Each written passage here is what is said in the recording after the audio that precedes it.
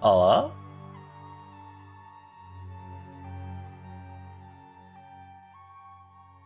Is this thing on?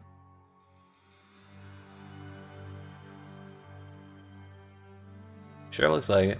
What's up, friends? How we doing? It is Wednesday, not a normal stream day, but we're here because, as you can see, there's something going on the Path of Exile Twitch channel. And that would be the announcement for PoE2 Third Edict, which is also, funny enough, the third update of Path of Exile 2, the third major one, really. But I'm slightly behind and I forgot to type out the Discord notification. It's announcement time. Gonna watch it, react to it, read the patch notes if they come out after it, and then do another campaign through Acts 1 through 3. Okay, I'm a professional streamer. I know precisely what I'm doing. I even remembered to ping my entire Discord server. It's Wednesday, am I do this, right? Dad never came back from getting cigarettes. I just saw that shit. I didn't even have the stream page open on YouTube yet. Beat me to my own stream. What's up, Mr. Dajum?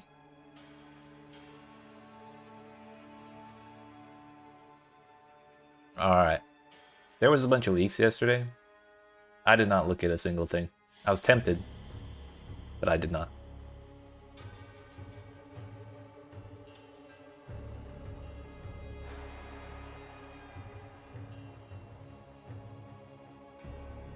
Look, I should have got more water. Damn it. Oh well. It's too late now. We're committed. That you were, sir.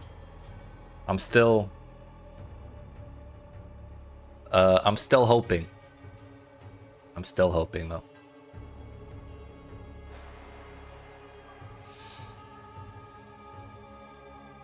There's still a chance that we could get Druid. You want to see some leaks? These aren't Street Fighter 6 patch notes. These aren't even Guilty Gear patch notes, and that's the game that had them released today. Though I did read the Guilty Gear patch notes. Pot survived. Elfelt got shot in Miami. Unfortunately, Happy Chaos is still good. But overall, it seems like an actual positive reception to a fighting game patch notes, which is kind of rare these days.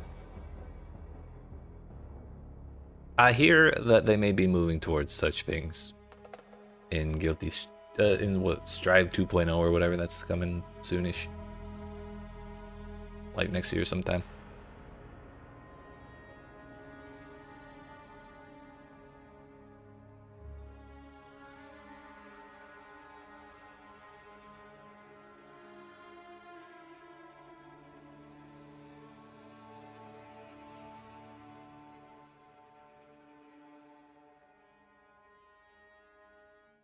Hi, I'm Jonathan Rogers from Grinding Gear Games. Hi, Jonathan. And welcome to GGG Live.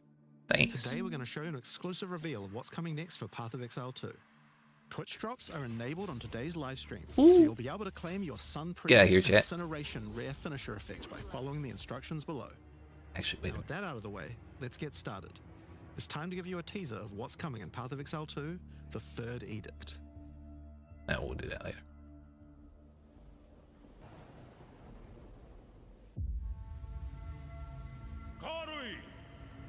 I have called you here to save our people, to save our way.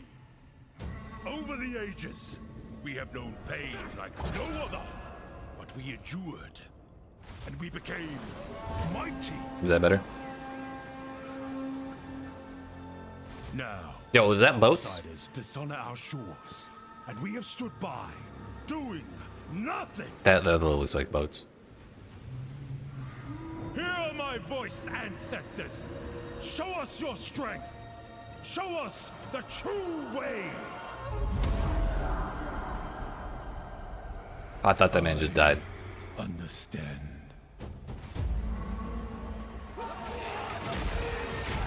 Yo, green slams. Yo, he's got a cannon for an arm. Well, in his hand, I guess.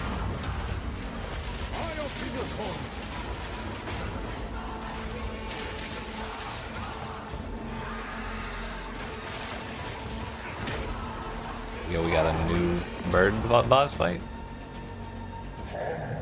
There's a lot of bosses, dude.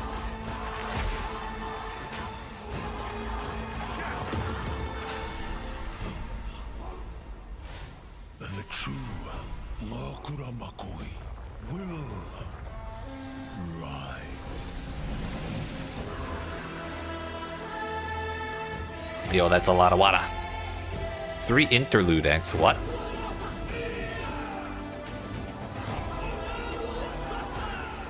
$24?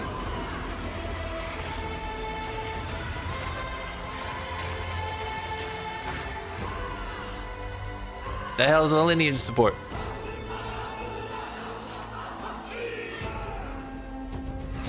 Sprinting? Yo. They just threw so much shit on that screen, I have no idea what to say first.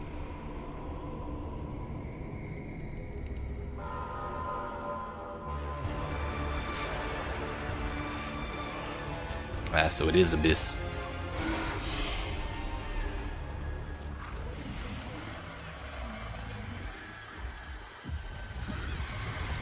But like, the ghost thing is already basically like old Abyss.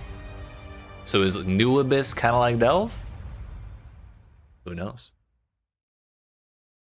August 29th. Now, as you can see, there's a lot going on, and we have a lot to reveal today. We'll start by going over Act 4, the next chapter in the Path of Exile 2 storyline. But that's not all. There's also 3 new interlude acts to get you to endgame, which means we're removing cruel difficulty too. Let's go! After that, we'll be going through the massive changes to characters. I'm super excited to show you how I've overhauled the entire support gem system, added new skills, and yes, there are buffs. Multiple Next, copies we'll of the go over same the support. Rise of the Abyssal, this season's exclusive league mechanic, and talk about the new rewards, crafting systems, areas, and bosses that it adds. After that, it's on to changes we're making to the endgame. Then it's time to talk about items, crafting, and oh yeah, trade. That's going to be a big one. Yeah, slightly We'll important. then go over our new We're support back. packs and finish up with a live Q&A session where Ziggy D will ask Path of Exile 2's game directors, myself and Mark, your questions from Twitch chat. And after that, at 4 p.m. Pacific, patch notes. They're not quite complete, but they should give you some nice details to chew on. Hell yeah, we get patch notes today. Let's go. We've got a lot to cover today, but first, another announcement. Oh, When the Third Edict launches on the 29th, we'll be having a free weekend for Path of Exile 2. that's a good idea. Path of Exile 2 will be free for the first time without requiring an early access key. The free weekend will end on September the 1st, so you'll have plenty Kind of of time seems to like give a the game stress test try. idea, though. That is Alright, huge. Let's get started with Act 4. The story continues Right. from the end of Act 3. I'm here for it. Yanni has agreed to help you find an ancient weapon that can be used against corruption. The There's that King's instrument March. of the Third Edict. The weapon was broken in ages past, but he believes that the pieces may be found in the Karui Archipelago, the home of the Karui tribes. You will need to journey to King's March, It is. I knew it. hire a ship, and set sail. When you open the map, you can choose to sail anywhere you like. Act 4 is completely non-linear, and you can visit the islands in any order you choose. Will you visit the pristine beaches of Whakapanu Island? The what? What upon The Island? Karui whisper of a curse that afflicts all who travel there. Perhaps it's related to the weapon you seek.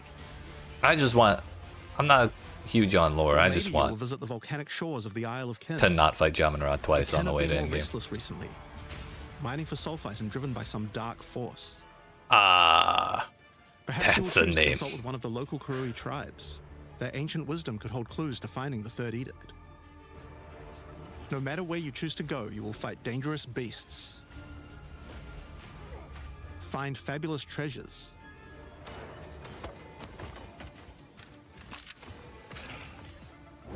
and battle incredible bosses. A challenger! Come, young Yo. seize your soul! is that a Wukong reference? There are 8 islands to discover, each teeming with its own flora and fauna. Act 4 contains over 100 new monster types, 16 new areas, 12 new bosses, and plenty of other interesting encounters. Ayo. There's a huge amount to show, but we're not going to spoil too much here. We want to give you a chance to discover it all for yourself. What happens after Act 4? Well, until now you had to repeat the entire campaign again before you could face the endgame. But after adding Act 4, the game is far too long to make you do that. We needed something else to do in between the end of Act 4 and the endgame. So what else could we do? Add 3 new mini-acts, of course, and we're calling them the Interludes. The Interludes are a set of 3 temporary side stories that will be included in the game until Act 5 is released, that will take you to level 65 where the endgame can begin. It's not, but I'd rather just not draw attention to that kind of thing.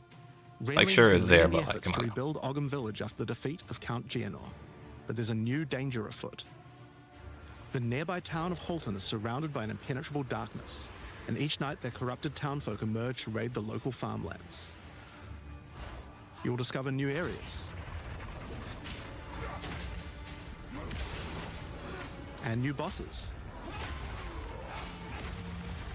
You'll need to find your way through the darkness, uncover the source of corruption. Ayo, an actual affliction zone? Soon you will serve our master. And defeat it. Yes, I shall dance with their corpse. Is that just Uber Draven and what's her face? The second interlude will have you return to the Vasteri Desert, where Asala has been given a sacred duty. When the skies align, the gifting of water requires a chosen Sekima to meet with the Selkari, guardians of the sacred water, but they're nowhere to be found. You will need to track down the Selkari,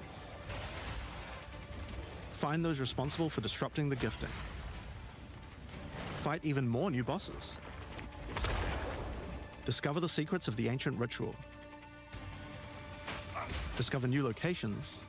I see what you're saying, but also, like, there's a really strong chance that they're gonna repurpose a lot of that content at the very least. As royal thaumaturge of the Vaal, Doyani had plans within plans to save his people from the cataclysm perpetuated by Atzeri's lust for power. One such plan involved sealing a group of willing Vaal deep in a great mountain vault near the home of the Asmeri, deep enough to survive the cataclysm. Even though thousands of years have passed, he believes that their descendants may still live, and may be key to defeating the beast. The journey up the mountain will be dangerous. New foes stand in your way. And the further up the mountain you venture, the colder it will become. Right. Explore caves of ice. I could, like, assuming they made any progress on the who can say what you will find later acts, it could just be stuff that's already done, but not the rest of it isn't already. Areas each, and generally include 4 boss fights as well. When you put that together with Act 4, that adds up to 35 new areas in the campaign and 24 new bosses. It's worth making clear that the interludes are temporary. When Act 5 and 6 are added, the interludes will be going away. These are side stories after all, but don't worry, the bosses and areas that make up the interlude are all part of the endgame. We're not just going to throw them away. And with that, we're not just going to throw them away. We do know that it was a pretty big chore to have to play through the campaign multiple times on each character, and this was a huge reason that the campaign could feel like a bit of a slog when playing through again. But we do also have another new feature to address that particular concern as well. So let's talk about sprinting. Yeah, buddy. In 030, when you hold down the dodge roll button, your character will go into a sprint after they finish the roll. This is available on all character classes, and there's no limitation on how long you can sprint for. Ooh. The primary purpose of this feature is to make navigating areas faster when out of combat. Because of that, if you do take a hit while sprinting, you'll fall to the ground. That's a pretty solid animation. The best idea is to use a skill when you see monsters. That'll break you out of the sprint so you can engage with no danger. If you don't think it's that good, monsters, just hold spacebar. You won't be vulnerable during the roll, and you're faster while sprinting than basically any monster in the game, allowing you to retreat from combat. Yeah, at least it's something though. Sprint is a pretty significant change to PoE2's gameplay. What I like most about it is that we can accelerate the pace of the game for those who want that, without having to compromise on PoE2's more visceral combat systems. Okay, so that's the new extensions to the campaign, but there's a whole giant league to play through as well. I'll leave that to Mark to talk about later. And that's because what I want to talk about now is the new stuff for your characters. And probably one of the biggest new systems here is with the support gems. Now, can we please get rid of the DDR support gem? That's all I want to see. They're what enables so many interesting mechanics and different ways to play. But PoE2's support gem system has just never been quite right. One of the major issues is the limitation of only having one support gem of each type on your character. We didn't want builds to just become using the same 5 most powerful supports in every skill. The problem with this design, though, is that it's actually working against using multiple skills in your build. If you can only use each support gem on one skill, it means that you're encouraged to go all in on that one ability. And we want to encourage you to combo your abilities, something needed to change. So with that in mind, we've removed the restriction of having one of each support gem per character. You can now use as many copies as you like. Let's go. This should drastically increase the amount of possible builds and increase the amount of skill diversity. There are a lot of potential builds that suffered from the previous restriction. For example, a poison build previously couldn't add poison to more than one skill. They couldn't use stacking poison on more than one skill either. This severely limited your ability to combo with anything outside of the specifically designed poison archetype, but now you can. Many utility skills previously couldn't scale to endgame, because the supports that would make them scale were more useful to use in other skills. You would never speed up killing Palm with martial tempo, when you would much rather use it on your primary skill instead. There are more examples like this all over the place.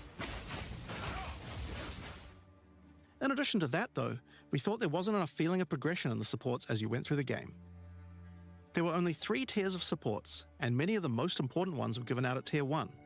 Also, there were no strict upgrades, meaning that upgrading supports... Yeah, that was something that felt a little unsatisfying to me. It was kind of like, once you get the support, that's all you get from it. Also have multiple levels of many supports as you go through So I'm kind of interested in this. For example, double barrel so long as it's not like support gives you an level extra 3 bulk, is where they but start the cost right now. of 30% less reload speed. At tier 2, the penalty gets lowered to 20%. But then at tier 3, the support gem gets something new. It now reloads automatically when you heavy stun an enemy. It's kind of huge. In some cases, the highest tiers might work a little differently, and you'll have to decide if you like the upgrade or not, depending on your build. For example, rapid casting. The first couple of levels gives 15, then 20% increased cast speed. But then at tier 3, it changes to a new approach. For each different spell you cast in the last 8 seconds, you get 10% increased cast speed, which could be a pretty big bonus if you use a lot of different spells. So that's pretty good for upgrades through the campaign, but we wanted to add a little more spice to the endgame for supports too. And that's where our new system, lineage supports, comes in. You can think of these like unique items, but for supports. There are supports that are only available at endgame, but they're much more powerful. Like Ratha's Assault. It's an upgraded version of Double Barrel that reloads your skill as you dodge roll, as well as increasing the number of bolts it can hold.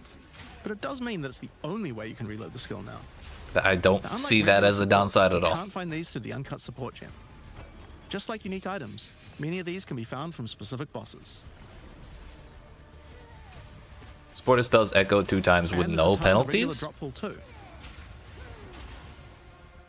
Some of them are fairly rare. Others fairly common.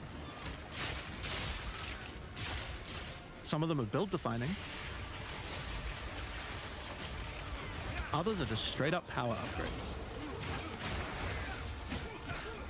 All in all, there's around 40 lineage supports being added throughout the endgame, so there's a lot of power to find out there. Now, the new support gems are certainly going to open up a lot of builds, but of course we have a huge range of improvements to individual character classes as well. As well as adding new skills, we had a big focus on buffing existing skills so that they can scale well into the endgame. There's a huge amount to cover here, so we're not going to discuss everything. We're just going to quick fire through some of the coolest changes. Okay. We wanted to make cold a more useful element on the Ranger, so we've expanded the cold tools available. Damn. As well as increasing its range, Escape Shot now creates fragments of ice whenever it hits the ground. These fragments explode after a short time, making the skill better for killing groups of enemies. But not only that, we added an ice fragment support that creates more of them when killing frozen enemies. And a new buff skill called Ice-Tipped Arrows that allows all your arrows to create ice fragments. This already gives clear to rangers wanting to use ice, but to take further advantage of the ice fragments, Freezing Salvo has been upgraded to shoot additional cold arrows towards every fragment, giving you a nuke-like ability. We've also modified Snipe to consume frozen from enemies, dealing a huge amount more damage, giving you a nice ice single target option. And something you might notice about this is that the bonus is a lot higher against bosses. This is actually a change you'll see throughout the entire game. Since it's a lot harder to freeze a boss, you should get a bigger reward for it. He's got a point. Another theme you'll see throughout the game is making movement feel better. Toxic Growth is a skill that was pretty cool, but a bit annoying to use with the jump that it had. Now Toxic Growth is a range skill, so you can spam it more easily. And we've also added a new poison skill while we were at it. Yo, called domain Toxic expansion? Domain. Let's go. It creates a small area around you that makes all your attacks create toxic growth pustules, but attached to monsters. Another skill that was annoying to use was Electrocuting Arrow. It's now just a regular arrow, making it easier to use. But it also means you can support it with projectile supports. And it now also has area of effect, making it a tool for more than just single target, and allowing it to scale into the endgame. Yeah. We also added a new spirit reservation called Mirage Archer. Hey, yo. This is Bama. a meta skill that allows you to create shadowy clones of yourself to use a skill of your choice. Of course, one of the other big problems the Ranger had was survivability. Evasion was the weakest of the 3 defenses, and we wanted to change that. Currently, evasion doesn't evade all types of hits in the game, so you're still vulnerable to things like slams or unblockable attacks. To make evasion characters more tanky, we're adding a new mechanic called Deflect.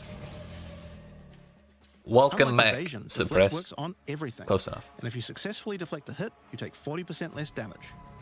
Items can now give you a mod that gives you some amount of deflection based on your evasion. And there's a bunch of it available on the passive tree too. Deflection is rolled in addition to evasion, so this is an upgrade for regular hits too. Hey, yo. And unlike evasion, there's no maximum chance. You can reach 100% deflect against all hits if you spec into it enough.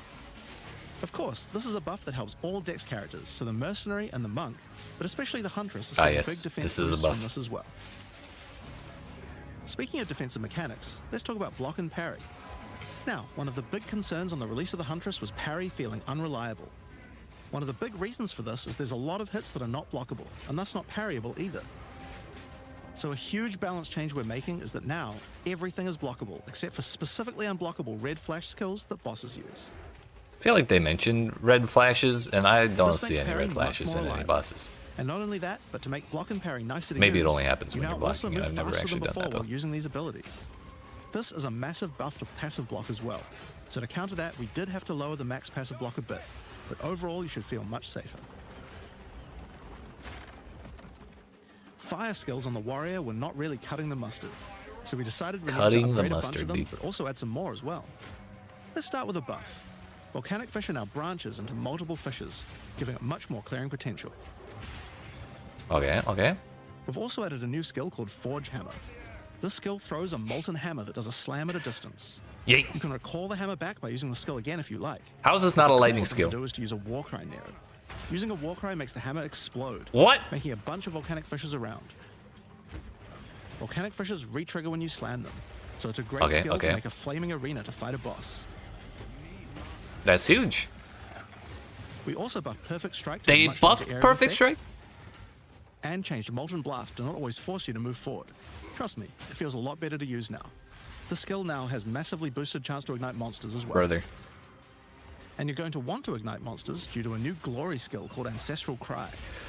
Ancestral Cry charges up with glory by Glory. igniting monsters, invoking King Kaum's favor. After you do, use it to channel Kaum's ancestral power. Holy fuck. Every attack will be ancestrally boosted with fire.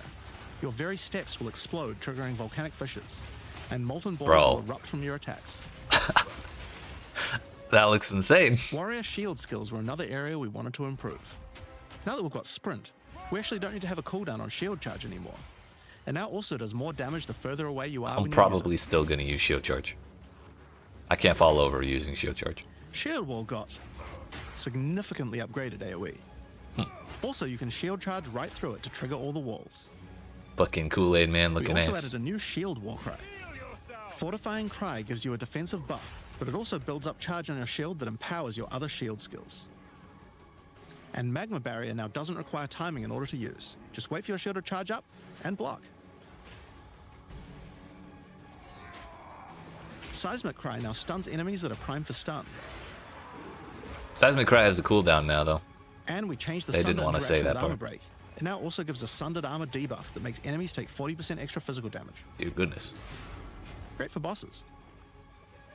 Ancestral Warrior Totem has undergone some pretty significant changes too. We wanted the skill to feel more like using an ultimate. That summoning an ancestor to fight for you was a big deal. So we've changed this totem to require 3 endurance charges to summon, and massively buffed its damage. It also now scales your weapon damage too. Since there's no limit anymore, if you build around generating endurance charges, you can summon an entire forest of totems. In order to make that easier, we added some new sources of endurance charges. There's now a support to make Perfect Strike generate charges, and a support for generating endurance charges from heavy stuns as well. Interesting. Speaking of totems, we wanted to upgrade the Warbringer. Among the other changes we've made to this class, Answered Call now gives an extra totem, and the spirits have just been generally buffed in many ways. Use it with your Limitless Ancestral Warrior Forest to make an army of Karui that would make Tukohama proud. We've also merged the Great Wolf Howl and Warcaller's Bellow support, so that you can get all the benefits with 1 point. Also huge. And Encased in Jade no longer removes the Jade when getting hit, making it a much better defense. Wait, Next so up, only let's talk about triggering it accuracy. removes Accuracy it? was always intended to be something that's that huge. warriors didn't need to care about very much so long as they're in close combat. But unfortunately, that's not currently the case. This was particularly annoying with skills like Bone Shatter, which you certainly don't want to mess with. So we significantly buffed your chance to hit at close ranges when you don't have much accuracy. Warriors shouldn't require any accuracy investment in order to hit with close range attacks now. Massive. Missing feels like such We also ass. wanted to improve armor. Now, one of the major weaknesses of armor is the inability to defend against elemental damage. In order to mitigate this, we're adding a lot more of the stat that allows your armor to defend against elemental damage. It's now available on items and in a lot more places on the passive tree. One of the most important improvements we've made in 030 is to declunk the action and flow of shooting crossbows. You can now reload crossbows without any movement penalty. That's also huge. I Not just only did a that, crossbow all build, skills that can be and that used shit while sucked. moving now slow you for a shorter amount of time. This change benefits everyone, not just crossbow skills. With both of these changes put together, the run and gun playstyle feels much better. It's hard to explain how important this change is for the feel of the class. The Mercenary is also a good chance to talk about how we're rebalancing to make comboing skills much better. Take Shock, for example. It buffs damage and lasts 4 seconds right now, but that isn't really giving you enough time to take advantage of it. That was my If concern, you're going to Dagon. add a lightning skill into a build that otherwise wouldn't use one, we need to make mechanics like this much better. So we've increased shock duration on monsters to last 8 seconds. And skills like Plasma Blast, which are intended to be good at shocking enemies, now increase the damage bonus by a lot more. You'll find changes like this all around the game. Chill now lasts 8 seconds, giving you more of a reason to weave in cold damage. Freezing skills are better at freezing. Right. Burning skills need to cause burns that last longer.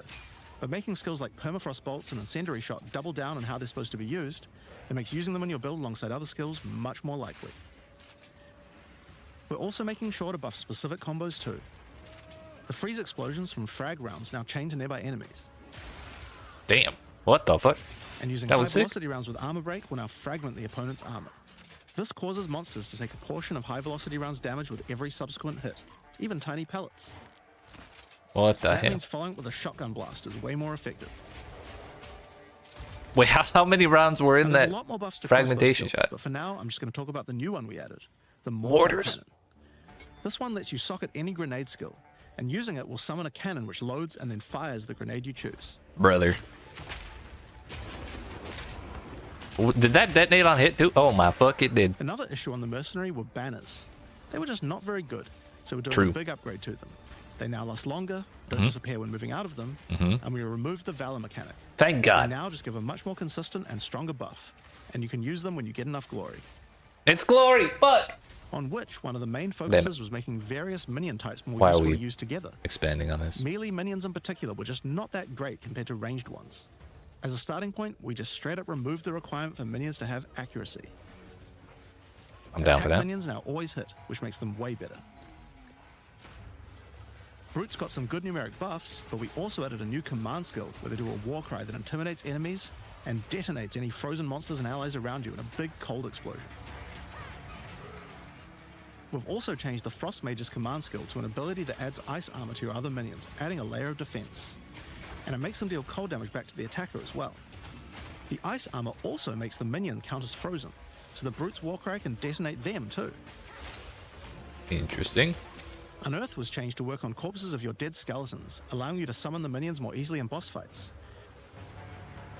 And they also got a new jump ability, allowing them to get into combat faster. Ray's Spectre was also feeling pretty weak for the spirit cost they have. To be honest, we were a little afraid of these when we first balanced them.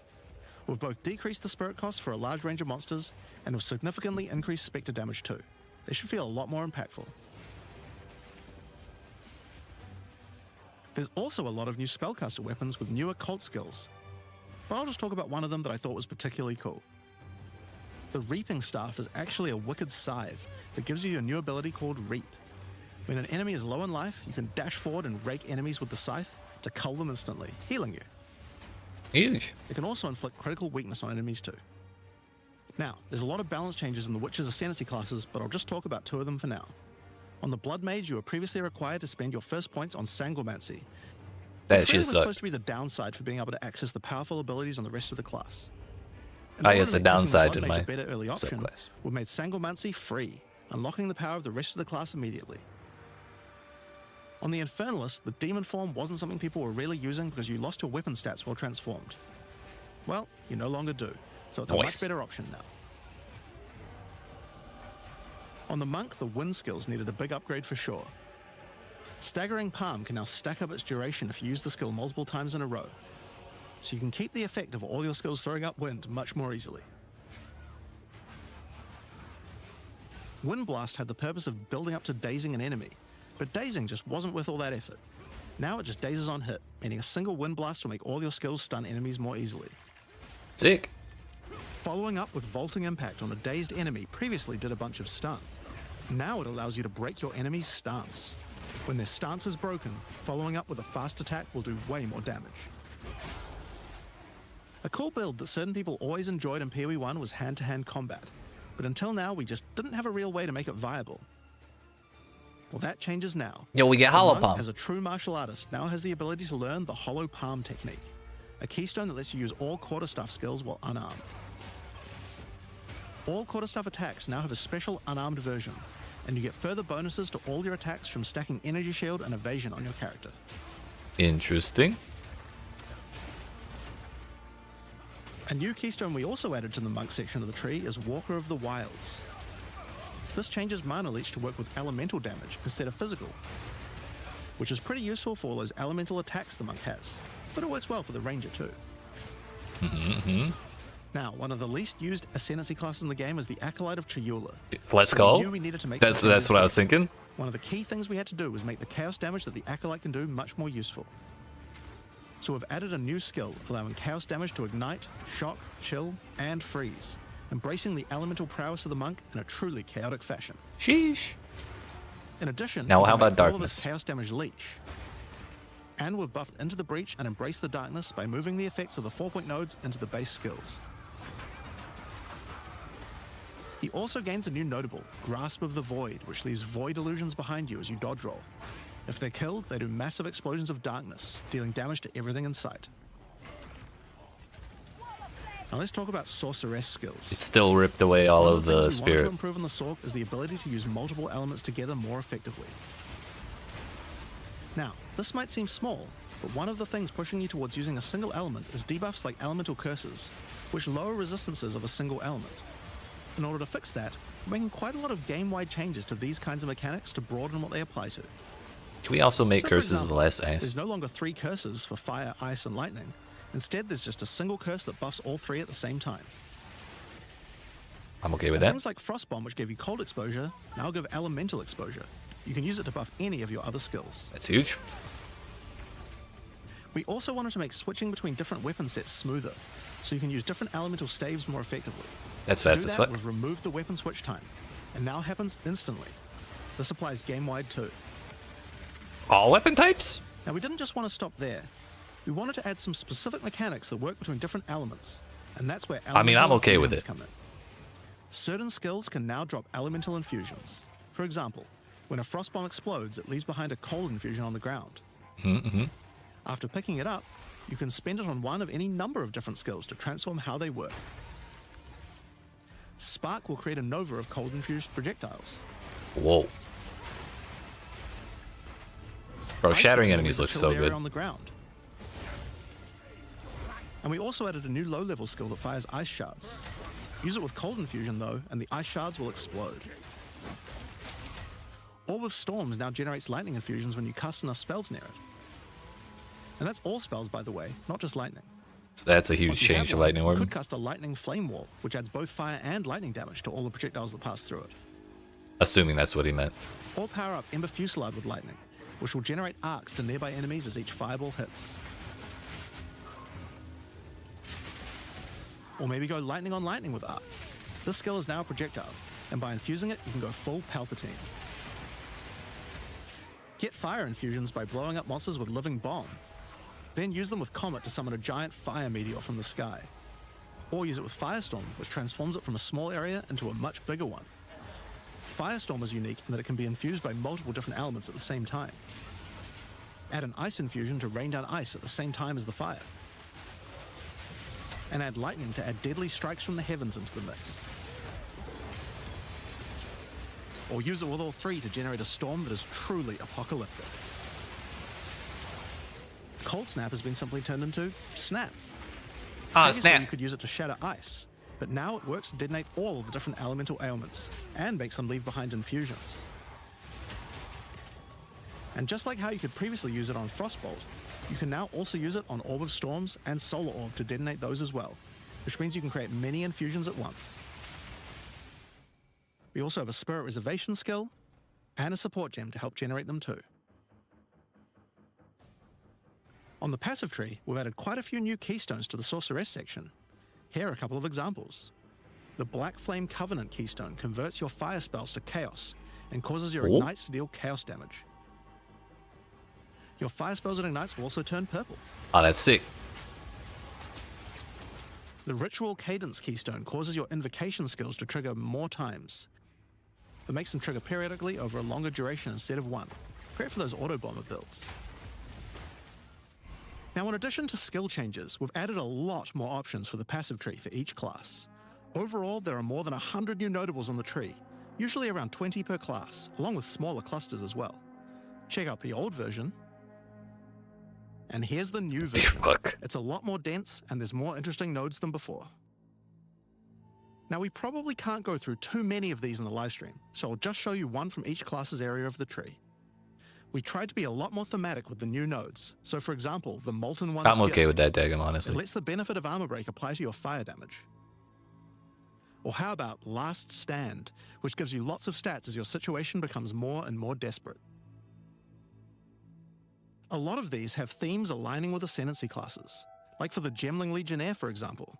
You have crystallized immunities, which makes you immune to different status ailments depending on which support gem color you have socketed the most. Another Ascendancy class aligned notable is Sanguimatic Rituals. It allows arcane surges to generate life instead of mana, unlocking that support gem to be used with the Blood Mage Ascendancy. Kinda huge. In the Sork area, you'll find these Archon nodes that allow you to convert all of your elemental damage to a specific element. You become a Lightning Archon when you spend enough mana, after which all your skills will be converted to lightning, and you will do extra lightning damage as well. We have ones for cold and fire too, with different triggers. It seems Here's like they're another also cool giving one. up on the Elemental Practitioner gives crit every bonuses if good you've thing triggered needs a to have a spell bad recently, thing too, while which is also really, really making good. crits generate more energy for triggers. Or maybe you'd like the Great Boar. It gives you a reason to stack dexterity to make you tougher, giving a bonus to life and stun threshold. Or the Cunning Fox. It straight up gives you 5% quality to all your gems. That's gonna be like Now, the another most major expensive change shit is ever to attribute annoy. requirements. We felt like players probably had a few too many nodes and attributes and not enough in interesting passives. So we lowered attribute requirements by 25% across the board. Let's go!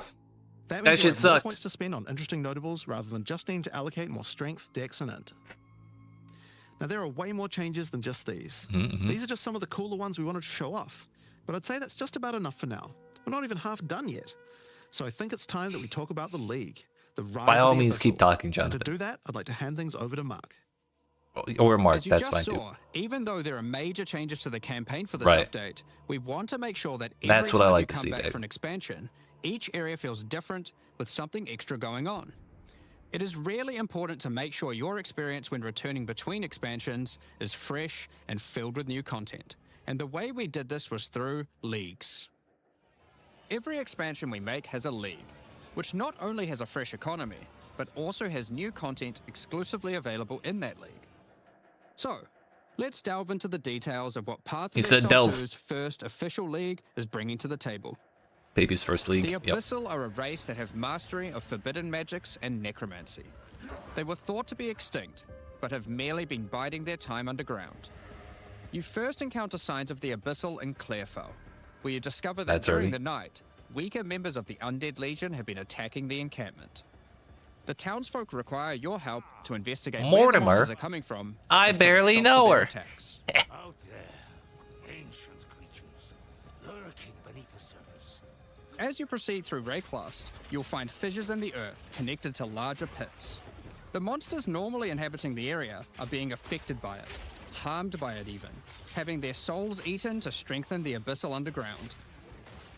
As you defeat the monsters, the fissure closes and abyssal emerge, angered by you killing their food. Once all those fissures have been sealed, the pit activates, and more abyssal pour out. This is where the larger and more dangerous monsters reveal themselves, as hordes of abyssal spew out from the pit to take your soul. If you kill a magic pack, then magic abyssal arise. If you kill a rare, then a rare monster I will bet the emerge sun is from going to pit, rise tomorrow, having Daggum. absorbed some or all of its modifiers for itself. This means the monsters emerging will generally be more difficult and more rewarding, as each modifier gives better rewards. If you are able to kill them all, the pit will seal shut. As each pit is closed, it reveals a potential reward. Abyssal troves will rise up out of the pits, allowing you to get some epic loot. There's only rares in there. There's no epics. Hey, yo, a rib. Areas often contain many pits, with many fissures. Metamorph, and hello? the amount goes up as you progress through the game, getting more intense. It doesn't stop there.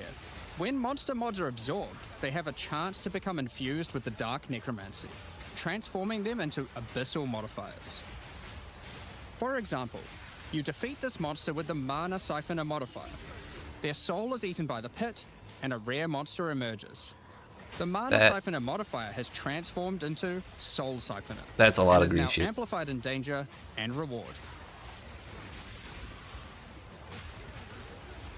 Abyssal pits also interact with other monsters and mechanics. You should be If you happy about defeat the a rogue return of Exile Metamorph. that's What? near one, it'll be revived as a Lichborn that has multiple abyssal modifiers.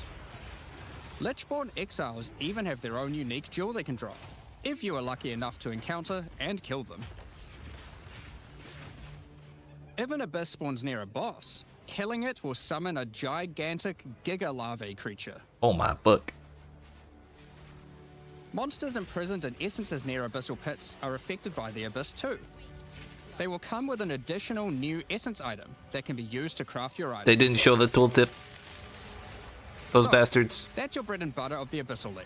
It was that Kill thing up there. surface-dwelling monsters, kill the emerging abyssal, close the fissures, overcome pit encounters, and reap the rewards. There's a lot Unity more to this wasn't league. already in the game, was it? As you complete abysses, Or you can Trinity, I find mean? ancient pieces of bone, preserved from the remains of fallen Lichborn. These are one of the many rewards for your mission to seal the pits. Desecrate a weapon. You can use this on a rare item to imbue it with abyssal magic, adding a special hidden modifier to your item. But how do you reveal it? Close enough. Welcome In back, Act Veiled 2 Mounts. of the campaign, you'll encounter a new area. This area is overrun by the Abyssal and the Lost Men. After clearing through this area, you'll find the Well of Souls, a giant cavity with a massive vortex of souls swirling beneath you. You have So my how do you attention. reveal the mods on your abyssal-infused items? Obviously, just throw them in, right? Yes, that's exactly what you do. Before throwing it in, you are given the option of how you want to transform it, in the form of a choice of 3 different modifiers. Once you've chosen your desired mod, throw it in, where it will absorb the power of the souls, and the ominous creature will then retrieve it for you. These modifiers can be ones from the core mod pool, all the way through to specialized modifiers that cannot That's normally not how I appear on remember items. Jun looking. During the campaign, you can use it as a way to more easily add useful existing mods, but during the endgame, there is a whole set of new and powerful mods you can add to your items. Like this mod for crossbows, that allows you to place an additional ballista totem, That's a cool looking crossbow. or this one that adds spirit to your staff. Interesting. Or this one, that allows you to generate more combo with your quarterstaff skills. 2 hits per bell, huge. And speaking of endgame, you can also use the system to craft waystones. With a preserved vertebrae fused into your waystones, 1 Krangle mod you to can an get item. some new modifiers that push difficulty and rewards to new heights. Here are some examples of those mods. You always get a choice of 3, so you can avoid anything you don't think your character is capable of. Until you roll 3 that are all shit. With this modifier, the natural inhabitants of the area are all spawned near abysses, and there are up to 9 additional abyssal pits in the area, making it just a full-on abyss ruckus. A Or this damn one, ruckus. which causes the final abyssal pit in the area to always result in a boss encounter, be it either one underground or one that emerges out. There are dozens of these waystone modifiers in total you can get from this crafting. That covers the new crafting mechanic. So what's left? Well, we talked about how when closing pits you can get abyssal troves, but sometimes when closing an abyss, you'll reveal an underground cavern that leads to the abyssal depths. After jumping into the depths, you'll find an abyssal city, swarming with legions of the undead. That's another When delve underground, keyword. Every single rare abyssal enemy will have an abyssal modifier.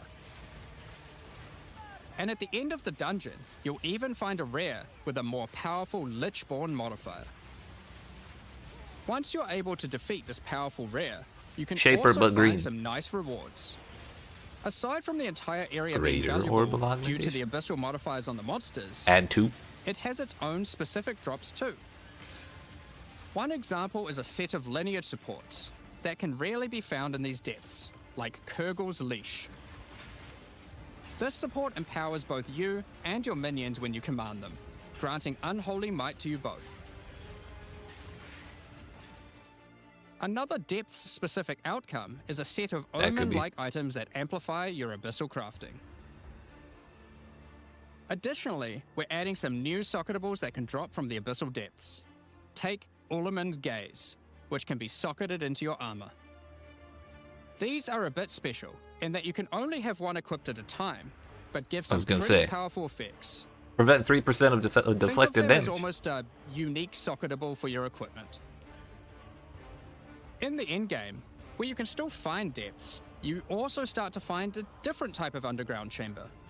In these areas, you'll find an ancient spire, a device being used by commanders of the abyssal factions to plunge Rayclast into a lightless void. Your goal is simple: kill this commander and destroy the spire. There are 4 bosses in the Abyss League, and there are some pretty cool uniques available from them. An example is this belt, Darkness and I've never seen that before. It has 2 sockets. But hold on, socketables don't work on belts. Well, this belt has a special mod that allows it to count as a different slot for the purpose of socketables. Ah. This one, for example, counts as a helmet. I kind of want one that counts as a body armor. I wonder how rare that one is. You can also find this unique jewel, Undying Hate. This jewel transforms part of your passive skill tree into an abyssal version, and has multiple depths. The deeper it goes, the more of your passive tree is affected, allowing you to fulfill your fantasy of becoming part Abyssal Lich. Now the last thing that Brother, Abyssal we got commanders timeless can drop jewels. is a Finger of the Lich. But what use do you have with a random undead finger? I hear it's a Well, good snack. The next time you return to the Well of Souls, with the finger in your inventory, your character will almost feel compelled. To do what, though, you might ask? To jump in. The items you threw in came back more powerful, right? So what's the worst that could happen? That's right, Well, dude. You will just have to find that one out for yourself. Along with the introduction of Act 4 and the interlude, we will be adding 25 new endgame maps. These maps will contain all the new monsters and bosses we're adding, improving variety and giving you opportunities to experience the new boss fights many times. Let's take a look at some examples. Rock Pools is a map where you explore a shallow rocky coastline. Brother just fell surrounded through the by floor. coral and filled with Oh, we sirens. wouldn't notice. At the end is a giant Goblin King boss. ready to eat sulfite and Bro, squish you what's like he a doing? book. It's kind of fucked. Oh my damn. Okay. You're not supposed to play with your food. Is an Ezomite township which has seen better days. Explore and clear the township to find a gothic, Reaper-like boss with the ability to manipulate storms and fry you with both lightning and wither you with chaos. Given some of the new bosses added are a bit more epic, such as the Act boss and final bosses of each interlude part, it would be a bit of a waste to just use them as regular map bosses. Instead, we'll be adding some new mechanics to the Atlas that use them.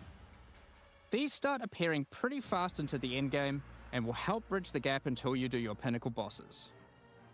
In the desert biome, you can encounter a wild sandstorm.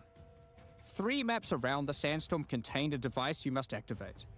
Upon doing this, the sandstorm's magic is disrupted, revealing the map inside and allowing you to access it and find the cause. This presents itself in the form of a boss, similar to the existing Citadel bosses. I was gonna say, what if they just make it so we need 6 citadels? Who has been blessed with the power of a time gem, by the time we get done the take campaign. his swordsmanship to the next level by replicating himself, maneuvering rapidly, and severing the fabric of time itself with his powerful slashes. In the water biome, Close enough. you'll Welcome encounter back, a giant maelstrom. Where fucking one of the Coliseum maps boss. surrounding The rest the of water biome connects to it, but the connection is obscured. You must run the maps nearby, hoping to find a beacon, which will remove the maelstrom and reveal the connection to that map. Another example is this Vaal vault in the mountain biome. But how do we get inside? Running the adjacent maps to it will yield a key, which you can then use to gain access to this vault. Or, you could just trade for one, I guess. Use the key to dispel the powerful force field surrounding it, leading to the Vaal Elite and their rewards inside. These all contain Uber versions of the Act 4 boss, and the bosses at the end of each part of the interlude. And each have their own exclusive drop pool of new lineage supports, which, as Jonathan spoke about earlier, are powerful support gems that modify your skills in pretty crazy ways. As an example of a lineage support which can come from the Faradin Swordmaster mentioned earlier, we have Garukan's Resolve, Bifurcates? which causes your critical strikes to fork, but requires some mobility on your part to properly enable. From the boss sealed in the Vaal Vault, we have Paquate's Pact, which supports your war cries, causing them to inflict massive amounts of corrupted blood at the cost of your own life. Additionally, some maps can now spawn summoning circles, a room resembling an Ezomite henge. Activating this henge will spawn bosses. Huge. It's as simple as that. We'll also be making changes to how affixes and waystones work, as the current prefixes equals good, suffixes equals bad iteration isn't quite hitting the mark. We tried something new here in Path of Exile 2, but after seeing the feedback we decided we actually liked what we had in Path of Exile 1 more. Like Path of Exile 1, I think that's each fair. I was affix will definitely now be running as both many prefixes as difficult possible. and rewarding. Waystone mods now grant an increase to the number of waystones dropped, and an additional specific upside attached to it. This means as you roll your map, they will continue to get more difficult and more rewarding, and allow you to customize the difficulty and rewards of your Yes, maps do the better. things that worked well in Path of Exile 1. That's For a good example, idea. the Frostbitten mod, which causes enemies to deal cold damage, also increases the rarity of items dropped as its upside. Whereas the Of Venom suffix modifier, which causes enemies to poison on hit, has the upside of granting increased pack size. Some maps will end up having a lot of rarity, some a lot of pack size, and others will just have a mixture of everything. Due to now having more modifiers granting difficulty, we will of course be reducing the difficulty per modifier to account for this. So, that's your Atlas, maps, and waystones, but what about Breach, Ritual, Pinnacle content, and others of the sort? What about towers? We're making some changes around this too. The first change is that you'll now be able to invest 2 points into your specific League Atlas trees before having to run the Pinnacle content. Oh. There will be a specific objective for each type of content which grants you those points. For example, in the case Bro, of that's so much Delirium, fire. it's simple. You just need to find and kill one of the bosses in a map, Omniophobia or Kosis. The rest of the points for each content come from the Pinnacle content, but we're making some changes to accessibility here too. Currently, access to most Pinnacle content requires the same key at the easiest and most difficult version of the content. This creates a negative feeling where at lower difficulties, instead of wanting to run the content, you're often better off just selling it to someone who can run it at maximum difficulty. This sounds To familiar. address this, each content will now drop splinters, which will not form into singular items. Instead of using the singular combined item in the realm gate, you can now just bring your splinters. Upon inserting the splinters into the realm gate, an interface will appear, allowing you to pick your difficulty, and you'll notice each difficulty has a different entry cost. This means if you want to run easier difficulties, it costs less, which also allows you to run this content much sooner into the endgame. Because these encounters now just require splinters, their corresponding atlas tree no longer affects the difficulty of them, and has been changed to purely That's affect true. the content and maps on the atlas. But it would also The kind of Arbiter mitigate Ash the works shitty a bit RNG differently. of Instead like of requiring splinters, he still needs crisis fragments. you get we one now have only one two invitation every difficulties of the 5,000 rituals. The You just first, get a few requiring splinters the every few existing rituals. fragments Like obtained from I don't citadels. mind that. The second, Uber Arbiter, requires calamity fragments. Uber Arbiter. These come from Can we fix Citadel regular bosses one first? also, but only once you've allocated the maximum number of points in your boss atlas tree, ensuring those citadels are at their highest difficulty level. Since we're talking about Pinnacle content, we also felt that the leveling curve in the late game was a bit too steep. We've smoothed this out a bit so that it's easier to get to the mid-90s. We've also added some new in-game unique items. Let's take a look at a couple. Thunderfist is a pair of gloves that grants Crackling Palm, a skill which empowers your unarmed attacks, granting the ability to call down the storms themselves on enemies you hit. Put simply, literally every monster you hit with your unarmed skills will be struck by powerful lightning. Okay. Pair this with the aforementioned Hollow Palm technique to embrace your true unarmed prowess in combat. Another unique we're adding is Hello. Henekura's Sight. Equip this amulet to be granted the power of the Mother of Death herself. This is reflected by granting you a skill called Foresight. While you have Foresight, your dodge roll no longer avoids hits. But instead, being hit while dodge rolling restores you to full life and makes you unable to die for a brief period of time. Dear goodness. You'll notice when this does occur, a copy of your character appears and takes the full damage. This is you seeing kinda that funny. future, as if you hadn't been wearing the amulet. Ultimately, your in-game experience should be more streamlined. With new content to find, you'll be able to invest in your atlas trees sooner, engage with Pinnacle content faster, have less FOMO running said Pinnacle content, reach higher levels easier, and do all of that while finding many new chase endgame items. Talking about finding items is one thing, but what about crafting them? We've taken a step back and looked at some of our crafting systems to make some notable improvements. Okay, okay. Let's start with essences, which suffered from an issue where the regular essences were effectively useless and didn't give players the tools or excitement that a crafting system should provide. To alleviate these concerns, essences are being changed in a few ways. Firstly, they're being changed to function like regals and add specific modifiers with specific values, meaning you know exactly what you're going to get. We found that players were often Do you though? bottlenecked by regal orbs when crafting in the campaign, so this helps to fill that gap, allowing you to better upgrade your items. Kind of.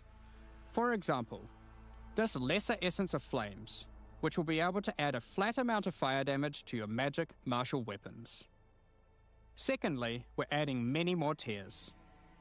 That Lesser Essence of Flames, for example, has a regular variant and a greater variant too, adding even more fire damage with each upgrade.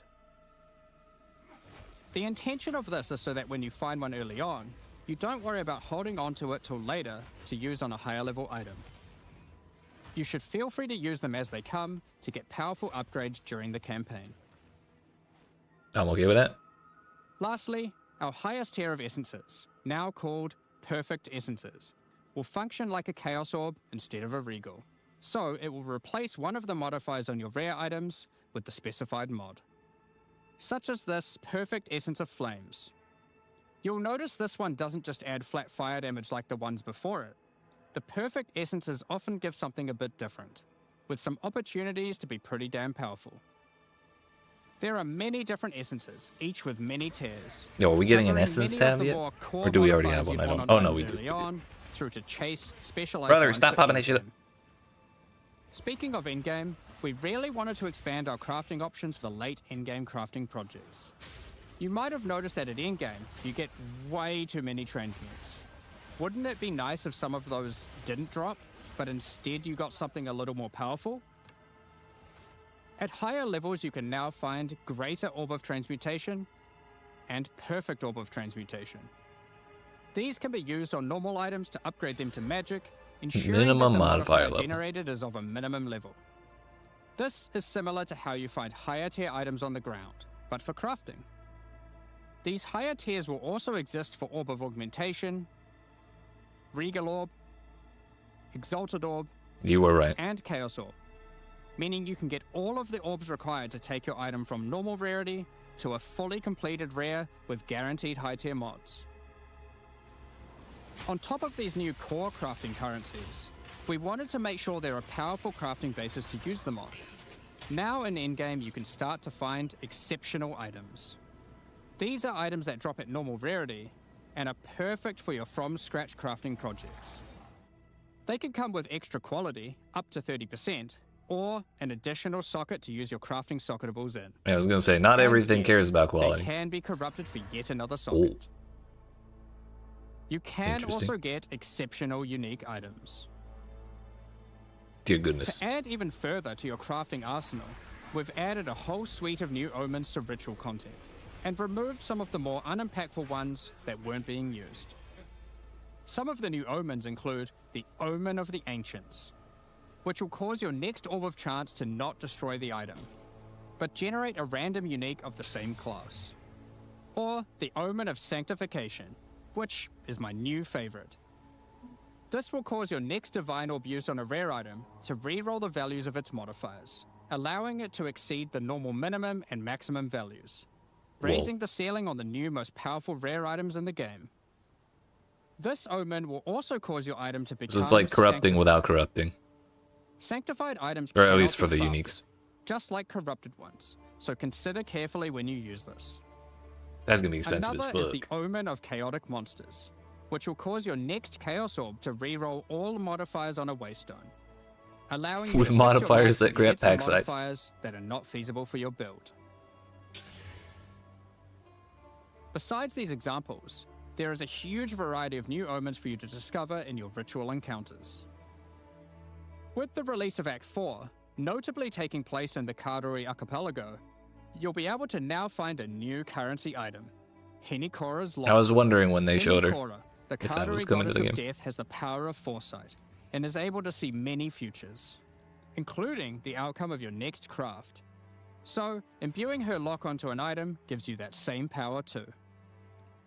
For example, you'll know whether or not to use an Exalted Orb on your item, as you will know exactly what the outcome is.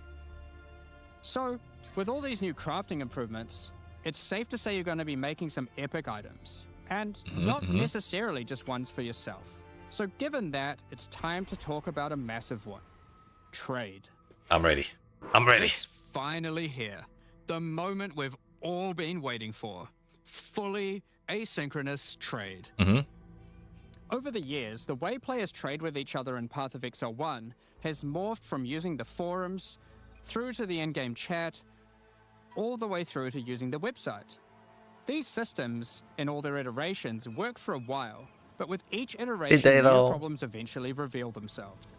Be it requiring you to be in your hideout too much instead of out there killing monsters, or never getting responses from people who are either AFK or just can't be bothered. In order to finally solve this, and this has been a long time coming, we're adding a new system that allows you to buy items from other players without requiring the seller to be present. They can continue farming, killing monsters, AFK as they please, and can even be offline. With the introduction of King's March in Act 4, you will encounter Ange, assistant to Rog in the Meridian Free Traders Company. Over the last 2 decades or so, since Path of Exile 1's storyline, Faustus has handed down his knowledge and expertise to Ange, and she is now ready to take over his business. If you have a hideout unlocked already, you can immediately invite her there. If you don't have a hideout yet, you will need to acquire one. You can do this by completing a quest to defeat one of the bosses inhabiting an island in Act 4. Allowing you then to take So a you don't need slice to of make it it all for the way to yourself, endgame anymore. making it your new home and base of operations. Once invited to your hideout, she will now serve as operating your I am currency too. exchange, but also serve as the figurehead in your new trading empire. So, how does this My new system cabbages. work? In the existing trade system, you would list items for sale in premium stash tabs. And then when someone wanted one, you'd have to take it out for Insane, yourself yeah. and trade it to them. Now, instead of using those, you can give your items to Ange so she can sell them for you. Each item must have a price set. The prices are set using in-game currency items, such as Exalted Orbs or Chaos Orbs. Once a price is set, other players will be able to find the item by searching for it on the trade website. It's still Once a not in desired game. item has been found, you can hit a button, which will instantly teleport your character in-game to their hideout. Then, you can immediately purchase the item, and while there, if you want, browse their other goods, in case there's a good deal someone else hasn't yet discovered. You'll notice that as a buyer, on top of the currency the seller What's that set for the tabula price, rasa I just saw? it also costs gold to purchase an item, as Ange has bills to pay after all. As a seller, you'll immediately receive a notification when an item of yours is sold, and can also see an effect above Ange in your hideout when she has unclaimed currency. Just go talk to her, claim your currency, and continue playing at your leisure. Will we have to buy a store tab separately? As That's many the next people question. already acquired premium stash tabs for the purpose of the trade system, we wanted to add a way for you to convert your existing tabs to merchants tabs, if you want. You can do that here, on the website, but only if you purchase those tabs before the release of the Third Edict. To clarify, the existing trade system will remain fully intact, so your premium stash tabs will not lose any of their functionality. We just figured people might want to switch over to this new system. We expect a lot of feedback around this new system and are looking forward to It's trying good we it have out the with option you. to swap them. As we are not able to test internally with an entire, thriving economy, there will certainly be some kinks to work out. Based on how the system goes, we will be adding it to Path of Exile 1 when ready, so any of the tabs you purchase Yeah, I definitely also will be want a usable couple, there but later. Next up, we're going to be talking about our new supporter packs. Today, Let's go. we're launching 2 new series of supporter packs, the Justice and Trathan Executioner packs. Each tier contains the pack's full face value in points, alongside several exclusive microtransactions. As always, the microtransactions in these packs are purely Hey, wait a cosmetic minute, those and goblins do are not gambling. affect your character's power or progression in any way. The Justice series of supporter packs contains No, this is 6 the most important exclusive part of the announcement. microtransactions. Claim glory after defeating enemies, or inspire your allies by calling down the Banner of Justice portal. Huge, The huge. Sphinx Mystic hideout decoration will identify items for you, displaying them as it does so. Dude's creepy as fuck. This ancient creature has been presented with many items over the eons, so has They some were playing strong it's the same expressions to thing. make on the quality of your wares.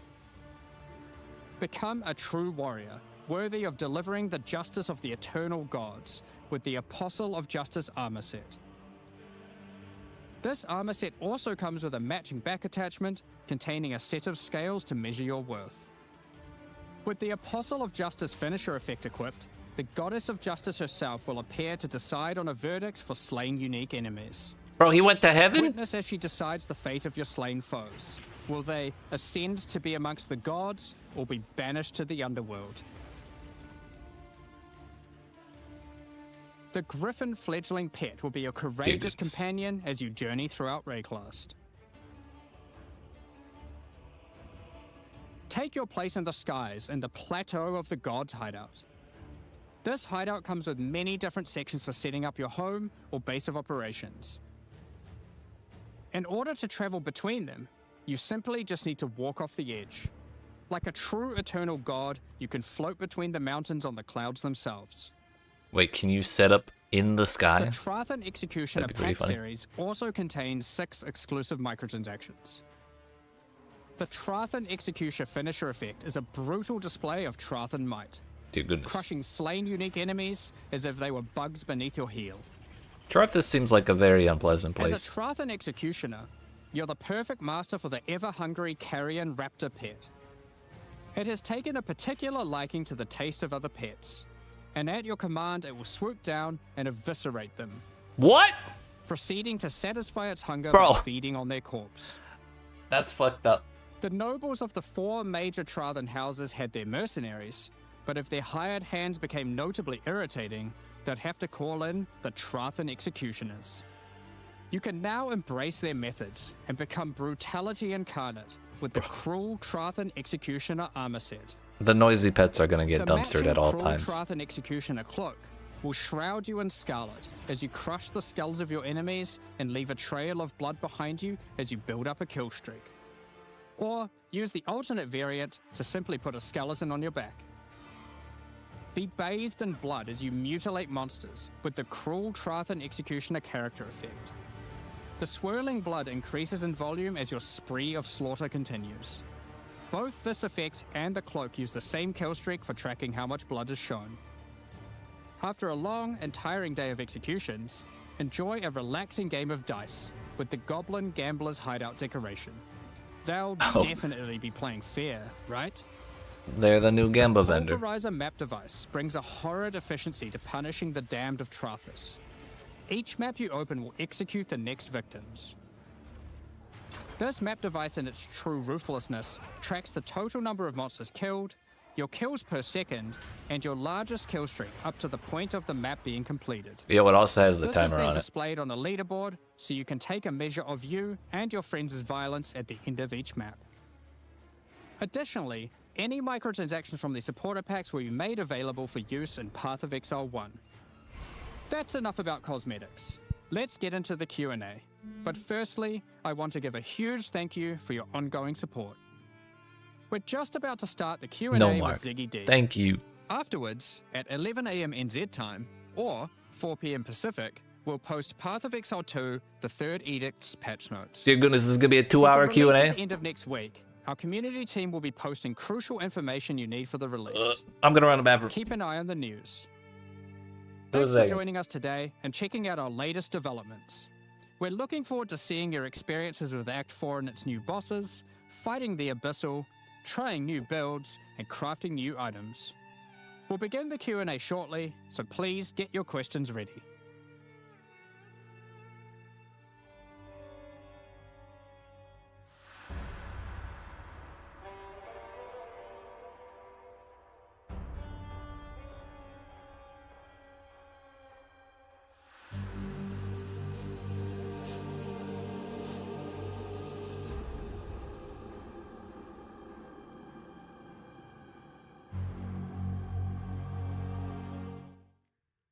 Hello, and welcome back, Exiles. After a absolutely monumental reveal, we now have a suitably juicy Q&A session for you.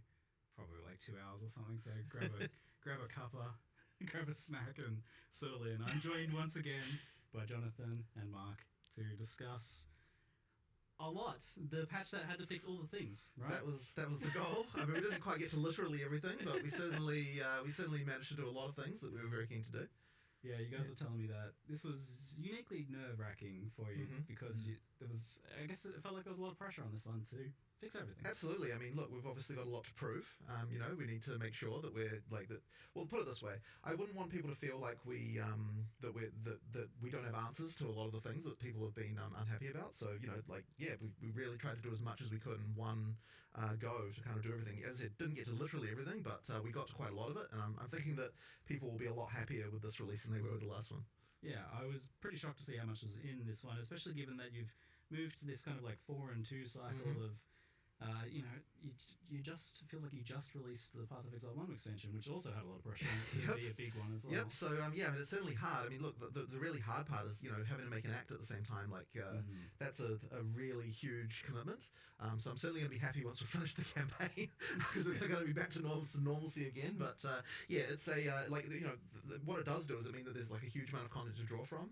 There's obviously a huge amount for players who are not necessarily the in-game players as well, because you've got all of the the new campaign stuff. So it's like a pretty big deal for all that stuff. But it also meant we could take a bunch of that stuff and move it into the in-game too. So the in-game kind of sees a big expansion as well. So yeah, it's been quite a good one. Yeah, I remember early on we had the process. Actually, we just literally grabbed my whiteboard in my office and we just wrote down every single problem. Yeah. And I'd say it's not a strategy we've done to this degree, this methodically before. Right. We were like, okay, we have to solve everything on this whiteboard. Yep. Literally made a tier list up there. Like, this is T1, this is T2. We actually fully of every problem, and there were things in there like performance and things that aren't necessarily the actual game content. I mean, the very one at the top of the list was campaign is a slog, right? Like that was the one that we were like we've got to solve that. Things like that were just like because we're really trying to be honest about like here are the real issues. And the reason it ends up being a bit nerve-wracking is because we had a goal to fix all of it. And we didn't get to fix. We aren't fixing literally everything. We're fixing almost a lot. And I'm sure a few new problems introduced here and there. However, obviously, as we're watching Twitch chat, there was a huge amount of stuff about towers. We had a plan; it was on the list. It just unfortunately we couldn't get time to sort it. So that's it's probably the notable one, I would say. Yeah, so we'll kind of discuss around your vision and stuff for Endgame soon as well, so that you can give people some reassurance about like where you want to go with that. But we should also mention just the other elephant in the room, or the lack of the elephant in the room, with the druid. No elephant form, but the joke kind of works. So I made it. It seemed that druid has been What I miss? challenging to get shipped. It's been something you've been working on for a while now, and just getting it right. What has been the challenge? I missed the audio as fuck. Well, I mean, okay, so we started believing that we were going to have druid in this version. And that was the case for at least 2 months of the 4 months of development that we were that we had here. And obviously, like a bunch of work had gone on before that as well. But at some point, we realized, like, that we don't want to have the mistake that we effectively had with 020, where like we put a huge amount of effort into the class and then we didn't get time to fix like all of the concerns that people had outside of that, right? Because obviously the same resources go into making a new class as go into balancing the old ones and making all that stuff, right? So if we don't have the balance in like a good place, it kind of feels a bit bad to like be throwing in a class that's kind of effectively disrupting that. So then what that meant was at some point we're like, okay, since we don't believe we can get both the class and all these other balance changes we want to make in at the same time, it's actually better to cut the class and then have the balance changes instead. So that's what we ended up doing, and obviously it was like a really hard thing to cut because obviously like you're going to have another one without a class, like it feels really terrible. But we've got the philosophy now of like we have to make sure that we're in the release month that we say we're going to be in. So therefore something had to go. I don't mind that there's no druid if it means we've obviously got a huge head start for when we actually everything else is okay next time. And I mean, look, there was so much stuff that was cut, like even as large as it is, like there's like ascendancies and all sorts of stuff that was gonna be there, and we'll get to it. But more important to just make sure that people are happy with the stuff that's in, and make sure all those changes are great, and make sure obviously you've got answers for stuff, right? I imagine for druid it's a big part of it's just the fact that the shapeshifting, getting it looking and feeling right, I mean, it's really a huge deal. It's hard. Like there's so much animation stuff that has to go into making each form feel right. So but we'll get there. Like I don't think we're that far away from it now. So it's just a question of soon prioritization. Yeah, it seems like is probably the hardest class of all. Then might be. Yeah. I think it will be. Yeah. You're getting a bit more ambitious as you go with each class. That is true. Too, which that is true. Every class is a step up from the last in terms of that. Yeah. Yes. So I guess on that note, do you have a vision for who's next after druid, or is it kind of a race between them to see who ends up feeling I've always said that it would be criminal to go into full release without having swords. So that's yes, he's right. It's kind of a pretty clear. It's a little bit criminal to get this far without. Yeah, to be honest, it is. Yeah. So axes too. When you think about It's real weird. It's real weird. So that would be an obvious candidate. Is making sure that we've got so that. People can infer from that some sort of duelist or something, most likely being the sword one. And as you said, the ascendancies are just kind of the same boat as you weren't satisfied with where they were at to be able to get those in. So that's the things you missed, but that's like the list of the things you missed. That Right. and doing something with towers. Yeah, So yeah. now we can talk about kind of what you have done. We'll jump Wait, he into talked about Endgame towers? first, since I know people. Oh, no, the they towers didn't have get been a them. hot topic for people. So we'll talk about the endgame. This wasn't ostensibly supposed to be an endgame update, from what you were telling me, but it still seems like a pretty big endgame update in the end. Yeah, I mean, well, part of that is because we obviously get all the content that we produced for the campaign. We get All to the make audio, the Batman. in-game versions of that. Yeah. That obviously adds quite a lot. But we did want to make sure that we weren't just being like, okay, so we're adding a bunch of bosses. Like, we wanted to make sure that the more epic ones that we added to the campaign have some new mechanic for them on the Atlas as well. So that's where we had those various mechanics with, like the sandstorm and that kind of stuff. Yeah. Like, those kind of like Atlas events. And it really does contribute to the feeling of exploration to have more of that stuff. And then, of course, once you got that, you start getting into, okay, well, what rewards is it going to drop? Then we started to think we need a new category of rewards that these things can have. And that's, we started to think about the lineage supports and that kind of stuff. So it just ended up kind of adding up to quite a bit in the end. But yeah, it isn't like kind of like the big end game change that we wanted to do. Like, we had a design for that, but we just kind of haven't quite got to it. So, but it still ends up being quite a lot. And one of the big things that it also, I think, will help bridge is the kind of mid-end game part, like that's still a problem that we want to improve, but yeah, like it adds quite a lot there, because you're seeing that stuff on the Atlas a bit earlier. What's the problem there as you identify it? I mean, you've got this issue where effectively, and we are doing some stuff to address this, but effectively you've got like the pinnacles at the end, and you've got like obviously when you start you've got a bunch of content, but it doesn't feel like there's those kind of mid-end game goals that you can easily achieve. That's kind of the issue that we're trying to solve. And just a lack of direction, right? Right. I think there's not enough like really guiding you. Like, the narrative kind of falls apart there, right? Because it's just like open world, and you want a bit more of telling you where to go, what to do, have those goals where you're like, I want to do this next and this next, as opposed to like, I could do this or this or this. It's nice to have those, but it's nice to also have the things kind of directing you as to like, this is exactly what I want to do. The boss I want to get to. So there's kind of just a big gap there. We want to add a whole bunch of stuff in the middle there. We have a huge plan, but again, it's like, we need to you got this working on a campaign, you've got working on the end game, and you've got all these, like, how do you juggle all of these things? It is brutally difficult, and you end up having to think. So I would expect, next expansion to be way more end game centric in terms of fixing. I'm just very interested in all the new it was on the whiteboard. But we did do some stuff with what we had. So like that splinter change, I think, is going to be quite a big one. Like, it doesn't look like much from what we showed, but what it does mean is that you've got pinnacle fights earlier in your in the experience, and of course you've got the thing where we're making it make more sense with regard to the difficulty, the access to the different difficulties, by having it so that it's cheaper to get to the lower tier ones. So that helps quite a lot, and I think that'll improve things quite a lot even just from that. So yeah, Of course, you got the league now in endgame as well. And of course there's a league there too. The Wisps were Wisps, sure. Wasn't really a league. It's kind of just like, not a full-fledged not what we've league done mechanic. before. And a lot of people in PoE2 may not really even know what a league is. I mean, we kind of had it with Dawn of the Hunt, but yeah, I mean, having Abyss in every single area. There Wonderful are have challenges. Abyssal icons you can find on the map. You can't add them because they are in every area, the Abyss. So, and you have, different the waystone crafting and stuff like that. So there's a lot of endgame just added by the league's existence as well. Plus a lot more combination of the league mechanic with other mechanics as well, which is something that I'm always keen for with leagues, is like have a bit more interaction.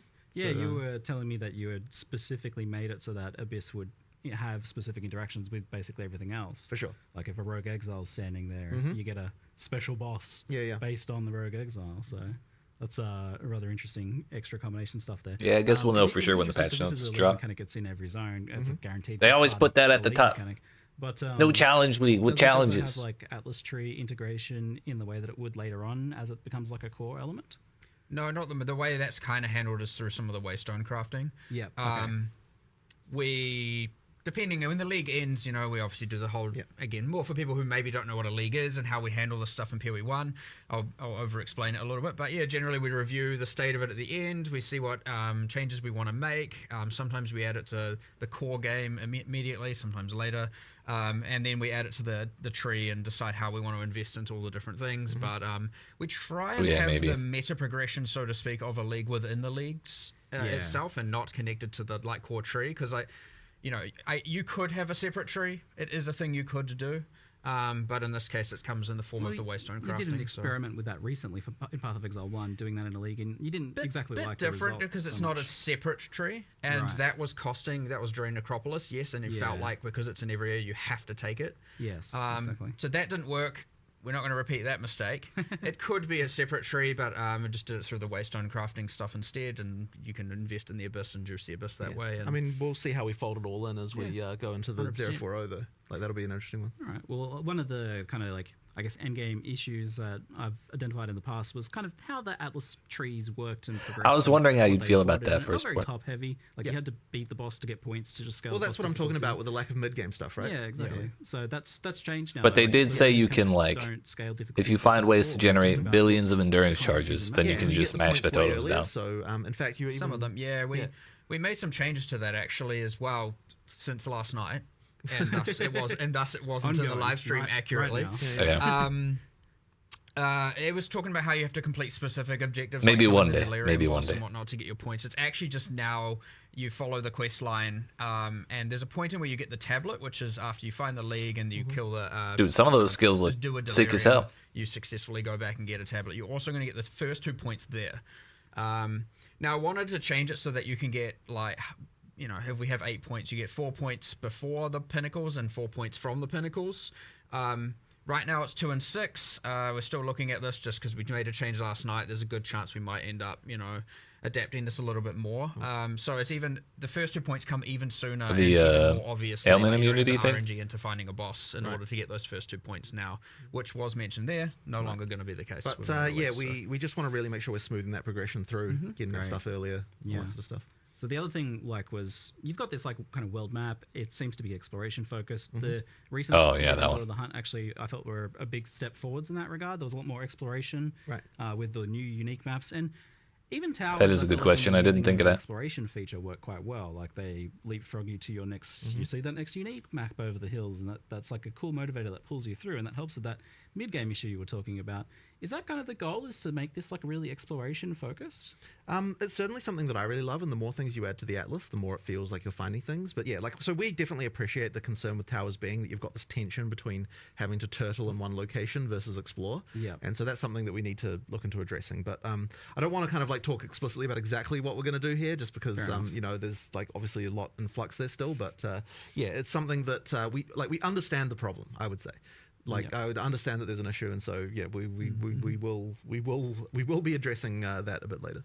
Yes, the brand name of towers seems somewhat marred currently. Like it seems like almost no matter what you do with them, there's going to be some sort of maybe just delete towers because we have the bad association with it. That is a concern, but I suspect that we'll still want to keep them at least for just vision. Like even if we remove the mechanic and do other stuff, like we'll just keep them there. So I still think it's fun to just find a tower just to get a circle of vision around it. So I don't think that's the part that people are unhappy about with them. So therefore it'd be fine to keep that and move. I was kind of wondering, what if they just let us use the tablets on the towers that we can see without having to run to the towers? That is an element of control, which is another thing people. Well, I mean, I still want something that does that. I just think that it needs to work differently than how it works. I guess the issue seems to come down to, from what I see, and maybe chat might have other things that they mention about their issues with towers, but the issue as I see it is about that feeling that you still need to be stacking tower mechanics on top of other stuff, and if you're not kind of bringing all those things together, then it feels like you're wasting time. My fundamental issue with them is the way that you know that something sucks before you even run it, and that's always bad.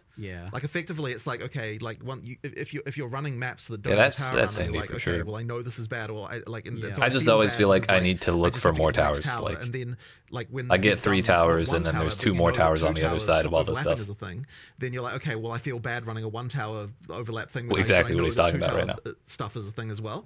So there's just that this never problem really of, ends. like, that it sucks beforehand, and I think that's never a good thing. Like it's actually the opposite of the action RPG philosophy of like the reason you have random drops is because like any monster could be the one that drops the next thing. Exactly. And if you don't have that, then it's like you feel bad for playing the content because it's not the best already. So you need that like random element more. So there needs to be some adjustment to make that better.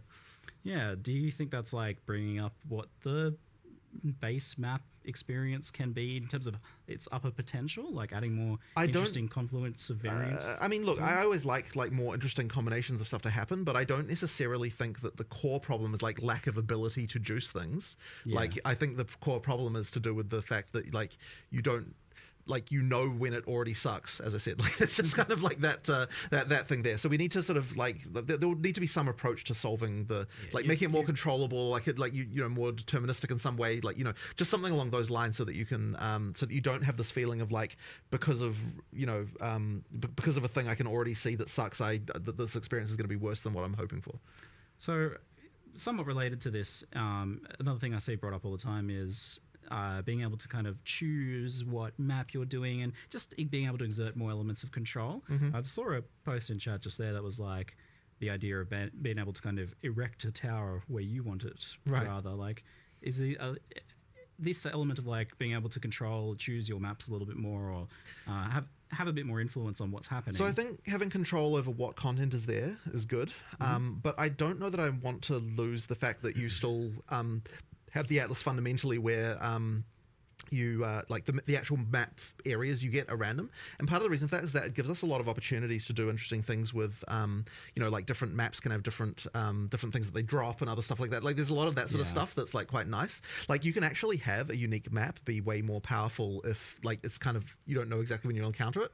So that kind of stuff is quite nice, and we want to do a lot more as well on the Atlas, like just more stuff to find. Like when we get to 040, I really want it to be that like you really feel like there's just cool stuff in every map that you might be finding that's like that's way more interesting. And as I said, that stuff, the problem is if you have full control over literally being able to run the same map every single time, like the same like base area, it means that you don't have the ability to say, okay, well this map can randomly have this thing that's just like really awesome that always drops a unique or something like that, because then you're just going to run that map over and over and over. So I still like some ability to have to find the good stuff in the Atlas, but we just need more control over what mechanics you can spawn there and that kind of stuff, and like not having the experience of like if I didn't get this exact overlap then I have this bad experience. And that's where exploration actually comes from as well, is having some element of not having that control as well. So maybe it is the case more of just juicing up that exploration aspect of it even more. Anyway, that's what it already felt like a big improvement with that last one, and we're getting the new maps and the new mechanics and things scattered in the zones as well. So it seems like there's a fair bit more going on. The main point, like we did what we could, 100%. And 040 expect a lot more improvements there, but again we focus more on everything else. There's an insane amount of content there. It's we wish Towers was in that list, but it will be. Don't worry. These things are coming. We're aware of the problems. We are aware, like 100%. It was expected when we got to that section to see a bunch of. And I think a lot of people are going to be getting a chance to experience some stuff they didn't experience because it came later in last league, and maybe they had tapped out before then. So there's a good bit of extra stuff to explore there, maybe with this one. We'll loop back around to Endgame if people have more questions that they post and that we pull from the chat. But we'll move on to the Act 4 and the interludes, because that's a pretty big thing. Obviously, getting rid of Cruel was a priority. You wanted to do that as soon as possible. There's been this problem that you were laboring over for many months about how to do that, how to add Act 4 without having to add the rest of the acts all at once or do some weird thing. Well, you've come up with making more acts to solve the problem. I mean, that is one way to phrase that. There was certainly some skepticism when I first proposed this about like how can we possibly do that? But basically, the main thing there was that so the interludes are not exactly the same as an act in terms of like each one of them is like a straight line, like you're going from here to here. There's no different. There's no complexity around the plot or anything. It's just like a single goal of like someone's telling you to do this, go deal with it. There's bosses along the way, there's new areas along the way, but all of that stuff we can use in in-game as well. So that means we're not kind of wasting any of the arts. The only thing we're really wasting is like a kind of like a little bit of like storyline structure around it. But as I said, it's not nearly the same level of like narrative structure as what you get in like a full act. And that's something that and ultimately what we realize is to get from the end of Act 4 to the end game level, all you need is like 20 areas roughly to kind of to bridge that gap. And so that means that I was like, you know what, like with 20 areas, I reckon we can do it if we're like, we're using a few mechanics from maps, we're taking some, we're doing a lot of art reuse, that kind of stuff. Like we can find a way to make something pretty quick, and it won't necessarily hold up for like years and years, but it will certainly be good enough for just like for for a relatively short period of time. And by the time you get to that point anyway, like you're usually pretty fast as a character. You're like rushing through, just to get to end game. So I think that that'll end up being like pretty damn good for the time being. Plus, new bosses, new stuff to experience. Like, in my opinion, it was a no-brainer to do it compared to some weird thing like having to repeat Act 1 and 2 again or something weird like that. Like that just wouldn't have been good. And we really wanted to get rid of crawl. I mean, like we never wanted crawl to exist, right? It existed as a compromise. So being able to get rid of it is obviously something we were very, very keen to do. Man, I just keep thinking we won't have to kill Jamenrod twice. You get to the actual we won't have to do like, the damn waterway twice. You're ultra powerful, and that's a little bit. None of that bullshit. Like, it's gonna be so nice. This again. It's just like a little bit like. Just you can do it. At that point you're like, just get me to end game, like Whereas when you're playing through, the new acts, like it feels, well, with Act 4 and the interlude, it feels just a lot more natural and still fun, and you're discovering stuff, and it's not that just like I just did this like. For, at least for fast players as well, they're going to be like, oh my god, I just did this like a few hours ago. It's like just too short of a time. Where But one thing about Act 4 and the interlude, by the way, which I think is really cool, which is very different, and something you don't really appreciate until you play, is you get to Act 4 and you're like, okay, where do I go? Well, I have many places I can pick.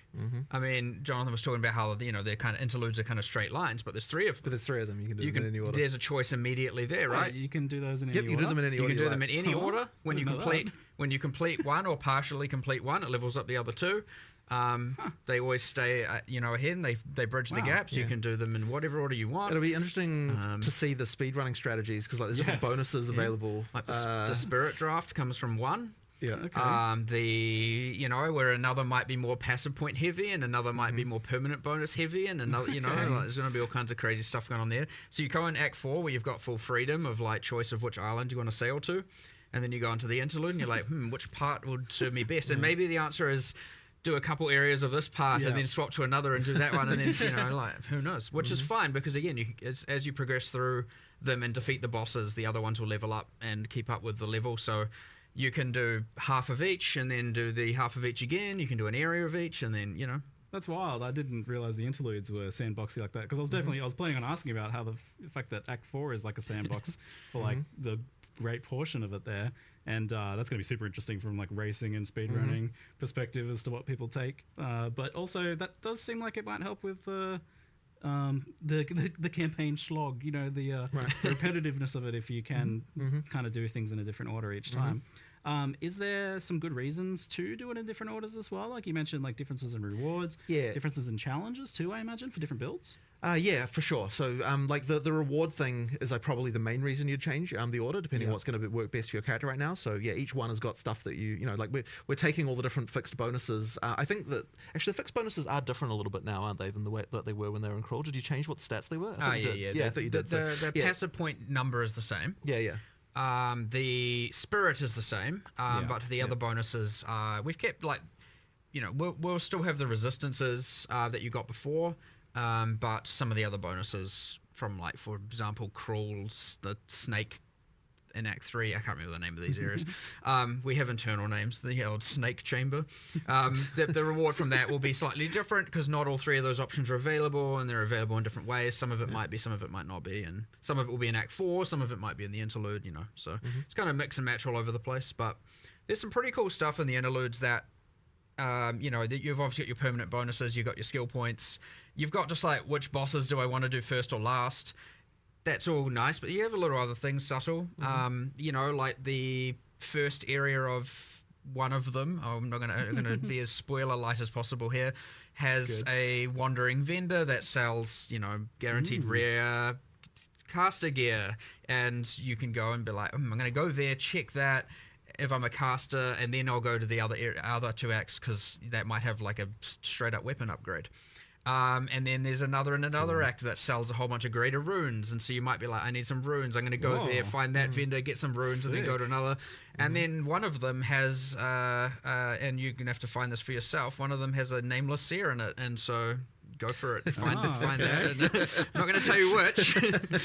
So do you know in advance some of these rewards so that you can make this decision? Like maybe not those kind of secret ones. But... I think it doesn't. Does it say it on the? Does it show it to you on the world map?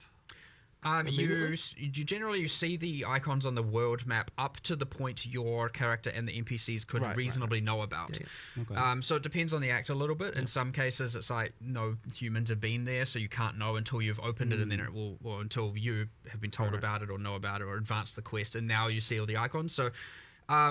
Some yes, some not, and It'll be a bit of a discovery process. But like, look, it's gonna players are gonna share information pretty damn quickly. Sharing information. It's actually quite fun having all this different choice and different axes, and we haven't had this level of like, sure, you've got Path of Exile 1 Act 2 is go left or go right, and you got a little bit of that in like Act 8, but you don't.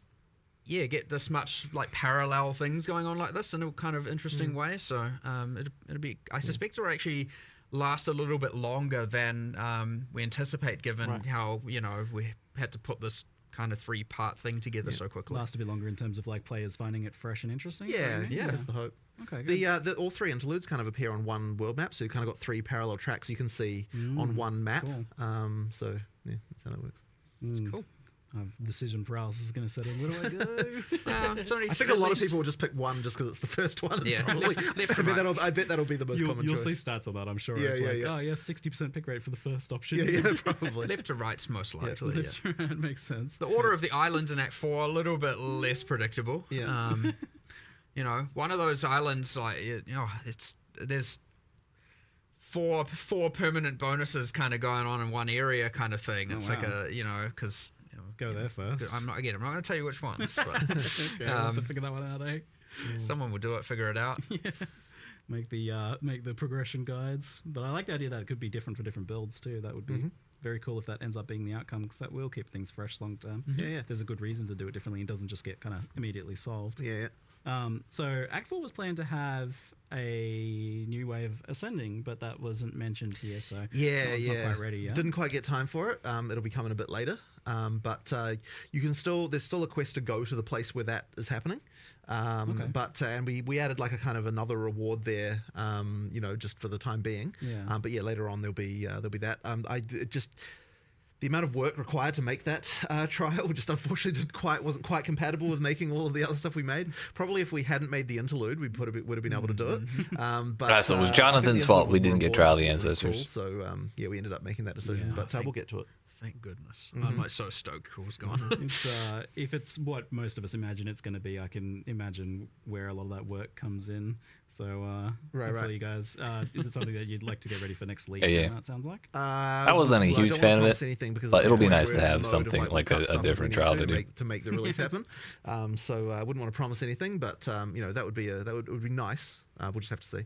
I guess the other question then is, do you think it'll be like different enough and appealing to people who don't necessarily want to ascend the other ways? Well, it's certainly different than the other ones by a very significant margin. So slightly different. I think that'll be that'll be interesting. And what's the vision for how ascendancy works long term then? So is it the idea that you ascend once in Act 2, once and then again in Act 3, and then again in Act 4? I mean, you will be able to do it that way, but if you want to do other, that's a way to do it. But if you want to, if you like a certain trial better, doing it that way is also fine too. It's just interesting because there's like not as much of a gap as there usually is between those first 6 months that way. Like it's quite rapid fire. So and then it would be a big gap until the end game, and you do your choice of fourth one. Yeah, I mean, I guess we see that as fine. Like you kind of want to get your build locked in to some degree by the time you get to that sort of level. I kind of like it. It's just different to how it's been done in the past before, right? Where we had, where it was like right at end game, you did that third one. So that's interesting stuff. So a big part of this obviously is then continuing the campaign slog kind of discussion was just the speed of the campaign, how that tied in with difficulty, zone sizes and things like that. You guys did a whole bunch of big changes a couple of weeks into the last league where you reduced zone sizes. So we did a bit of that. That's one of those things that's a bit hard to see exactly until you've played it a couple of times.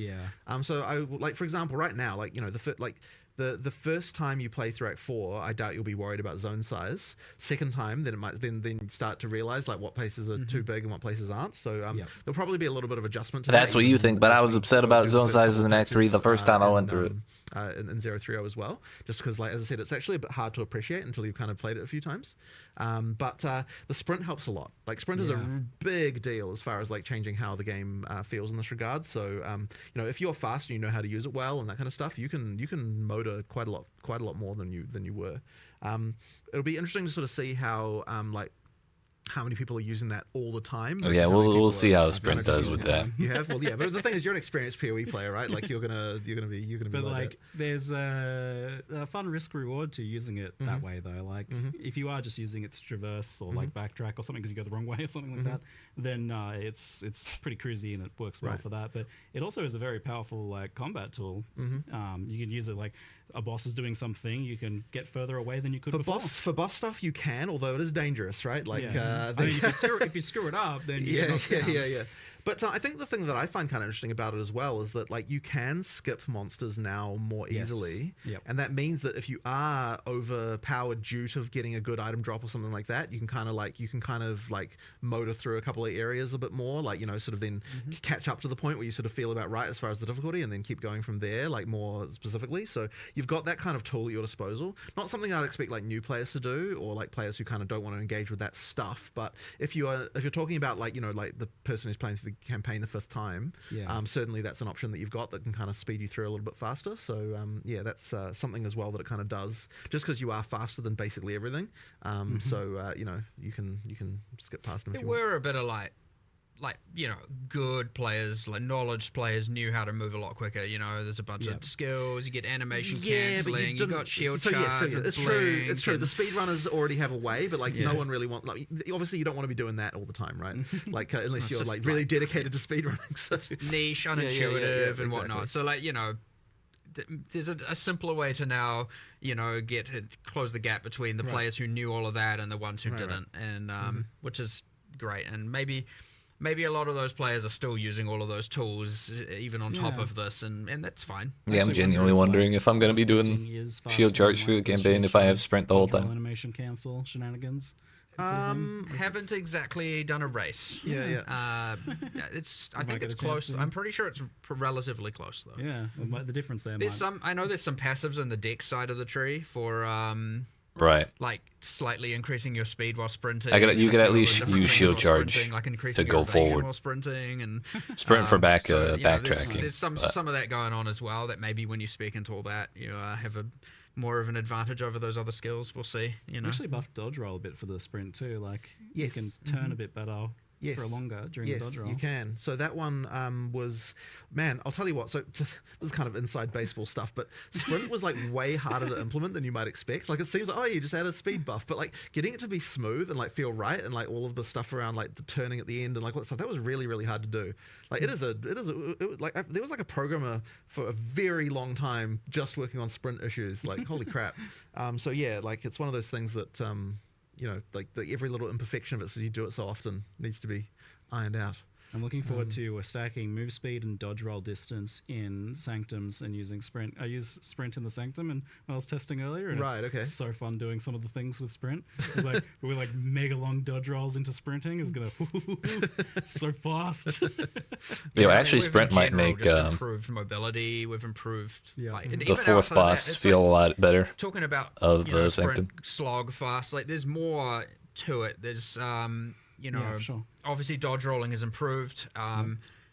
The mercenary, like slow while reloading, but also something like Jonathan and I both just randomly did one day, just logged in on live. We played mercenary and we were both just like, what happened? What did we do? What has gone on here? What I this believe feels terrible. It was the 0-0 change that related to like contact points or something. There was something like that I think broke it. Because the thing is, it wasn't actually feeling like how it felt before we released. And so it's like, oh crap, we need to fix this. Something went wrong drastically there. That one really improved it. But we also made a change where you're a little bit faster coming out of when you're using a skill while moving.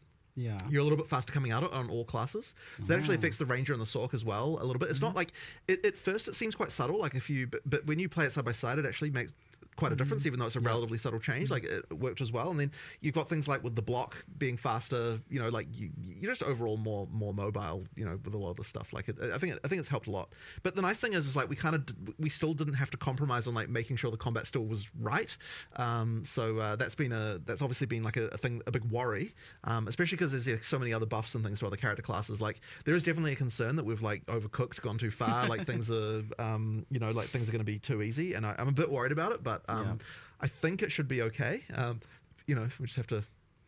You mentioned like the way you've designed this, not meaning you didn't have to compromise on like combat and that was a big hesitance for you. Like you really wanted combat to be not optional in the past. You were talking about before, for sure. And things like that. So why does it feel like the way you designed this lets you not compromise on that vision? Because ultimately, the actual combat itself still works after trying it. Like, and generally speaking, like, even though I may not necessarily agree with something, I'm still willing to try these things. So, you know, we tried it, it works. That's really it comes down to, right? So, you know, that as long as that's the case, then, you know, then I'm cool with it. I just want to make sure that we don't end up in a situation where, you know, we're just, it's all just like, even during the campaign, it's just one button, don't have to worry about anything, like there's no challenge anywhere, like that kind of stuff, because I just find that boring. I just don't enjoy it at all. Like I feel like you need to have some level of like actually, you know, having to think once in a while, you know, during a boss fight or something like that. So there just has to be a little bit of that left over. Now, you know, sometimes it can be the situation where... This was a good compromise, like 100%. It again, he spoke about how long it took for this programmer to work through it, let alone, you know, there's heaps of iterations with these kind of things, trying to keep things feel grounded, kinetic, realistic, you know, that kind of stuff. So you're not just like, and animation wise as well, there's a whole bunch. So, you know, when you're taking a chance on a thing like that and, you know, it feels like a compromise and you're uneasy about it, you know, I'm glad we did pull the trigger on this one and give it a go, because sometimes it is like knowing how much resources this is going to take. If this fails, it's a massive waste. Because I mean, there was another one that was like hugely contentious, which was removing the limit of 1 per support gem. Was something that took a bit of convincing to even get people to want to try out. Like that was definitely a worry. Like the concern there is just that, you know, isn't it just going to be that everyone's running the 5 same supports on every single thing? But I was kind of like the amount of, I think what we're losing over this is much worse than what we were gaining. You know, like it's something really important, and so I actually now that we've done that, I wouldn't have it any other way. I think it's really, really good change, and that one is, in my opinion, the most important change we're making in 030. I mean, obviously you got a bunch of content, but like in terms of like, you know, like what single thing is going to affect gameplay the most, like in terms of character builds and like build variety, that change is a huge one. So I'm really looking forward to seeing what people can do. I was skeptical when you showed me this change, because I was definitely in the camp of defending the decision of the 1 support limit for the logic of it making you think about how you build each skill differently, not just building every skill for damage, but rather like, okay, which of these damage dealing skills am I going to make more utility or do something else instead? But playing around with it feels like it kind of just lets you use it on 2 skills, like something like Fist of War. And that's just a really big improvement. Like that's a lot more fun having 2 Fist of War skills than 1. But like the skill design is nuanced enough and the supports themselves are nuanced enough that you do still seem like you end up with a lot of variety. It definitely works. Like it's funny because in the end, it feels like the concern that we had was more theoretical than it actually was real, and that's why it's really important to actually try these things. Like, and I would say that if the supports and skills were designed like how PoE1 was, then you totally would have ended up in exactly the place that we were worried about. But because there's a lot more going on with the way the skills, or just like there's a lot more thought being put into like the exact ways that skills interact in PoE2, you kind of end up being fine, and it just ends up being better. So I'm really glad we tried that one because it's super important. Yeah, and it seems like lineage supports take over the role of this 1 gem a bit more. They do. So basically right at the end, you've got the thing where you can only have 1 of each lineage support per character, but that's kind of like, none of those are like...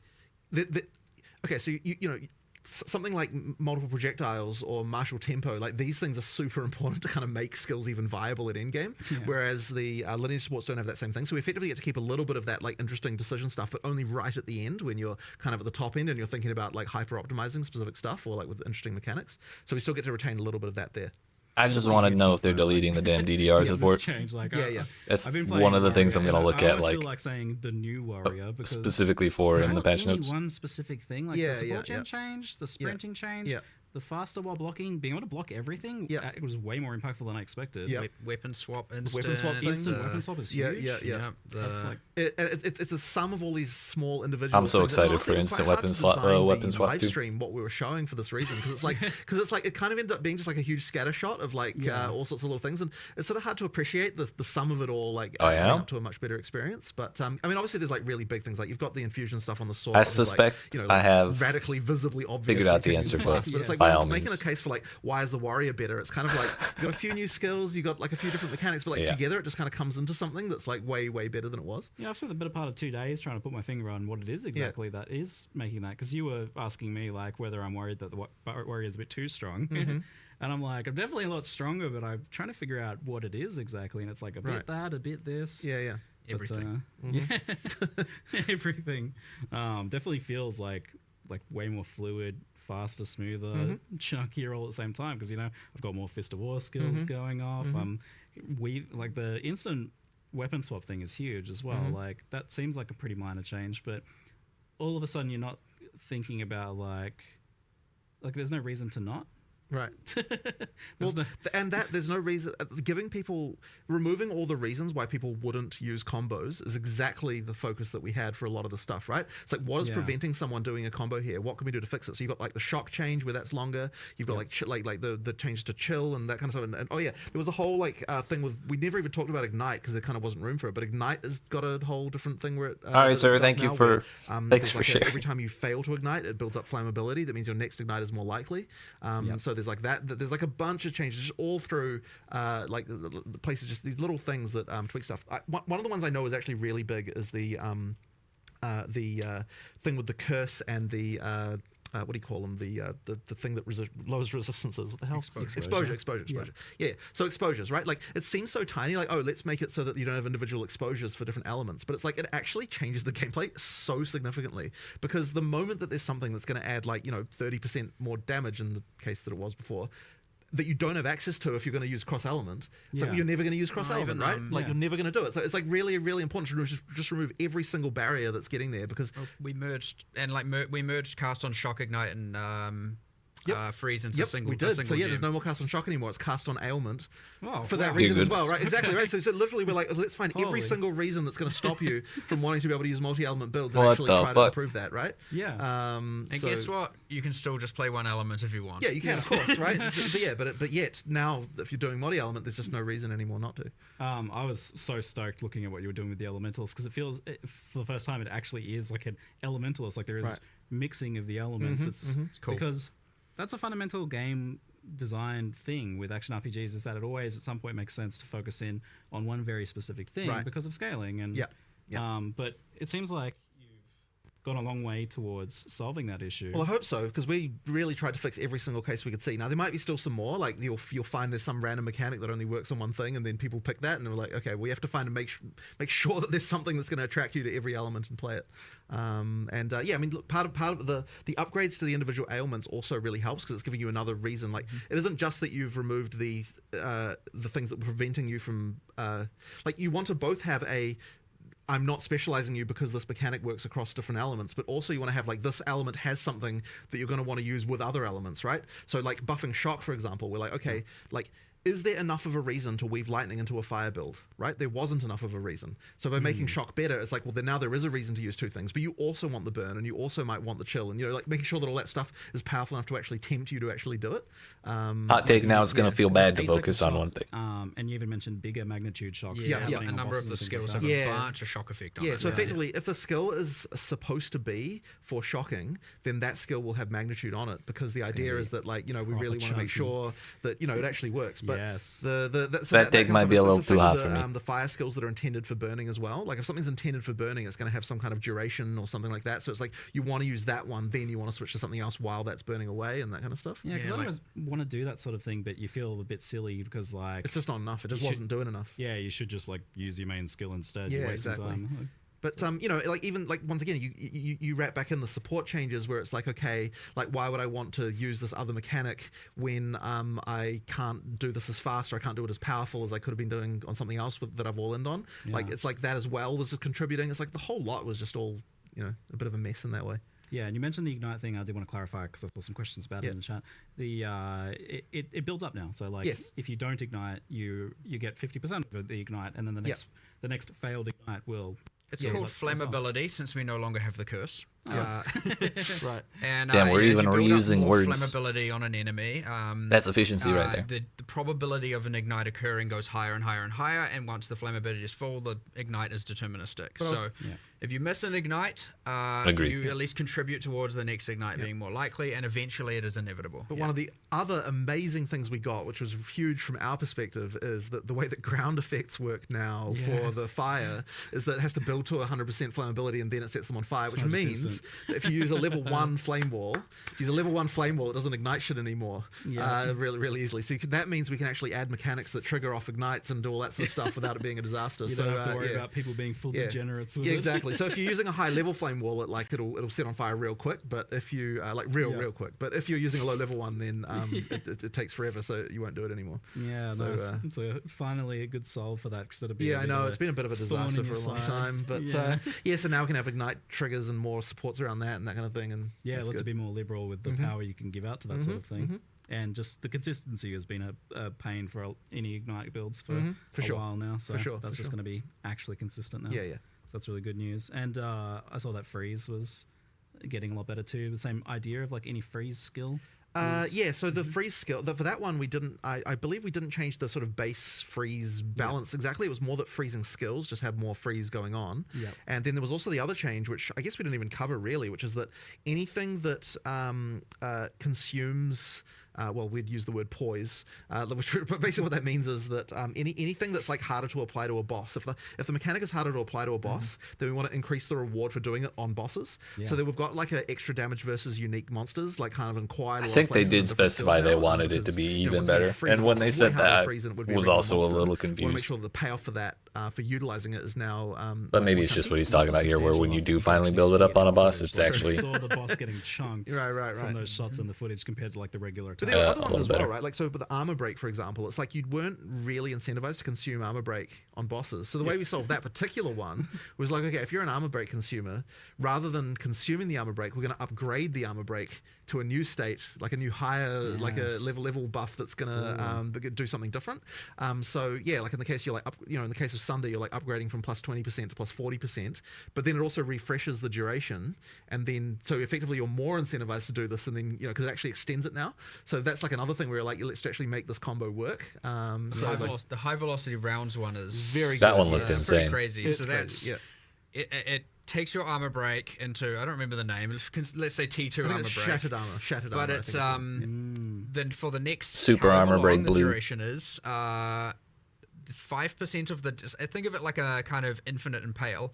5% of the damage dealt by the high velocity rounds is dealt on every single hit for the rest of the duration. And that means every single pellet of a shotgun is doing a percentage of the high fragmentation rounds is 10 hits. And then the consumed days on Monk is the exact same thing. So if you do the vaulting days vaulting impact, and then you have, if you have staggering palm up in a temper spell and you do whirling assault, you're doing all the whirling assault hits, all the projectile hits from staggering palm, all the temper spell hits, each of which are doing a percentage of the vaulting impacts thing on hit, and you just melt things. So juicy. Basically the same thing. Yeah. Application too. Yes. Well, that one was kind of worthless before, so we're like, let's just make it actually work.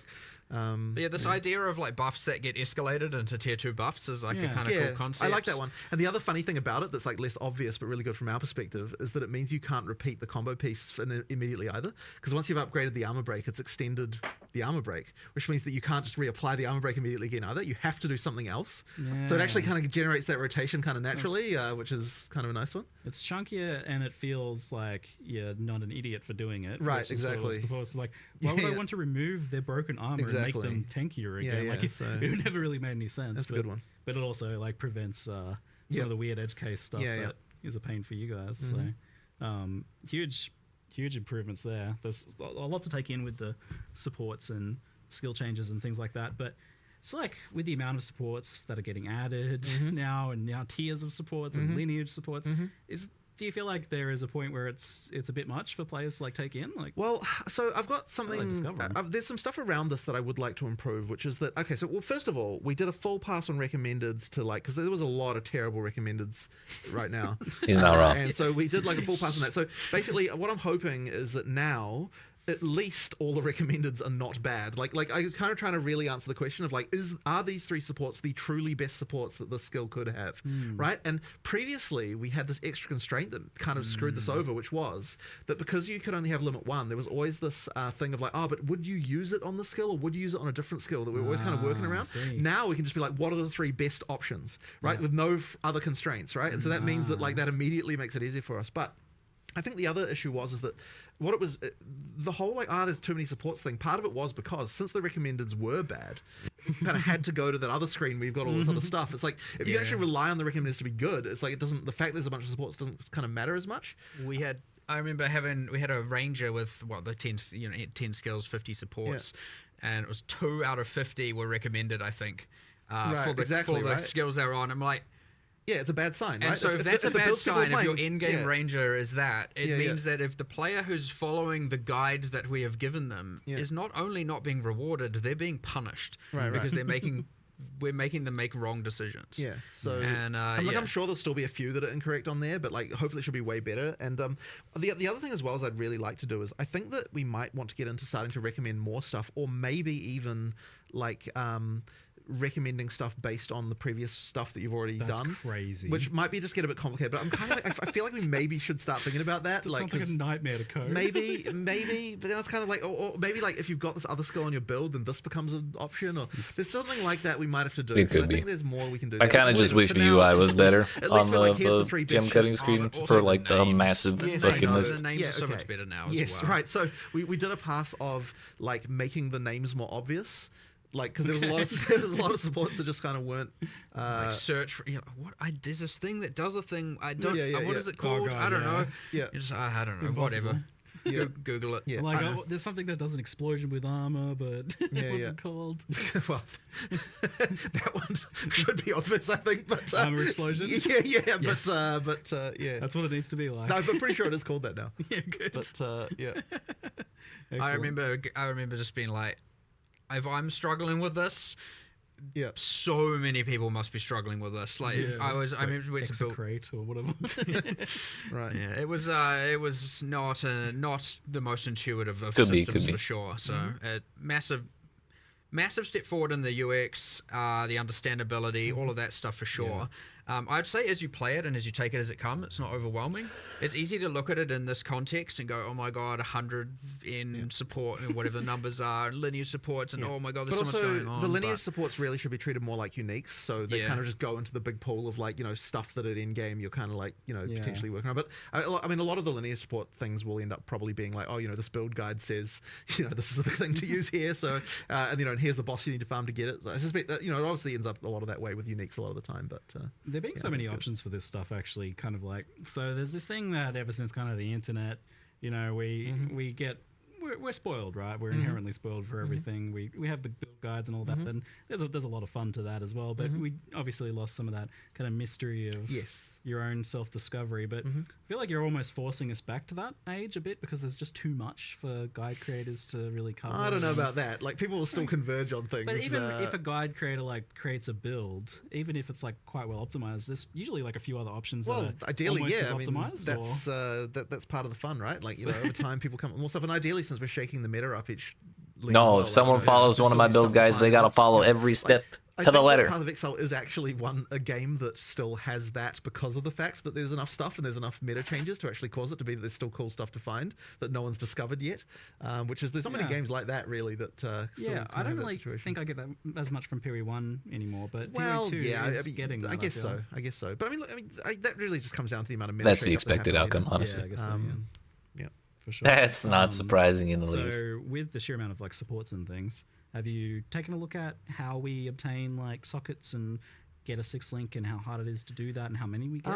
So there have been some adjustments. Actually, this is probably a good time to cover a topic that like was probably not obvious in the live stream, which is that we now have a system that allows us to effectively. And I don't have a good way to phrase this really, but it's like, so I'll take the transmutes as an example, right? Okay. So in the live stream, we're like, it's dropping too many transmutes. We want to instead drop these more powerful ones. The way that actually works is that as you get higher level, it specifically takes some of the juice, if you will, of the transmutes that would have dropped, Official term. and then instead drops higher level ones, but less often. We get transmutation kind of equity. is it's like, we're getting rid of the crap you don't want, and kind of making higher, better stuff that you just get less. So good. And we've actually changed over some of the ways that, for example, the way that uncuts now drop as you get into the end game as well works that way. So it's it effectively turns. You're getting less uncuts, but you're getting more of the but they're turning instead into higher level ones, and that kind of stuff. So that'll change the game a little bit. Now I don't know if we're going to have that exactly perfectly right in the very first version, but effectively that should mean that you that the way it makes that feel is kind of better in terms of getting those upgrades. So I'm pretty sure that I'm not 100% sure of this, but I'm pretty sure that the jewelers have also been changed to use that system instead. For the very top one, I think. You did the change. I wouldn't know. I think that one's been changed. But, Don't you put that evil on me, Ricky Bobby. So what you get there is, we're still trying to make it so that you get enough of the low-level currency that you can still do map crafting, because obviously you don't want to burn the higher-level ones on that. But what it does mean is that, you won't need to do as many crafts. Just the bulk of the number of crafts you have to do to get decent stuff will be better, and you won't just get as much just the crap that you don't need. Now, I will say that the perfect exalts are not common. They are quite rare, and there's also the drop rates are, to an extent that's much larger than previous stuff, because of the way that works, are much more controlled by the level. So at the difference between the eye level 78, 79, 80 is quite large in terms of the percentage that gets converted. So there's a little bit more going on there, and then eye level 81 and 82, from rares and uniques. Yeah. That is even more. So you kind of there's a little bit more of that going on with that to make it you can cube them down, right? As you well. You can so down cube. You can't up cube. You can down cube. If you're SS, So that's probably not a word we should be using. But you can split them apart. If you're an SSF and you're not getting enough of the basic stuff to roll waystones, and you happen to be getting some of the higher tier ones, and you don't need them for your gear, downgrade them so they can. And split them into 3 so that you can apply them to your maps, that's the... Interesting. Criminal to split a perfect exalting. Well, no, you wouldn't do that, obviously. It's more about the greater one going into the other ones. Nice. Yeah. So kind of on the topic of the sockets and the gems and things like that, what's your kind of expectation for when a player would have 1 6 link or even multiple or all 6 links? Is that a thing that you think players have now, especially with the support gem change? I don't know that we've necessarily changed that for 6 links too much. For the lower ones, for the 5, we did add a few more specific drops around during the campaign, and a few more things like that to kind of just make sure we really wanted to make sure that there's a bit less randomness for that part. For the 6 though, it's still kind of supposed to be the peak, top end stuff. So it's really the 5 that we want to kind of make a little bit better as far as we significantly changed the drop rates of these as well in 0.2.1. That is a good point, actually. Yes. So if you haven't played since then, it's a bit which was a decent time into 0.2, the 0.2x, series, and the drop rates of these did significantly go up. Yeah. Because it is worth mentioning, of course, if you didn't play post 0.2.1, then you've probably got a very different experience from what the drops are now compared to what they were before then. We made a pretty big difference there. Yeah, the changes that you did over the first few weeks and stuff. So just worth mentioning that's still a thing, right? We still have those changes too. So if you stop playing after a week or something in a 0.2.0, the item drop stuff changed quite a bit. Yeah, and is it kind of the same thing for level 20 gems and stuff like that?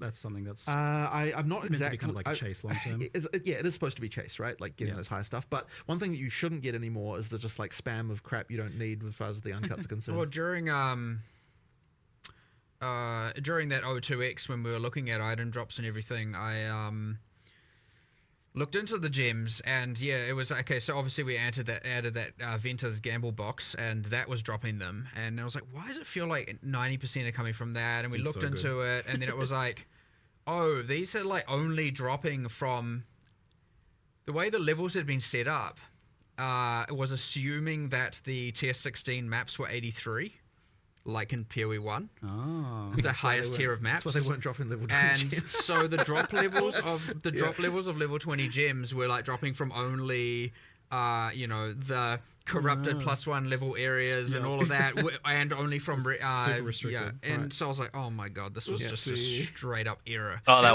was on accident. I thought that was how they wanted it. -3 levels from everything there. But that was a 0-2x change, to be clear. So that was already fixed. Nice. That was a bit of a disaster. But also inherent items. There was another change. Just speaking of gem levels, it just like clicked to my mind. We've actually what we've done is taken all the wand, staff, skills, and whatnot, and we've effectively balanced them. Because the idea is you find your, like, let's say your volatile dead wand. You're going to use that for a while, like if you have good affixes, especially in the campaign. So what we've done is effectively balance them as if they were like 3 levels higher implicitly. And you can now get up to level 20 gems, dropping 20 inherent skills, even on unique items, for the ones that did level up from the ground as well. So like those are playing to add to the sorceress and other classes' arsenals. Those are playing more of a role as well. And then you can get with the uniques. You don't get to a point where they all drop level 20. You get to a point where some are 18, some are 19, some are 20, and so you're gonna get this like kind of, you want the perfect unique with the perfect level 20 gem with the perfect plus that kind of thing going. Plus exceptional. Sockets. And but the inherent skills should be a lot more impactful and a lot more meaningful now as well on the wand. We've added a whole bunch more. I think we ended up adding like 10 or so new wands. I think it's 8. Something I think like there's that. 8 new inherent skills, I think was the number. Quite cool. Scythe one's pretty There's cool. some quite cool stuff in there as well. These have immediately been reasonably got the effective. Like, people have actually unleashed, used them. unleashed staff finally back in. Oh, It was cool, for yeah. those who were at the OG or the from back second in the Exile day. con. Way back in the day. So that's been removed off Chronomancer, and a new passive's been added there, and Chronomancer changes. There are a bunch of other ascendancy I'm class excited. changes, by the way, that we didn't cover. Like just balance things. And Make All it. the existing stuff seems to What have if they? touched What on if they it. make Chronomancer just Especially give you like glory? Ranger, warrior. What if they just get rid of all the major cooldowns in the game Class got changes. Yeah. and just Sweet. change it to fucking way glory back. mancer? Like some less, some less than others, but I'm pretty Anything sure to let every me single class got spam a Hammer of the change. Gods again. So I think it seemed that you get the access to the level 3 uncut supports pretty quickly. Like it was like. Damn it, Harold! The girl can dream. yeah. So effectively, you get So now those there's aren't effectively a tier per act. Those are rare. Like No. yeah, like so because that's what I was thinking. I was like, oh, these tier 3 ones. Yeah, but bear in have, mind like, we've sort of different rearranged effects everything, right? Because we've got things that level up. So effectively in tier 2, you're often getting things that are level ups from tier 1, and so then we can push a couple of those up to tier 3. But then in tier 3, there's some of them as well. So you kind of it's sort of spread out a little bit more evenly, and the extra levels kind of mean there's more interesting upgrades. And one of the other things I just wanted to mention is there was this and part of the issue with the supports before is that there was kind of this decision fatigue you had a little bit with them as well, where it's like you didn't want to remove something to add a new thing. Like you'd more likely wanted to just all in on the thing you already picked. So having some level ups like that kind of actually just eases that a little bit, where it's like there's a really obvious upgrade sometimes if I just pick this, and sometimes it's just nice to have that. Gives you a little break. I really cool, like more powerful. the new tier per act. I actually really value the fact that no matter what, when you get to that new act, obviously the interlude is kind of considered one and a bit act, so it's not you're not getting 3 tiers of supports there. But I really like that no matter what, obviously you get to the new act, you start seeing all the new base types, and now you have this new tier of supports, and so every time you get to an act, you're getting just like straight up like, all right, let me just get a bunch of power upgrades straight away. Yeah, it seemed like there was a much better breakdown in the progression now, in terms of both skills and.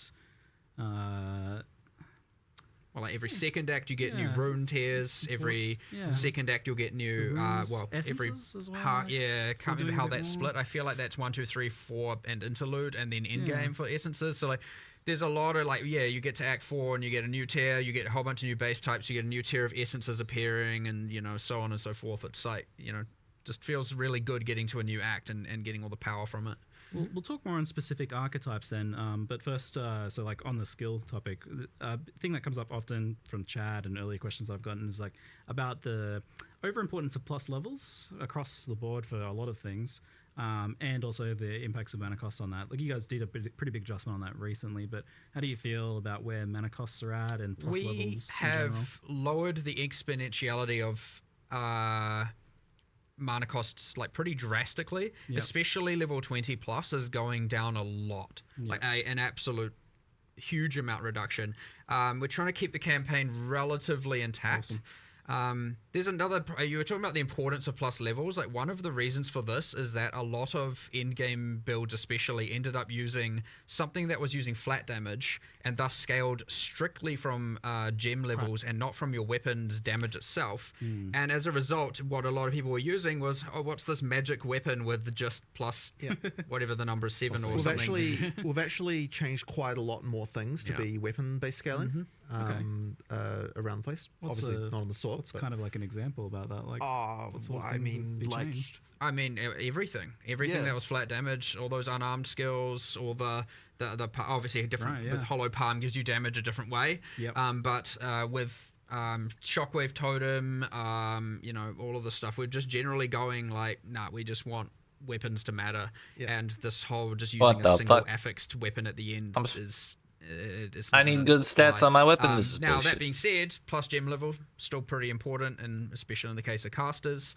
But yeah, the mana costs just got kind of out of control.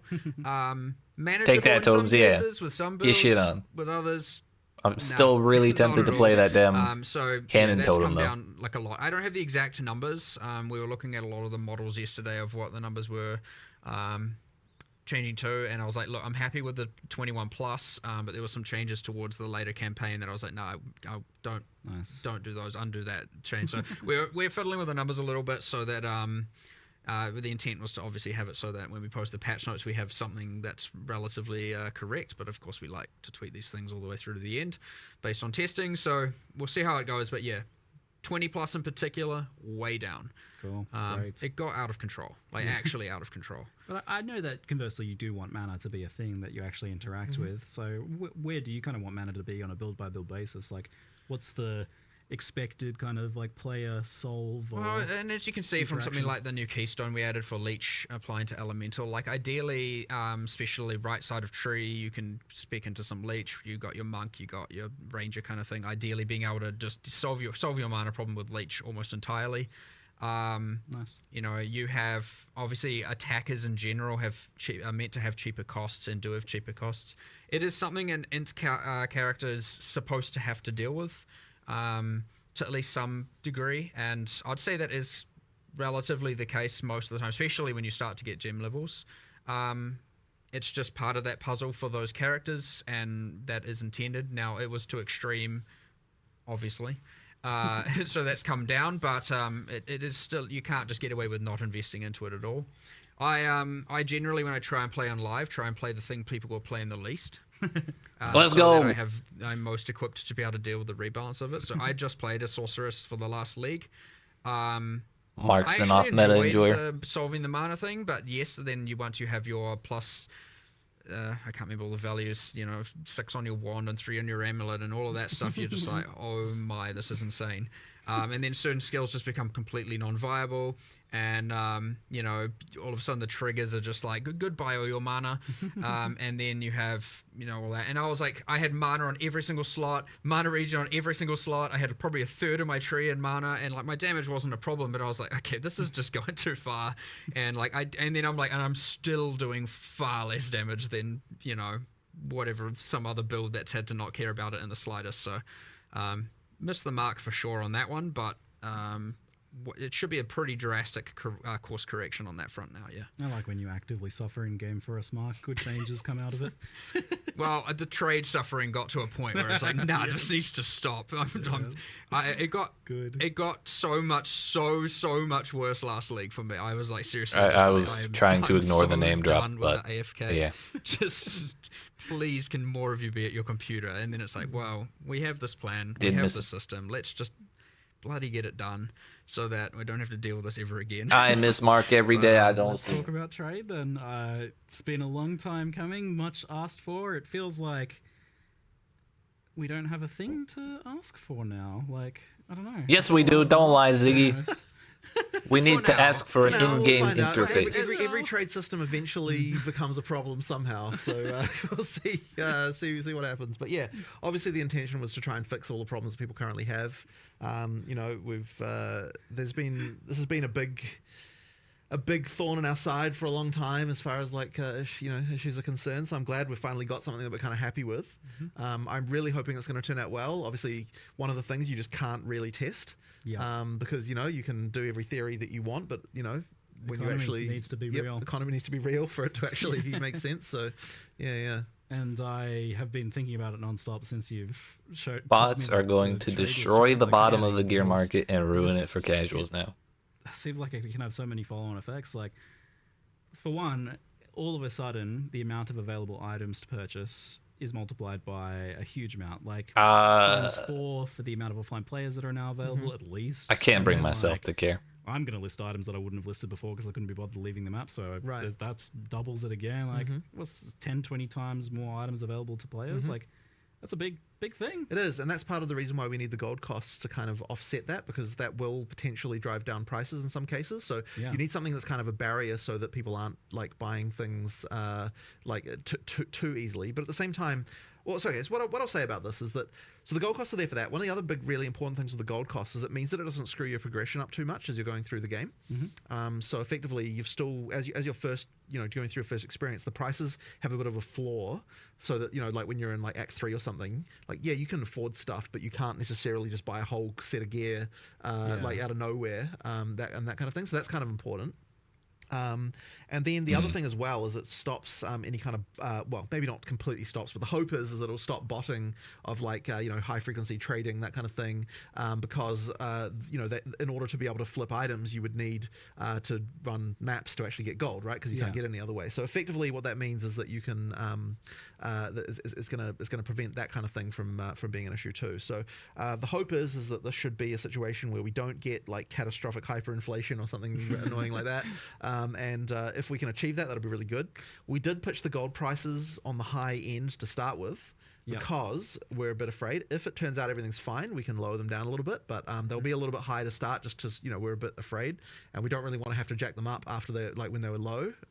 So you said this that they were pitched on the high end, but then when I asked you about how much gold it actually costs to buy something, like what amount of gold does it cost in terms of time or maps? The discussion was that buying a rare should cost you about 1 map worth of gold. That's like, seems like nothing to me. That doesn't seem that high. Like, I mean, like it's Ziggy, stop advocating for higher prices. Yeah, well, exactly, right? It's a lot for a bottle. That's the thing, yeah. Sounds perfect. A little bit earlier in the game, this is a little bit different, because you want to make sure that you're not screwing with the progression too much. So it has to be a little bit adjusted. But effectively, that's kind of the goal. Just it's enough of a barrier to stop the flips, basically, because you still actually that sounds low enough that the currency cost of the items is more likely to be a. Well, I mean, that is the part that the players receive, so you'd want that to be something that matters. But like as I said, the floor shouldn't be too bad. But it's gonna be very interesting to see how it develops. Like, I honestly have no idea really. Like, I don't know whether the prices will be lower or higher on this system versus the old one. Like, I actually don't know whether that's what's going to end up happening there. Like, I've got theories, but it's like there's counterexamples too. Like, it's very interesting to think about that. So yeah, I kind of expected it to be like 100,000 gold per item or something ridiculous. Usable, decent to bad items, like they go down to 1 alc. But the problem is then at the same time, people don't want to make those trades, so their minimum price climbs. It goes to like 5x or 5c or whatever. It was like the minimum that they would even leave a map for. So that created a floor before. But then on the other hand, kind of gone now. On the other hand, if you're just filling up all your stash with a bunch of crap, like, that's like, as a seller, you don't necessarily want to do that either. So, like, you've got that element going on. And this is something I love about this system, is that it's going to give you a very real feedback of how things are selling, because you're going to get in real time those. A bunch of people are going to turn up in your hideout. If you underprice something, a bunch of people are going to turn up instantly. They're going to be there. So this is my favorite when we talk. You told me how this works. So, bro, if 30 people show up in my hideout, get transported to your hideout at the location of the NPC. I'm gonna try and rip that shit out of the inventory so fast. You can't like troll people by like putting the NPC somewhere far away from the entrance or something like that, which should be otherwise an issue. But like, you get like really popular items. Price fixing is the thing that you got an active I'm quite happy about. People in your hideout. Yeah, you can. So we actually popular. So we actually had to do a thing where effectively there's only 24 slots for people who aren't your friends or party members. So effectively, They can't that take means all that your means that there are some extra slots that are dedicated so that you can't someone can't stop you from being able to map or something just because you had a popular item that people are looking at. So we pre-thought of that one at least. Like I am sure that there will be other random trolls that people will discover as a way to do this, and we'll have to iron them out. But one we did think of immediately, of course, because it was really obvious, is like once you've set a price on an item, put it in your stash, there is a cooldown on being able to take it out again, just to give people a chance to you can't be sitting there going, Yeah. oh my god, too many people are joining. Yeah, Remove then the remove item. it again. Damn it. It has to be put in. You're done. And I think it's even got a thing where it refreshes the cooldown when someone joins. So that's the kind of thing you need to be thinking about. So once again, I'm sure there'll be exploits or like stupid shit around this that people work out. But we at least thought of the. You gotta be real obvious confident in ones. that price you said, I a guess. really like physical, tangible way to like learn the price of things. Like, because you put a bunch of stuff there, no one's coming to your hideout. Yeah. If there's a lot of people standing in your hideout, you know you're probably doing things right. Right. But yes, no change of none of that repricing. The bait and switch repricing, is gone, right? Because like when you put the item in and you price it, you are committing to that price, right? Like you must sell. You must sell for that. Someone's going to buy that thing, right? Never again am I going to message someone and be like, I want to buy it, and then they raise it by 5C. Right. I still want to buy it. But 5C again. On the other still hand, want to buy it. On the other hand, you have to actually be careful, right? Like you could accidentally sell something for real cheap, and nothing's. There's no. It's a great way to learn. I know it is, right? It is. It's a good way to learn. Yeah. It's cool. Now I need to actually price check. This is bullshit. Like a bigger fear for doing this, apart from the item acquisition part, which is like the economic side of things, was the losing the player interaction side of things. That was often mentioned. My player experience. But funnily enough, this is actually increasing it more than messaging people. Yes. Because they're coming to your hideout. Like there's going to be that kind of like presence of they get to check out your kind of like garage sale that you got going on. I love that. It's also like put your display cases there. Yeah, exactly. Put your cool hideout decors and. Can't wait till we start getting league totems. We're adding so I we're can gonna be adding a new hideout spam decoration. them in my that's entire hideout. Effectively a set of security guards. Yeah. And so people in your party, they'll let you through. And Fuck up the load times all over again, just like PoE1. You can have a little trading. Yeah, you can have the VIP trading area of a section. hideout. The VIP area where only the people with some class. I don't apologize, and Class it will around happen it. again. So you can sit behind your security, just watching all of them. There's so much fun stuff you can do with this. I love it. But never before would I have like looked through a seller's like other listings. But now, like, a lot of time I'm just going to go there and buy the highlighted item. But Well, if be they were curious, silly what's enough to that? sell it for that cheap, what about their What other are items? their other Also, items? but even stuff like buy the 5 things. even stuff like you can see the tab names on the other people, right? I'm pretty sure you can. Yeah, I'm pretty sure tab, So you're like getting the nice organized organization and like colors scheming and everything, right? So that people can people's ASCII art. Yeah. So that'll be a nice one too. No, I can't wait to look at all the Phallus tabs and find out. Jeez. what Okay. No, I'm I think because I think we have to add a reporting system for it, unfortunately. yes, you probably should. Yeah. I'm also just excited to log in, just to have that. You wake up in the morning, you're like, What have I got? What do I get? Before work, go run to your computer, what just currency quickly do I log in, get while I and was then you asleep? get nothing, and you're like, oh. Yeah. The idea of even just like popping into your friends lists. Yeah. Like hideouts Yeah. are doing it too. Like just browsing what cool items they got. Yeah. It's like far more like physically a thing that you can do now. It's like, it's really exciting. But yeah, there's so much unknown variables there. Like, what is this going to do to the economy and the item acquisition process? Well, thankfully, you can't go back now. Thankfully though, we are still in the early access economy, right? So even though all the stuff will be kept, it will be separated from the eventual economy we get at full release. And also, thankfully, we get to test it on PoE2 before we look at putting it into PoE1. So we get a chance to. Someone's phone calling me. That's not good. Before we get a chance to. Before we have to commit to that for PoE1 and so we can get the balance right, we can get all the details right. They said you couldn't put it far away, but they didn't say you couldn't create a maze. Oh, That's right. It'll have to go, but No, but at least will. we'll get a chance to kind of assess the how the economy shakes out and kind of make some adjustments if we need to. Before we have to worry about that. This is a good So idea. there's some extra chat questions about this. So one is a concern about bots sniping instantly with the system. I mean, that's the point, right? Is like. Ultimately that. Well, I wouldn't say it's the point, but ultimately yes, it's a thing. But then it already is kind of a thing. Like there's already stuff that honestly goes on with there. That really changes too much, I guess. Yeah. Because we were talking last night, I think, a fair bit about arbitrage and right how this kind of stuff plays out. The gold is a bit of a deterrent. The gold is the yes. deterrent, right? It'll stop the bots ideally. To some degree, for sure. Right. Yeah, you can only snipe so many items, but you got to put the actual hours into be able to do that, and they already often those do sorts of bots for free. kind of profit off low margin trades, and Right. low margin trades delete your gold. So Right. yeah, Exactly. And So yeah, there's less incentive to flip. another interesting For note real. came up in our earlier discussions about this, it sounded like you didn't really need to make. I was just gold gonna keep cost calling you really high Professor, for rare 'cause items, I was like, oh well, it's tier fun one to call units are someone considered Professor, really I'm gold. sorry. I was like, apparently not. No, not really, because by the time If you get prefer, I to, can change the names, but- high, like the top end of Professor, things, I agree. then that stuff is already the most expensive stuff. You don't really need to have the inflation like that kind of like the descent of prices that you get that'll happen up there. So you kind of in the end the prices for uniques they don't have to be that extreme. Yeah. Between the support changes, The thing to note though is that the ability prices are a balance changes. multiplier per level of what I'm the just shop very prices excited are. to see all so that we new do shit. actually have shop prices for all the uniques now. So if you sell uniques to the vendor, you get actually gold? get more gold now than you did before. Just as a side note. There's going to be some kind of exploration of which golds are like not worth trading but worth a lot of gold. A bit like the dust in PoE1, I imagine. Maybe. Maybe.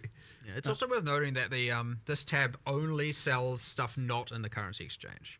Yes. Right. So okay. you can't sell a chaos orb in there. Would just be awkward Yeah, to do. I yeah, think, exactly. anyway. Well, Currency exchange is for fungible, stackables, stuff that isn't modular, and then the rest goes in here. So it should be that every single other tradable item is in here. So we had the kind of discussion in the past about like whether maps would get somehow made to work with the previous system, but now obviously that can just be done through this, right? Like those sorts of items that are a little bit variable, but might otherwise be considered. I'm so excited to try out the new trade shit too. Dear goodness. So if this goes well, do you plan to remove like old systems of trade or anything like that? I don't think we can because fundamentally, like we have sold premium stash tabs. They had the functionality they had. Removing the old system, that would be bad. People bought stuff. We can't delete what they paid for. And did you mention in the reveal that you can convert them over? Yeah, we did. So you can convert your existing tabs if you bought them for the purposes of this. I'm bummed to no Druid. Is obviously the right thing. But like, this might be enough to make me feel better about it. A lot of those long-term PoE1 players have a seemingly infinite amount of premium tabs, largely for this reason, right? So it certainly wouldn't be right to all of a sudden be like, nah, you don't get to use any of that anymore. So yeah, you can fully just. If I had to wait a little longer for Druid to get in-game trading, to work in PoE1 because I'm okay with that. Your micros are shared, right? You're not. Not in-game, but like instant instant trading. trading. There where if you convert them, of course, the PoE1 doesn't have this tab type, so they won't show up, which is a bit annoying. But once it gets added to PoE1, then they'll work. Ah, yeah, right. Yeah. We'll try to make sure that doesn't take too long. Yeah. There's the question of will functionality of the trade site be in-game in some capacity? So that's something that we really want, and we even had a prototype of this. I saw it. Yeah. So it's a thing that we are working on, but unfortunately didn't quite make it for 030. There's some stuff we want to do. I am personally still a believer in that the website's going to be a better experience because, like, the typing, like web is just designed web for stuff that. is sort of designed for this kind of thing. Yeah. And ultimately, when you click the button on the website, your character in game still moves. So, like, if that's a thing. But on the other hand, for discoverability for new players and that kind of stuff, it is good It's to have huge something for in game. console. And well, here's the thing. I reckon for console, it's still better to use the website because you can use your phone and you can search for stuff on your phone. I suspect like, a little console control, typing text with a console control is just fundamentally crap, right? So, like, No, that's my favorite way to do it. Often you don't have to type anything in text in these It's searches, true, though, it's but true. But look, we are going to do it. It's just that like it isn't quite there's done. a bit of each to their own as well. Sure. A lot of people are very excited about the idea of an in-game one, and it is a feature that we it's in will do. progress. It is a feature we will do. We just haven't. It's in progress and it's close. Yeah. It seems wild to me that I can like push a button on my phone and my character goes to someone else's hideout. Yeah, well, the magic of the internet, I guess. I'm getting old, I guess.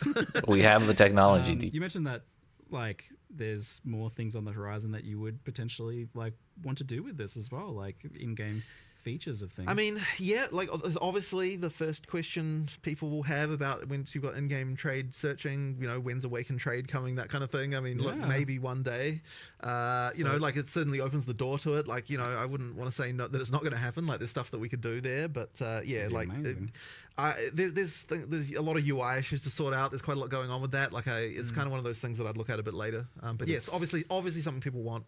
It's all under consideration though, which is for sure very cool and very quite a pleasant surprise. Well, like the goal, it is nice to get to the point of not feeling like to be, I'm sure it's only for some players or whatever, not feeling like you have to use third-party applications and stuff like that.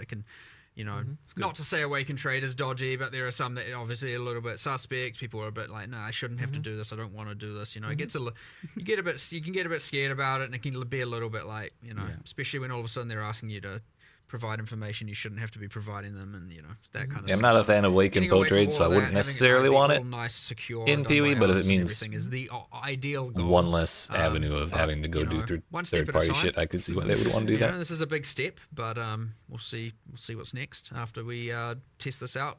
Let an economy test it for us, get it to PoE1, you know, all that kind of stuff, and then we'll take it. As I said, every trade system reveals its problems. Maybe that's just the next problem. So yeah.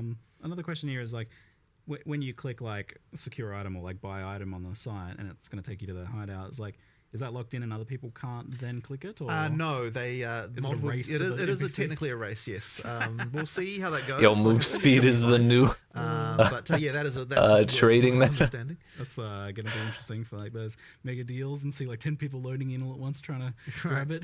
Who can click the fastest? Who loads faster? Thankfully, the loading time should be a lot better. Yeah. In this version than they were in the past. We're doing a bunch of engine changes, which I'm hoping is going to go well. Obviously, you know, when you make changes, there can be worth bringing up stability and performance. Yeah. So, we've done a pretty big amount of rewrites to the engine this version. You know, hey, screw you. Making the game faster. It should be quite a lot faster in terms of frame rate. There's still some kind of one of the load times is definitely a lot faster. There's still some concerns around. Damn, and you're talking shit about me putting totems in my hideout, and you're saying that about the EU players. But ultimately, it should be better, and we've also unlocked a lot more optimization opportunities for the future. So hypocrisy things, should be better in this regard. I am hoping, especially for consoles, where you know we've seen a pretty good performance uplift. And you know, things are looking pretty good, but yeah, still more to do. But yeah, that's definitely something that we're taking really seriously. And you know, one of the other things that I'm really hoping we don't run into is another stupid operating system bug like we've been having with the damn freezers, right? Like we've made changes that I think will work around those, but fundamentally the Windows 11 scheduler is completely broken. So you know, ultimately we just kind of have to do what we can there. How fun for you. Yeah, I know it's very annoying, but that's the just the life, unfortunately, of a game developer to deal with that. But yeah, the hopefully the full OS freezes will, like we basically managed to fix them for almost everybody, but they were still happening to a few people. So I'm pretty sure we should be sorted out now. Yeah, and the EU servers and things like that have been right. So that's the other thing, of course, is all the DDoSing problems and everything like that. So yes, that's been a huge focus of our server guys. They've been working pretty much non-stop on trying to deal with that problem. So effectively, what we've done is we've actually retired some server hosts that just weren't able to be sorted out. We've got a lot more anti-DDoS protection stuff going on. We've been working on that. Like, yeah, it's been a huge amount of work to get it to the point. But effectively, as we go into this free weekend we're about to do, it's huge. We made sure that you know, every single server provider that we have is armored up, that we've got things you know, like in place for it. It does mean that, you know, there's a couple of locations that we couldn't find an adequate solution for that had to get cut, but you know, we've tried to make sure there's other options with just almost as low latency nearby, and overall things should just be significantly improved over what we've had in the past. So yeah, like it's really sucked that the previous launches have been so decimated by this stuff. So I'm hoping that it will be a big improvement for that stuff. You feeling nervous for that free weekend? Certainly it's a concern. I mean, so one of the big things we've been doing recently is we've been DDoSing ourselves to test that the actual anti-DDoS stuff is working. We never did that in the past. We just kind of relied on, like, you know, on whatever the solutions people had. But now we're like, okay, when we do this type of DDoS against ourselves, like, you know, this one doesn't work, this one does, that kind of thing. So that's been a thing. So that, you know, like, it should be fine now. But you know, like, free weekend, famous last words. There's a lot of players we could, you know, potentially be getting here. We need to make sure that we're, you know, up for the challenge. So, you know, but then at the same time, like, part of the reason to have a free weekend in the first place is, in fact, to test that all that stuff is good. So, you know, I'm hoping it'll be all right.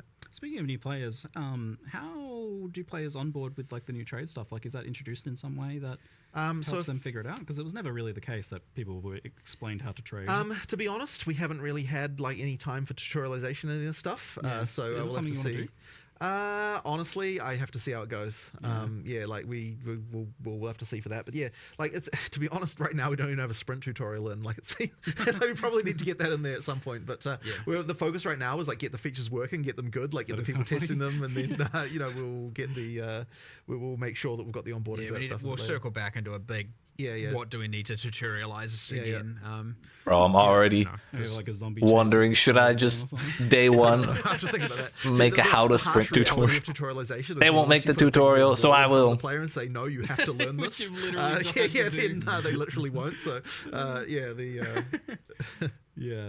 I always appreciated the like kind of lighter tutorialization. I do as well, but sometimes like something that's so important. Tutorializing the trade system will be a little bit more intuitive and easy, at least for the sake of purchasing. Once we have an in-game searcher, I would have even said to do it before because it didn't. It's like you go to this site and do this. But also, if the tutorial tells you to go buy a microtransaction, it's probably not the best thing in the world. But for purchasing, right? Like I mean, ultimately, once we've got the in-game version, it's way more easier to. Yeah, we'll have to see. I think the idea is it's meant to be more like a backtracking thing. And like you can take the risk to use it to go forward. So another thing, and I think after one or two at the moment in particular, there's been some fuck ups, most people are going to get the idea. Exchange rates of currencies and inflation and things like that. I believe the current price of apologies is a little bit off. It's a bit hard to track down exactly. It's like 2,000 exalts to a divine. Right. Damn, is that how much it's up to? Number. I mean, like part of the when we were looking at this, actually, one of the reasons why we did the whole like higher tier currency thing was to add stuff. I don't know if I agree. People like Moose in the middle between divine and exalt. But also like absorbing some of those exalts into other things by having the higher tier ones be dropping and that kind of stuff. Like there was a little bit of thinking around that. But also the implication of this is that we're not syncing enough exalts. So there's some that we'd have to think about whether or not we want to start doing some more syncs for that. But I'd say that's probably the main thing is like that exalt exchange rate would be the. I'm curious from your perspective, like when do you look at something like this and consider it an issue and why? And I think it was up to 969 before, and then we were like, oh yeah, this is... I specifically remember the screenshot that was sent to me of the exchange rate, and I was like, oh okay, this is bad. I also wonder whether it's just that the divines, people are wanting to value those more, like they're sinking more of those into uniques maybe. I was surprised that they ended up being valued as much as they were in PoE2 because of like the way vials work, but we're talking about this and you're saying that like, well, the idea is maybe at the highest end you do sink a bunch of divines in case you land a socket, and now you've got exceptional items too. Like maybe divines become even more valuable. Yeah. I don't know that's a problem, but the other thing of like exalts being devalued maybe is a problem. Oh yeah, we'll just have to see. I expect exalts will be not that valuable still, and that's fine because ideally the more common, especially in-game high trade rate, will be the higher tier ones. There actually will be a slightly more sync for exalt in the way the map mods work now because you've actually got a reason to go up to 6 mods every time. Yeah, so that'll sync a few more exalts that way. So I guess we'll see how that works out too. Yeah. I'm curious, like, so when you look at the number, like you see 969, and you're like, that's a problem. Nice. I'm curious, like, what from your perspective is the problem with that? I'm curious what the delineation is between something just being a market phenomena. And it's like, that's the way it is. Your average player, like, it's a bit different when it's a mirror. And it's hard to explain why necessarily, but I guess, most people can probably relate with that. But when you all of a sudden are seeing something not like over 900, you're like every now exalt you find is just nothing. Like it's nothing. It's you. There is a threshold. I don't know where that exact threshold is, and the threshold will be different for each person. But like at least if you to be able to quantify it as like I've found 1% of a divine every time you find an exalt, assuming 100-to-1 ratio. Yeah. You still at least that feels like something. Feels like something, right? And now you're like, okay, I'm getting 0.1, and now it's 0.05. You're like, what are we talking about here? We're just in a point where like every exalt is, you're getting into filter it out territory kind of thing at that point, which is not great just because the value is so. I mean, you're talking about it being like worth a Reign of Chaos card from PoE1 kind of thing. The higher tier it's like one of the most valuable cards in PoE1. Tier ones, like what are we talking about? Where the stuff starts to get priced and how like what Mark's implying. I'm curious to see. I have no idea honestly what will happen, but we'll see. There's not a set currency to price your items in. Like, what are they going to be? Like, all different things? Or it'll normalize into something. There'll be a thing that everyone knows to do. I'm curious about like so let's say you go to someone's hideout to buy an item. Obviously, you'll know the price of that item, so you can visit your exchange in preparation to like get the correct currency to buy that item. But if you like see other items in their thing, can you like, I don't know, use the other person's exchange or He'll agree with me currency because to I'm get right. your hideout in exchange. It's just How a, does that work? I would Surely. think Awkwardness, Ange probably would let you. I think that would work. it'd be cool Can't if use you the could currency exchange in the other person's hideout. It's the same NPC, right? That would. I don't think you actually can. genuinely don't remember if Yeah, I you don't can know. use I other don't people's think- ones. I don't But there's think no you can, reason but- there's no reason you shouldn't be able That to. would be Yeah, we good. can make I that feel like work. that'd be good if not. So can make it work. Might be just a I little don't know if I've ever even You tried can? to do Chat that. says you can. Okay, good. Okay, if you can, Oh, you good. can. Oh, I great. genuinely Yeah. am like, have Well- I ever actually tried to do that? I feel like I just default go back to my hideout. Like, Yeah. Here's my advice to sellers then is to put your currency exchange person next to your vendor so that you can get a few extra impulse buys. Oh, they're the same person. Oh, really? Yeah, I mean, I guess it's kind of hard not to. And they're are they both the long neck boy or wait? No. That's a different thing. No, that's a different thing. It's Ange, the person from King's March. It was one of the MTXs that you can get the long neck boy to Yes, identify that's a stuff. different thing. I was enjoying that people were like calling it a good doggo. Such strange. that's fully separate. Okay. This is Ange. You find her in King's March in Act 4. And you get, if you haven't got a hideout, you get a quest to go get a hideout, and then once you claim it, so you don't have to get your hideout in the endgame now, or from buying a micro, I guess. And now you get it in Act 4. She's there straight away. You can immediately engage with both systems. So before we had like currency exchange on all the NPCs and all the towns. Great. I actually think we might have kept it there just on random NPCs in the interlude and stuff, just so that you don't have to go to your hideout every time. I'll have to check in on whether or not we did that, but I'll eventually, Ange will just handle all of it. And So this means you don't gain access to like item trading until the same time as you would gain access to the currency For the exchange? first playthrough in the league, yes. Yep. Okay. But the Yeah, subsequent and then you get playthroughs, your you can. hideout. Yeah. Yeah, that makes sense. Nice. Great stuff. Something I wanted to bring That's up actually is- not true, by the way. Subsequent is not the case. Oh, really? Because otherwise you have an advantage over new players, technically. No, but subsequent in the same league. Oh, in the same league. Yeah, in the Yeah. same league. Per league, yeah, you it's have not to. like sign Per on. league, Yeah, you have to, or you have to have fair ground with Yeah. new players and existing. You Yeah. have to unlock it at the same point in time. Yeah. Yeah. Okay. Yeah, within the same league, completely fine. Yes. All right. Something that I wanted to bring up as well was build diversity. That's a thing. We talked a lot about like how there's a lot of buffs for the other archetype stuff. So that's obviously going to be helped by that. But I'm curious, like, your thoughts on like the point if Lightning Spear is 46% of the top 1,500 players, I think it was, or 15,000 players, or 75,000 or something, whatever the number is for PoE Ninja. So 46% is pretty big. I don't know that we've ever gotten that high. Maybe with Nah, we Spectral did Flurry? Legion League Cyclone.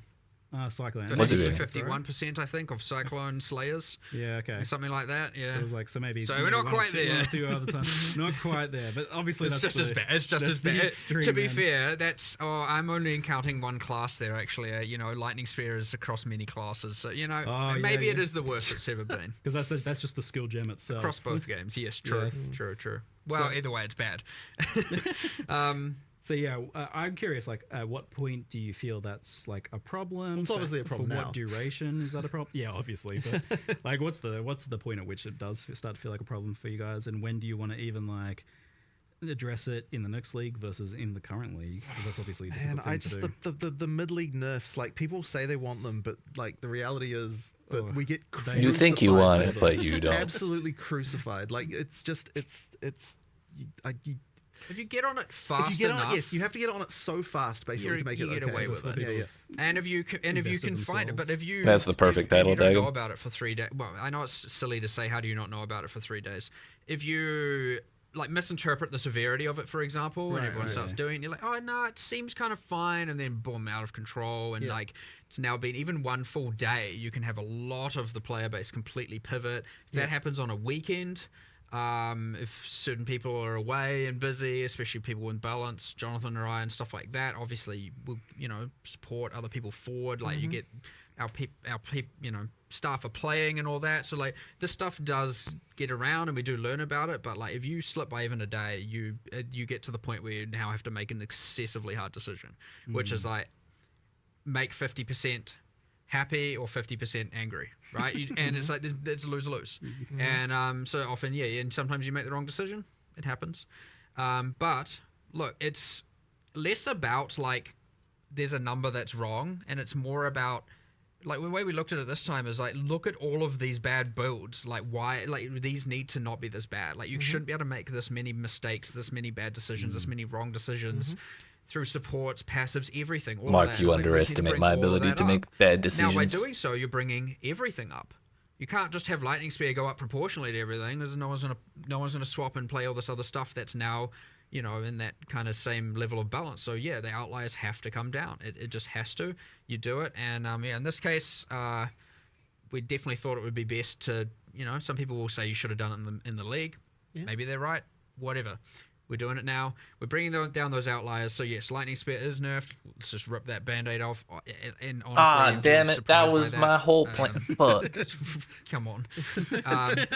But like there are, you know, an insane amount of increases to bad things, wrong decisions. They all should be brought up in line. There should be a lot more viable options, a lot more good things, a lot more viable different classes. The hard part's going to be that the support gem changes are certainly going to result in a bunch of new exploits, and that's going to be real rough because we're going to have to then make all those hard decisions again of like, do we nerf this, do we not, kind of thing for each of those. You eventually get to a point of stability, but when you're adding this much and having to change this much, you're going to have a number of things still go wrong, a number of things still be abused, and we will try and stay on top of them, and we will try, but there'll still be some stuff I'm sure we'll have, and hopefully it's not 47%, and hopefully that number's less, and over the time you get more stability, more equality in the classes and the balance and the different skills and all of that, and you know, but it's mostly honestly important to not just be like, I want to play a caster, and then you go and later find out that you picked the worst class in the game, and sure, there are still some builds within that are, you know, you could say competitive to some degree within some threshold, but it sucks to learn that like you get to level 65, which for some players may have taken tens of hours, and then you're like, oh, you're telling me I literally picked the worst class that no one's playing, and I could have just been throwing a lightning spear this whole time and, you know, doing 5 times more powerful. That is a real terrible feeling to have. And so, you know, making it that you don't, like, if the worst was only slightly worse than, you know, the best, you know, slightly, you know, so within some margin that you're still at least feeling powerful, you're just not, you know, I feel like a complete idiot. Then at least you don't feel absolutely terrible about it but when people are just like, you made the wrong choice, like you have to reroll, you're just like, well, that's demotive. Like, I'm demoralized. How were you supposed to know that at the start without doing a bunch of research, right? And so yeah, that hopefully over time, and I'll say this is a huge step towards that, we eliminate as much of that just really wrong, bad choices as possible, make things more obvious and intuitive and all of that, and bring up the floor really, and yeah, keep you don't bring up the floor, not bring up everything, because again, otherwise, you know, Yo, Ziggy's not using a coaster. What the fuck? 1 second boss fight when it's now 0.09 second boss fight. You know what I mean? Like the ceiling has to come down when they're that extreme in particular. So. I wish you guys didn't have to worry about balance so much, but the reality is that unfortunately you do have to get it to a certain point so that you can even assess that whatever changes you're making or new systems matter, that they are good or fun or whatever. You just can't assess that when something's too far out of alignment. So do you think like every time I see this dude over here, it's getting to the point of a lightning spear again in the future? I just really want to see him in the game. Mid-league nerf, despite not being like a bug or anything. You can't necessarily tell because at the point where like it's what Mark said earlier, like you look at it and you go like, is this actually that bad? And it's very easy to be wrong, and you don't, like, by the time 20% of the community is playing it, it's too late to nerf it. Well, it's because they've invested items. They've invested their wealth stuff, right? Like and now you nerf it. Like you have to make the call before that point, and it's tough. You drive a portion of those players to then quit by taking away the fact literally that, all of them will. Well, probably, yeah. Well, you could argue the nerf is in line such that it's still competitive and good, but they won't feel and see it that way necessarily, right? Like they put all their investment and their wealth of the league into that, and they're taking that away as brutal. So it's like, who do you make quit? And that's it. It's a ultra terrible decision. So, but again, eventually they will taper off, and you won't get that level of extremity occurring that often. Like, and I hope so for you guys, because on the flip side, like I imagine the PoE1 went through the same thing. Still happens there as I well. think part of the thing though is when we were going through it, there were less tools for everyone to see what the like disparities were. Yeah. And so, like, I feel like as more information is there, like, people feel worse about their bad choices than what they previously did. I can realize just how bad I am.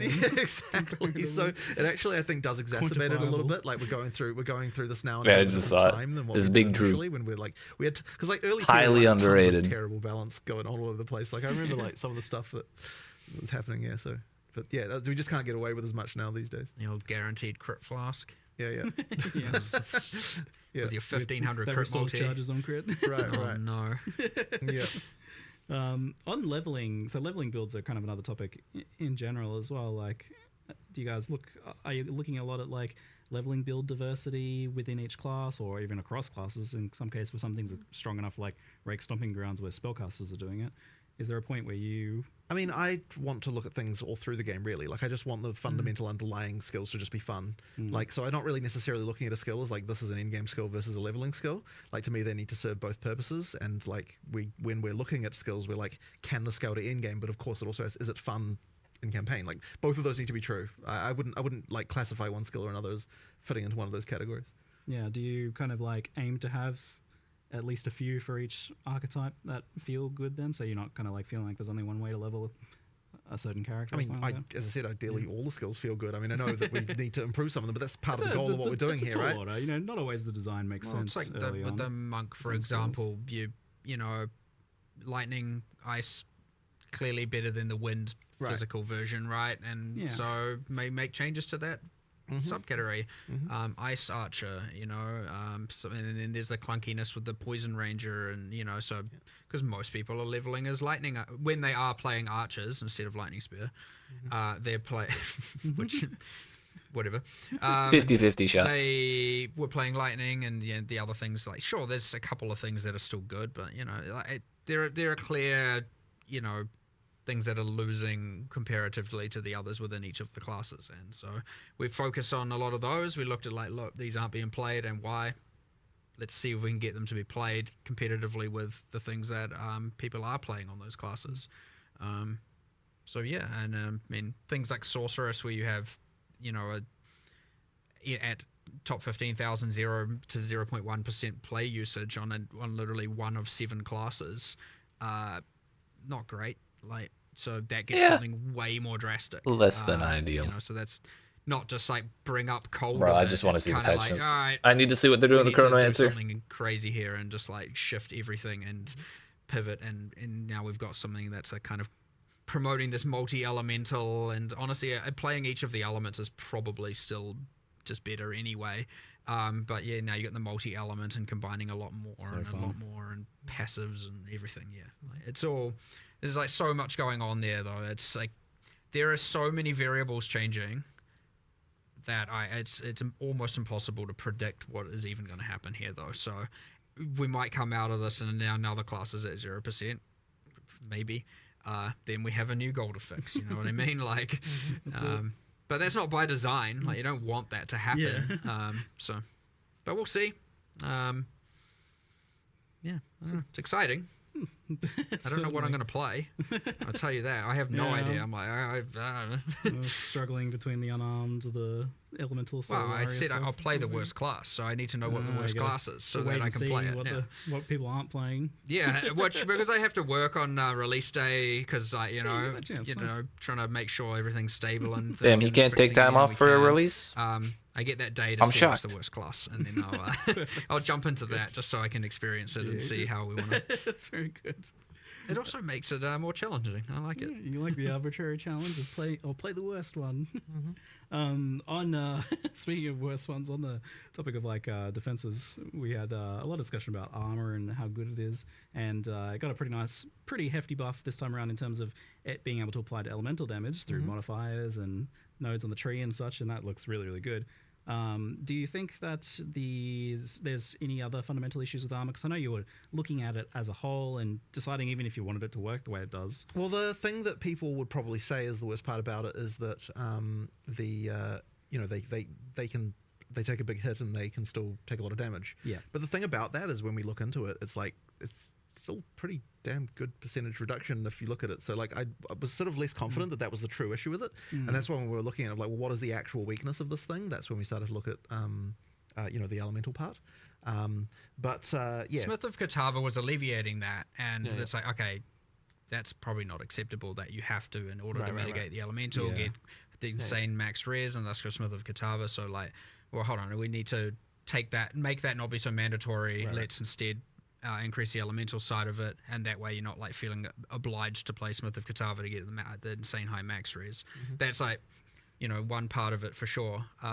I wouldn't say that we have like another like, oh, here's like, there isn't more that we know we can do to armor right now, right? Like it's see how this like we plays need to out. see how this plays out and see what Yeah. happens, and then we'll know whether or not there's still some issues that we need to address. Obviously, we had the issues where like energy shield, like even just running hybrid was crazy with convalescence in use and a bunch of stuff there. So we've had to make some changes around that as well, bringing that back a little bit, buffing the Yeah. others, and so there's lots of changes around all of this.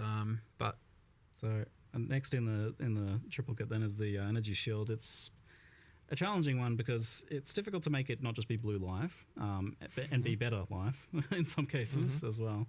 How do you guys feel about where that is at the moment?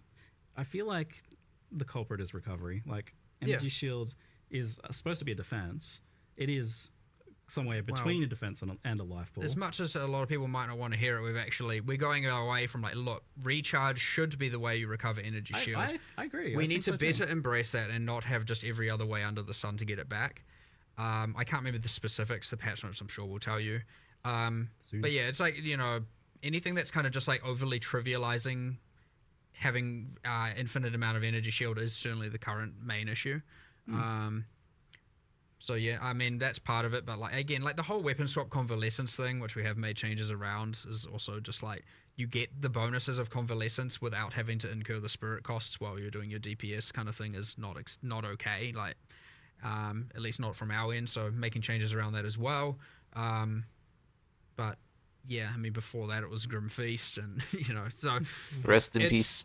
been a couple of problems, but like ultimately, I'd say they're more equally balanced now, those three defenses, and on average, armors come obviously up, evasions come up, more predictable things, less, and then energy shield, some of the recovery means have come down that are not recharge, and we've added a lot more ways to make recharge better. Cool, yeah. That's what I want to see. Just to be clear, it's not. I want to see what like chunky energy shield pools look like where you actually have to like recharge in some way or build to recharge. I like playing that way personally. Yeah. Again, I did this league as well. It can be I really quite enjoy rewarding. Like when I've played that sort of like Wicked Ward styles and stuff It's in just the past. you get into the problem where because especially with the mana thing, you have to put 30% of your tree into mana, and then you have to put so much into not only It's a increasing tax, your energy yeah. shield but also into the two recharge axes. And you end up like, okay, hold on, I'm putting so many points into this just to be on the same level as something else, or just to feel like I can kind of basically survive.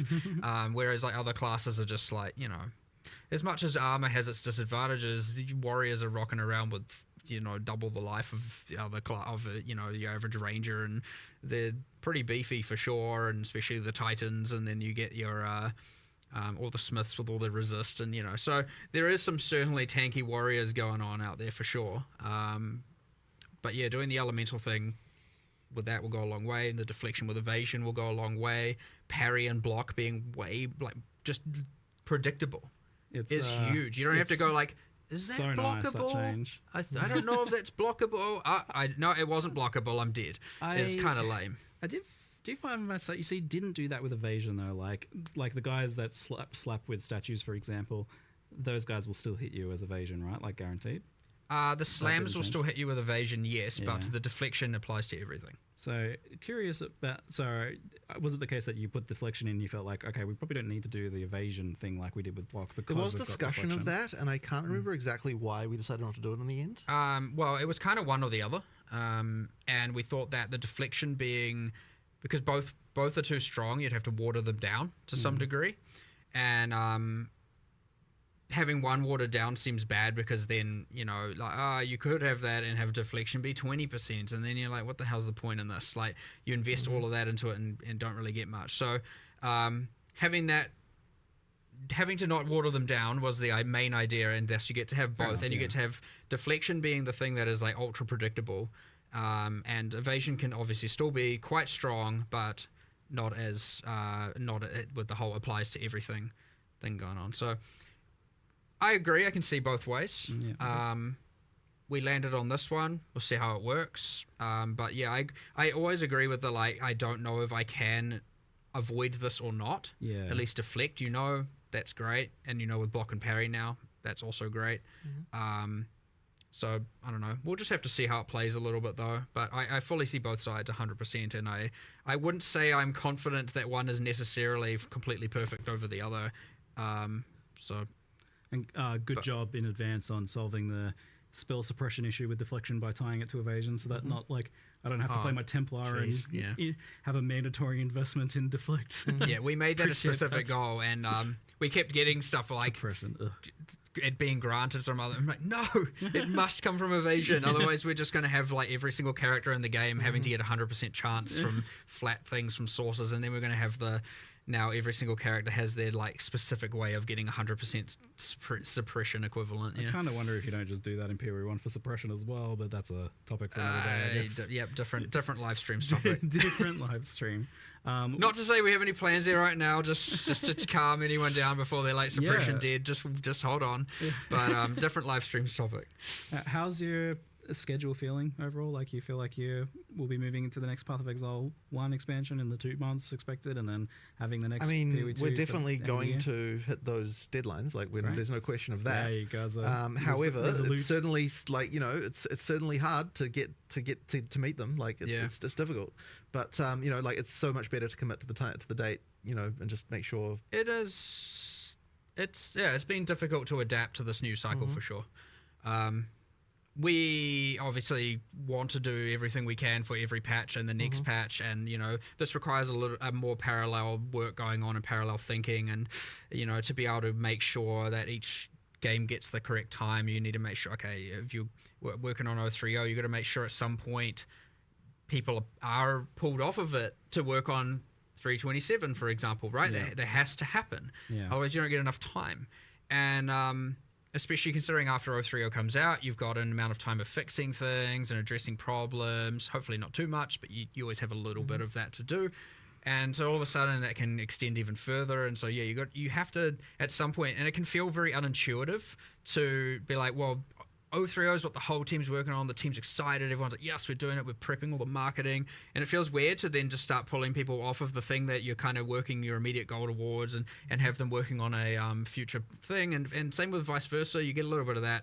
And it is a little bit hard to obviously deal with, and we're adapting to it. But we're doing pretty well, and we're on track still for 327. So it's 2 really good expansion updates, with the recent Path of Exile 1 doing I think really well, and then this one is huge.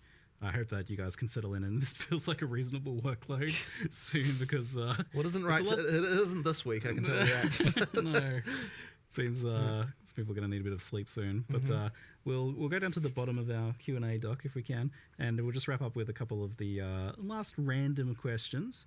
And if you're watching live, the patch notes are out, so we'll try to get you over to them soon. But there's got a few random questions here. Divination cards coming to Path of Exile 2 soon, or is there a plan for that, or no timeline, but they will be coming. Yeah. All right. Hot swapping between controller, mouse, and keyboard. Unfortunately, wasn't really. A bunch of work was put into it. So it sounds like it's getting close. It's getting closer, but it just unfortunately wasn't finished. Yeah, fair enough. In chance we get mercenaries in PoE2. Mercenaries are fun. I like them. Not anytime soon, I would say. That's more of a like later thing, I would say. Later thing. Yeah. Because they do it's a big thing that's just always going to be there potentially, and that's skewing Okay, I'm gonna let them finish this. I gotta use the restroom. Impacts the mercenaries. And then when they're all done, and I'm back. Utility and stuff like that. It's a big one. But we'll do you like how they played out overall in PoE1? Well, I mean, as allies, in many ways, yes. There's a few elements I don't like. Again, it's pretty weird. I don't know how much detail to go in talking about this when we're talking about PoE2 context, but there are some problems of. I don't like that you just end up putting uniques on them and it has minimal consequence in terms of their survivability. I don't like some of the I'm not entirely happy with the Doriani's prototype kind of situation. the combat with them itself, you know, it's like you insta-die or they insta-die is often what happens. Not great.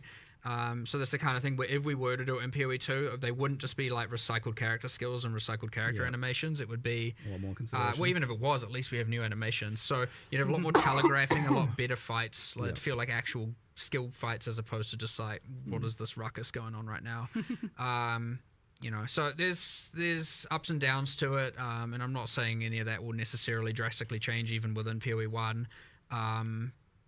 or when, but you know, there would be things I would want to do, because I would say the combat of fighting them in PoE1 is not meaningful. It's very much a like who dies first, and you don't even necessarily know why. So, but overall pretty fun. Like overall pretty cool. Big change. Like very cool. Yeah, genuinely pretty happy with how it turned out. To be honest, just a few bits and pieces that need some improving for sure. Cool. I wouldn't want to add them to PoE, something like that to PoE2 that has such an impact on character builds when we don't even have a good stability within the build diversity and the build structure. Like, I would say that kind of thing comes once you have, once you've figured your stuff out, you know what classes are at a baseline, then you can add a lot more of that. Like 8 years or so, maybe. Yeah, well, hopefully not. Hopefully, you know, we're not too far away from that being like in a much better state, but these things are endless. So yes, that's it. We'll see. Here's a funny question: can you sprint on a row mount? Does like the row sprint? So there actually was a plan for that, The but rower did it actually get implemented? the rower is currently it's not sprinting. The rower is currently faster. That's but right, when I you remember but it slows down a little bit when you're shooting. Yes, that's right, I remember that, Not yes. slower than normal run speed. Yes. Yeah, okay. So it is inherently faster than base run speed, but when you are attacking on it, it slows down. So To that the- to the old speed that it was. Yes, so it is more competitive. So that it is more Oh, so competitive. rower is faster, yeah. But you can spec out. You can I believe spec out of that penalty even, and then you can. It kind of is so that when you're just running, it's more comparable to sprint and movement skill usage and stuff like that. Yes. So it's just it's faster. That's all there is to it, really. Does the sprint work with blink? You like teleport and start sprinting the same way that you that would was It supposed to work, won't. yeah. I don't think it will. You can, but it won't resume sprinting straight afterwards. Like believe. if you sprint, Am I blink, wrong about that? sprint. I feel or like I was something? trying this literally What do yesterday. you mean, sorry? You don't just like blink and keep sprinting. It's a different action. It's an end there's an end animation to it. You'd have to go re back into a sprint. So No, but it does work if you hold down and then you blink and then afterwards it sprints, right? Isn't that how it works? Oh, in that regard, Yeah, I think it is. I would hope so. Yeah, no, yes, that's how it works. yes, Maybe. yes. Sorry, I thought you mean you were sprinting and then you blink. No. It goes back into you hold it, down, you blink, you go, you sprint. You That's know, how it works. I could be just entirely wrong about how that other thing we'll works. see when anyway. it's live. I was doing it yesterday, I thought it was like, yeah, I understand why it's like this, but ignore me. I was probably just wrong. No worries. Does the elemental damage mitigation from armor apply before or after resistances? That's something we had to- Isn't it That's the before- question. Wait, so hang on. So you and for us smooth no. brains- You resist first and then you mitigate. I with don't armor. remember. I'm pretty sure it's that way It's around. the I'm one pretty that sure. means the values have to be higher, so which means it's the order in where it's the less effective one, so because the values are quite high and juicy as a result. Yes. Oh, okay, so in that case it will be. I think it's pre. In that case, it's you armor pre-mitigation. first, then resist. It will be. Then. I think that is what it is. Yes. I love it. The uncertainty fantastic inspires reveal. confidence. I'm very excited to get into playing it. Thanks for spending a solid 2 and a bit hours chatting Q&A here. Very fun. I felt like half an hour, honestly. Yeah, so I good. feel like I could spend another hour or two just talking about economy from like the impacts of the trading stuff is fascinating to me. I can't wait to see how It was that our plays first out. Q&A where we didn't hold the patch notes hostage. Yes, at That's a big pretty change. time. Yeah. They kind of did by posting it People went like 2 hours "Stop after holding the them end. hostage." They're just coming out when they're coming out. So we'll leave it there for now. Thank you very much, Jonathan. Thank you very much, Mark. And thank you all for watching. Yes. See you later. Thank you, and thanks everyone as well. Yeah. Okay, bye-bye. See you later. Yeet. It's going to get destroyed on the Reddit in like 2 days by someone who knows math. I'm sure it will. Hopefully that causes them to make it work nice. But it is what it is. Okay, I think that's as zoomed in as we can go, kind of. No, that'll be all right. So, patch notes. That's a lot of... Oh. Okay, that's not all patch notes, but it's a lot of patch notes.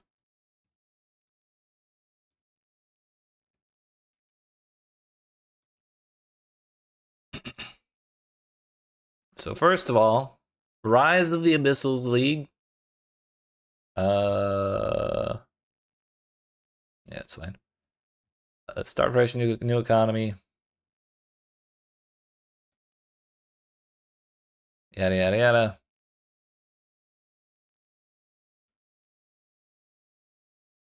Rise of the Abyssals League. Right, this is not a challenge league. It's just a league. Okay, there's no challenges. That answers that question.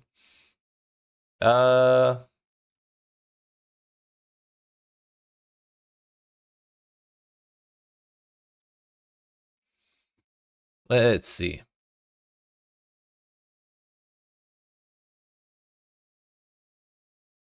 Character balance overall, support gem system overall.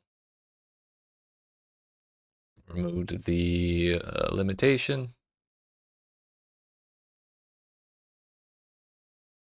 Step away. All right, sir. You as well. Thanks for hanging out.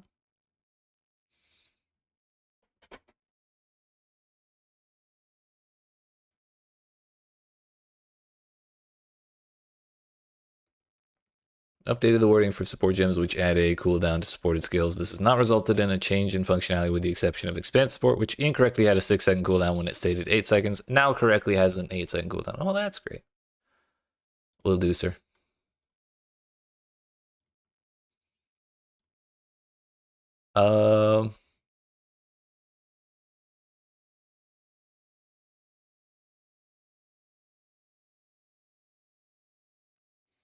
Wait, hold up. I should probably actually read this. Multiple tiers of supports, like they said in the videos.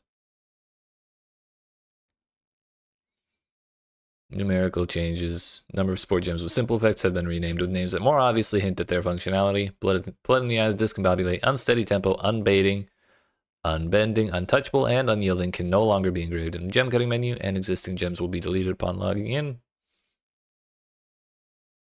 Updated the description of Last Gasp's support to mention that supported minions die before the support's duration expires if they take damage exceeding their maximum life while fatally wounded. So they basically just get a second health pool. It turns out they always did. It just wasn't mentioned. Support gems which support skills you use yourself can no longer support persistent skills. They can still support gems that have both a persistent and manually activated component, such as Plague Bearer, or probably the banners. In addition, we fixed a bug where numerous supports which support skills you use yourself could support skills used by totems or triggered skills no longer do so.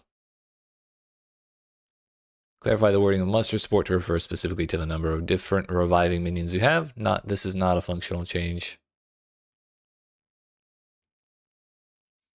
Having a skill with socketed support gems you do not meet the attribute requirements for now disables just those supports instead of disabling the entire skill.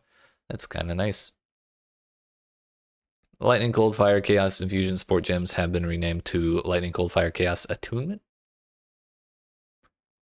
Fortifying Cry, perform a war cry that grants guard and causes subsequent shield attacks to release an empowered shockwave when dealing damage. Cooldown can be bypassed by expending an endurance charge. Huge. Forge Hammer they showed off in the videos quite a lot. It looked really sick. You throw the hammer, reusing the skill recalls the hammer and resets cooldown, or you war cry near it and it like explodes. Perform a ancestral cry. Perform a war cry using glory gained by igniting enemies to turn you into an embodiment of calm. While embodying calm, your footsteps trigger volcanic steps, melee strikes, and slams. While embodying calm, your footsteps trigger volcanic steps, melee strikes, and slams are ancestrally boosted, and your melee attack hits trigger volcanic eruption. Which I think is like something that happens when you are on a fissure that you've already created. Toxic Domain, create an area of toxic bloom on the ground around you. While in the bloom, you have increased skill costs, regen life, and your projectile attacks attach a toxic pustule. So it's kind of like poison, for, like Sigil of Power or something, but for poison. Wait. Attach a toxic pustule which can be poisoned. Pustules will detonate after duration or when enough poison has been applied, dealing damage and applying poison in an area around it. Added a new dexterity skill gem, ice tipped arrows. They showed that one off a little bit. I'm probably not going to read all these because it's actually a fuckload. Mortar cannon, I'm super excited for. Raises the cannon totem, which uses socketed grenaded skills, which significantly improve cooldown recovery rate. But also something not mentioned in here is, at least is what it looked like from the video. The grenades were exploding on impact rather than having a delay or anything like that. So I'm very interested in that. Mirage Archer, Ravenous Swarm while active, and enemies are nearby. Swarms of insects emerge from your body to pursue enemies. Swarms are untargetable minions that periodically attack and poison enemies. Passive remnant generation when you inflict ailments. Grim Feast is back. Instead of granting Energy Shield, it now allows you to collect remnants from your dead reviving minions, and then activates the skill to instantly revive minions based on their max life. Hollow Palm got added, which they showed. Ritual Cadence. This keystone changes your invocations to trigger skills every 2 seconds instead of all at once. But they consume less energy, so there's a little bit of a delay, but you can also just kind of keep them going. Black Flame Covenant turns your fire into chaos damage, or your ignite and fire damage.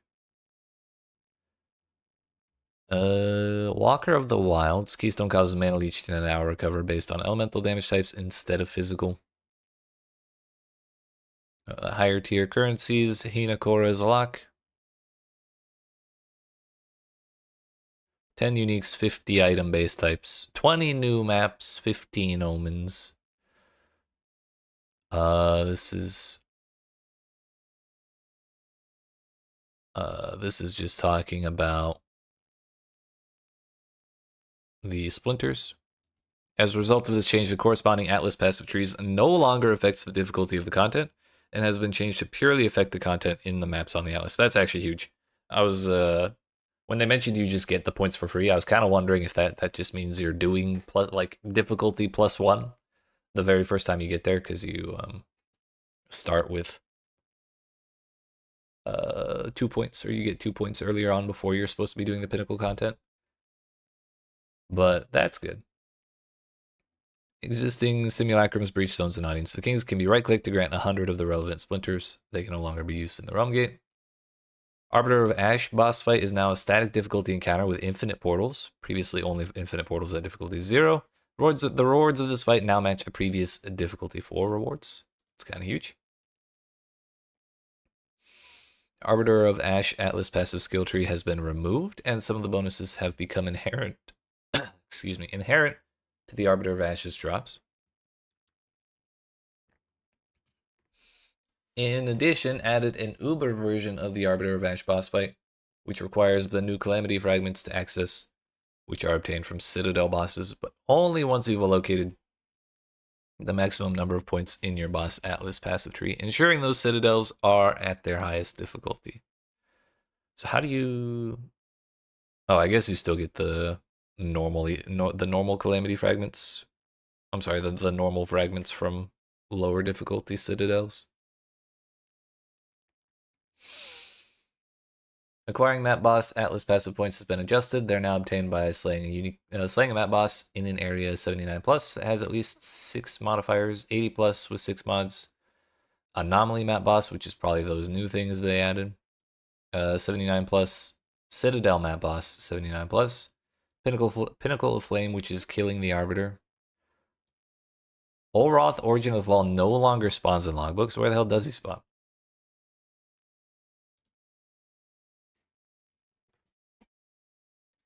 Mysterious anomalies can now appear on the Atlas. Modifiers on waystones have been reworked. Now everything's been a downside with a upside attached. Downside modifiers have been nerfed. Unidentified corrupted waystones can now be used to access a corrupted nexus. Waystones can no longer have greater than 8 modifiers when corrupted. I don't know how you did that in the first place, but cool.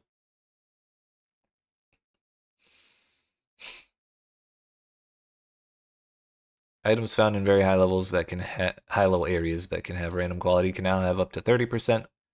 Quality currency still cannot apply more than 20%. Items that have a maximum of 2 sockets now have a very low chance of generating with 3 sockets, and the same for 1 socket items generating with 2. Abyss map has been renamed to Marrow, which is really good because we have Abyss League now. And that always confused me because it's not anything like Abyss at all. Detailed Records Expedition notable passive skill now grants +1 to level of expedition logbooks found in your maps. Logbooks found in your maps always have 4 implicit modifiers, previously 3, and it no longer provides 30% increased quantity of logbooks. He approaches from the ritual tree now provides revived monsters from ritual altars in your maps have 40% increased chance to be magic/rare instead of 20%. No longer causes ritual favors in your maps to have a 30% increased chance to contain an audience with the king, because audience with the king does not exist anymore. Essences have new tiers, or 4 tiers now. They kind of went over that. They work like regals now.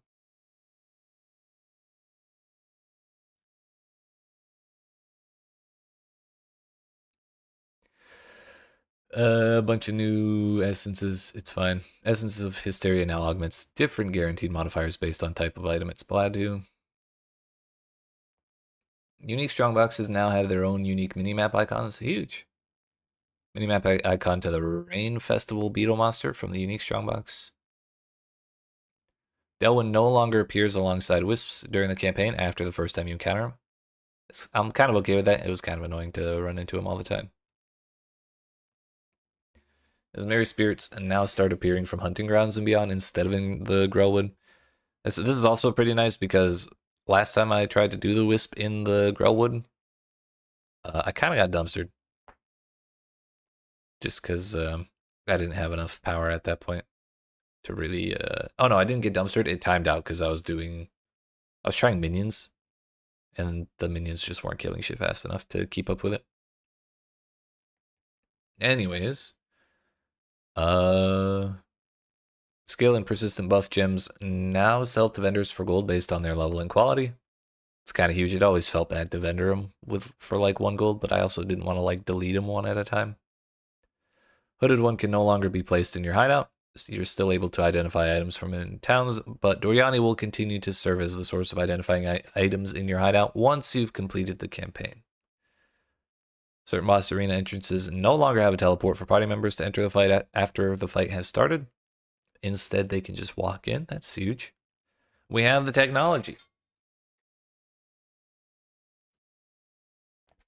You're now able to log directly into town or hideout by holding control while selecting a character or left trigger plus A/X when you're using a controller.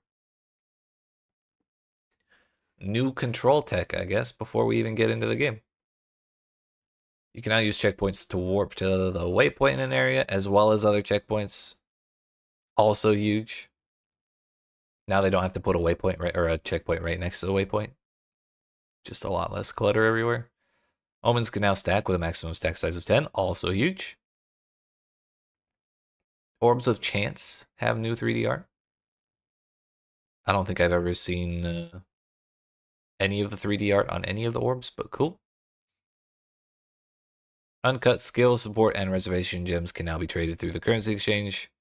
Party members can no longer fruitlessly attempt to open expedition portals. NVIDIA Reflex is back on. When holding down the dodge roll button, your character will now go into a sprint after they finish the roll. Sprint is available on all character classes, and there's no limitation to how long you can sprint for.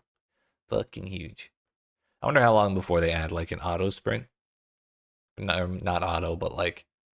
so you don't have to like hold the button down. I wonder if that'll be a thing they do. Primary purpose of this sprint feature is to make navigating areas faster when out of combat, though if you do take a hit while sprinting, you will fall to the ground. Can no longer socket multiple copies of the same skill gem into your main skill sockets. Skills not granted by gems and sockets. I'm sorry. You can no longer socket multiple copies of the same skill gem into your main skill sockets. Skills not granted by gems and skills socketed into persistent buff skill gems do not count towards this limit. So you can still have multiple copies of specters or tame beasts, but only one of each kind of monster. Good to know. Attribute requirements on all equipment items have been lowered, particularly at endgame. Endgame base types on average have around 20 to 25% less attribute requirements. That was such a massive hassle that this is actually like a really welcome change to me. Fire damage no longer inherently has a chance to ignite. Instead, it inflicts flammability on the enemy based on the damage dealt, which is a debuff that lasts for 4 seconds and grants all fire damage against the enemy, including the hit that applied a flammability, a chance to ignite that enemy equal to their flammability magnitude. So the higher their flammability, the more likely you are to ignite them. Multiple hits can stack up flammability independently, meaning that a target being hit frequently and or hard enough will consistently have 100% chance to be ignited. Effects which don't hit but ignite targets as though they did, such as from Incinerate or Ignited Ground, also inflict flammability, but are not able to ignite targets until the target has reached 100%. Anything that removes, consumes, or grants immunity to ignite does the same for flammability. These changes do not affect how Ignite itself functions or is calculated once it has been applied. Changes also apply to any other non-fire damage that becomes capable of igniting and to enemies.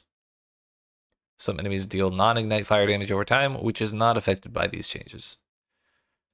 Shock now lasts 8 seconds on non-players by default, previously 4, still lasts 4 seconds on players. Chill previously only lasted 2, I had no idea. Still only lasts 2 seconds on players. Chills on any target are now discarded if their magnitude is less than 30%, instead of the previous 5%. So that's a slight change. Overflow effects on life mana and energy shield can now overflow the maximum by up to 1.5 times instead of 2 times. So instead of having double, you'll have 1.5 times. Light stun chances of less than 15% are now treated as 0, previously described as less than 10%, but actually less than 20% for monsters being stunned and less than 12% for players being stunned. So better for players.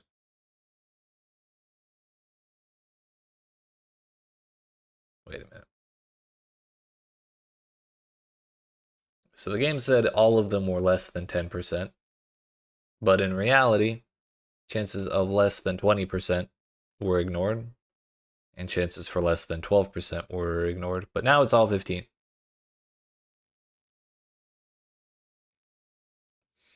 So yeah, it's I think that's better for players and worse for monsters. Seems good to me. Elemental exposure now has 15% less effect on magic monsters, 30% less effect on rare, and 50% less on uniques. Unarmed attacks now have a base crit chance of 5%, previously none. That's like an infinite percentage better. Huge. Glory now decays if you haven't gained any for 15 seconds instead of 30. Oil Ground's duration is now refreshed when it catches fire.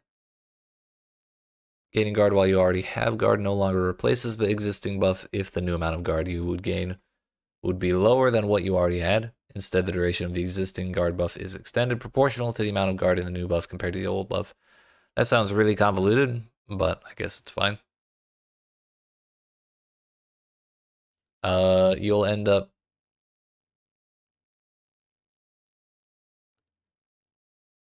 having more guard. I guess no matter what, you'll end up having more guard with things working that way. So like if you had a guard buff of 1,000 and it got depleted down to 500 and then you gain 250 more guard, that 250 won't overwrite the 500 that you currently have. It'll instead get added to the 500 and then increase the duration of the existing buff by a little bit.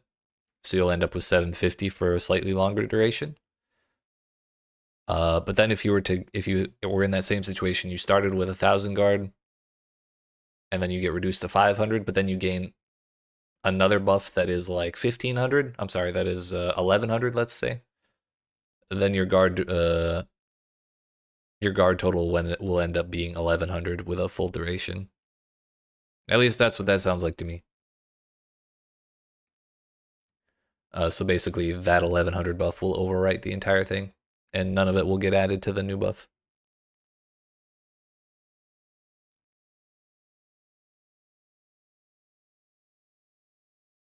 Or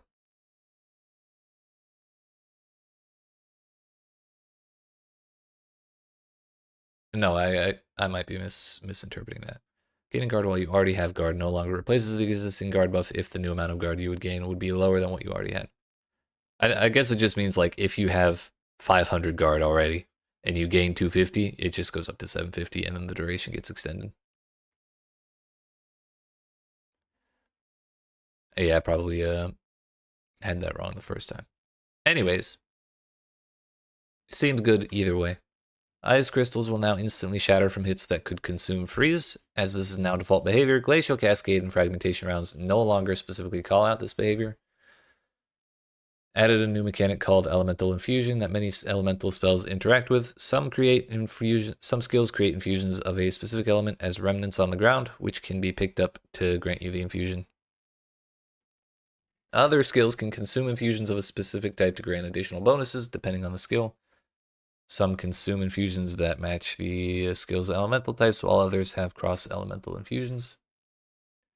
The following have been renamed to avoid confusion with the new infusion mechanic. Amazon's infused weapon skill has renamed to Elemental Surge. Spire of Ire's Chaotic Infusion unique skill has been renamed to Chaotic Surge. Charge Infusion has been renamed to Charge Regulation. Reloading a crossbow and switching crossbow and ammunition no longer reduces the player's movement speed. Fucking huge, honestly. That shit felt so bad. Blocking is no longer limited to strikes and projectiles by default. All hits that are not specifically unblockable, i.e. with the red flash, can be blocked. Raise shield and parry now require you to face the enemy that is hitting you rather than the direction from which the hit originates. Some monster skills for which directionality is unclear have been changed to be blockable from any direction using these skills. Well, that's nice. Player minion and monster base maximum block chance is now 50% instead of 75%. Effects which set a maximum for volatility now properly do so instead of being additive with a default cap of 200.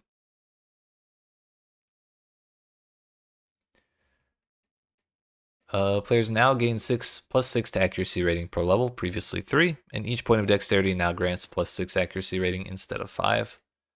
Accuracy fall-off penalty now linearly interpolates from 2 meters down to 12, maximum penalty being 90% less accuracy rating at distances of 9 meters or further. Previously, there was no maximum, and at 14 meters, you had 100% less accuracy rating. That kind of sucks. Player minions now always hit with their attacks. Player projectile skills now fire a minimum of 1, even if they should fire 0. Could we get that in PoE1? Well, not necessarily with projectiles, but with mines. Swapping weapons is now instant. All charge-consuming skills now pause their corresponding charge's duration while in use. I feel like I've seen that happening already, even in the current version of the game, but maybe it was just that specific skill. Elemental damage recouped as life and physical damage recouped as life now display in the life section of the character panel. Clarified on the stun keyword that monster melee damage has 33% more light stun chance and heavy stun buildup, and monster physical damage has 100% more light stun chance and heavy stun buildup. These bonuses are multiplicative with each other. Note this is purely a description change. Ice Crystal keyword. Updated the Ice Crystal keyword to clarify that it blocks movement of smaller monsters, while larger monsters will destroy any crystals in their path. Keyword pop-up. Change. So the Ascendancies. The real fun shit. The Answered Call notable for Warbringer now also provides +1 to maximum number of summoned totems. The Ancestral Spirit skill granted by the Answered Call notable. Granted by the Answered Call notable no longer grants minions from this skill have increased accuracy rating per 3 of your dexterity. Instead, minions from this skill now have 1% increased attack speed per 3 of your dexterity. It's because minions already have guaranteed chance to hit now. Great Wolf's Howl notable skill has been removed, and the Warcaller's Bellow notable now also provides ignore Warcry cooldowns. Renly's Training notable passive skill now grants 35% base chance to block from equipped shield instead of the shield's value. Previously 40%. So they nerfed the shit out of that. But the cap is now 50% instead of 75. So it's still like quite a big portion of that. The Turtle Charm notable passive skill no longer grants 25% less block chance or can block damage from all hits while shield is not raised. Instead, it now provides you take 30% of damage from blocked hits, and maximum block chance is 75%. So it's like kind of a fucked up glancing blows, I guess. Stacks of Jade granted by the Jade Heritage notable skill are no longer lost when taking physical damage from a hit, so they're just always there if you don't ever push the button to use them, which is kind of cool. Ancestral Spirits from the Answered Call notable passive have also been improved. They now appear faster and start using skills sooner. Jade Hulk no longer charges. It instead uses a Warcry to buff nearby allies to have 50% increased damage, and their leap time's been improved. Jadecaster has had its spellcasting range increased. Pinning Jade Storm has had its effect, area of effect increased, and the delay between it forming and exploding has been reduced. Warhorns, Horn Buff, and Horn Slam have had their AoE and duration increased. Spirit Turtle's aura has had its AoE increased. I don't know where all those come from, but cool. Probably Answered Call or whatever the hell. Smith of Kitava, the Flowing Metal notable passive skill now causes body armor to grant 35% of armor to also apply to elemental damage from hits. Previously caused body armor to grant plus 5% to maximum fire res. Is this the same? Leather Binding's notable passive skill now causes body armor to grant regenerate 3% of maximum life per second. Previously 5, so that got nerfed. Manifest Weapon skill granted by the Living Weapon notable passive no longer grants minions from the skill have 1% increased accuracy rating, again because they always hit. And it is again attack speed. Small passives providing fire res now give 8% instead of 15. Small passive skills before Living Weapon now give 5% strength instead of minions deal 20% increased damage. Gemling had its shit kind of fucked up. So what do they get in return? Advanced Thaumaturgy notable no longer grants 30% less cost of skill, or skill gems have 30% more attribute requirements. It now grants the Thaumaturgical Dynamism buff, which while active causes you to passively generate a Power, Frenzy, or Endurance charge once every 8 seconds. This type of charge the type of charge you generate is determined by the attribute requirements of your socketed skill gems. The higher the total strength requirement of your socketed skill gems, the more likely you will be to generate endurance charges, dexterity to frenzy charges, and intelligence to power charges. Interesting. Gem-studded notable passive skill no longer grants you can use each type of support gem an additional time. Instead, it now provides for each color of socketed gem that is most numerous, again, red gives you hits against you have no critical damage bonus. Blue skills have 30% less cost. Green is 40% less movement speed penalty from skills or from using skills while moving. Gemling Legionnaire can just turn off crits. That's pretty sick.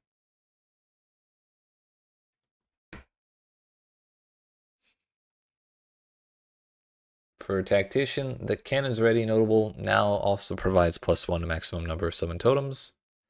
Right where we want them. Now also grants projectile damage base. Wait.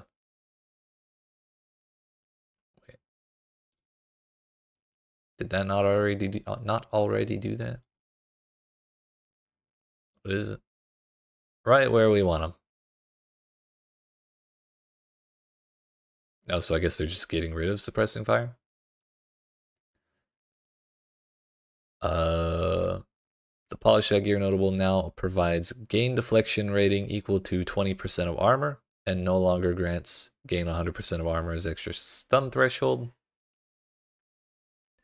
The Suppressing Fire notable passive now provides 40% more immobilization buildup instead of projectile damage builds pin. It's kind of weird that you get that before the one that makes everything build up pin, but I guess they don't want you to have that too early. The pin thing too early. And it's only 1 act difference anyways.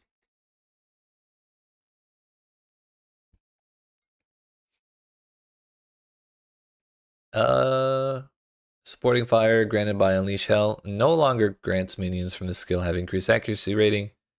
Instead, they get AoE per 3 of your dexterity. Death from above command for Supporting Fire now deals approximately 3 times more damage at all gem levels. Sick. The Whoever Pays Best notable now provides there's no limit on the number of banners you can place, and banners gain 5 glory per second instead of can place multiple banners.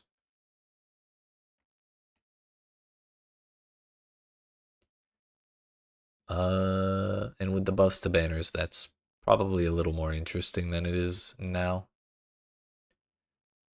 Added a new strategic embankments notable, which requires cannons ready. This causes your totems to grant embankment auras to players when placed, which grant a different effect depending on the variety of totem. Ancestral Warrior grants 40% increased glory generation. Artillery Ballista grants 40% increased immobilization buildup. Dark FG grants 40% increased damage over time. Mortar Cannon grants 15% of damage gained as extra fire. Siege Ballista grants 50% increased damage against immobilized enemies. And Shockwave Totem grants 30% increased AoE. Interesting.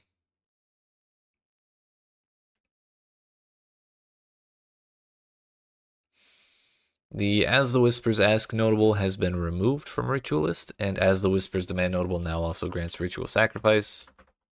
That would be this one. So now you just get the ability to use Ritual Sacrifice and use it on yourself. The Wildwood Persistence notable now grants 10% increased life recovery rate per 5% missing unreserved life instead of 5%, so it got doubled.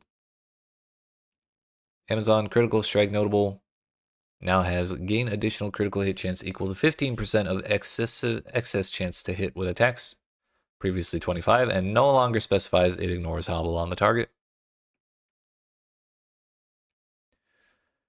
So that got nerfed. But Hobble, I think, makes them more likely to get crits, so maybe it's... Oh no, it reduces their evasion rating. I think that's what it is. So I don't know if that was a functionality change or just a description change, but if it is a functionality change, then that at least makes it a little bit less than like a total nerf.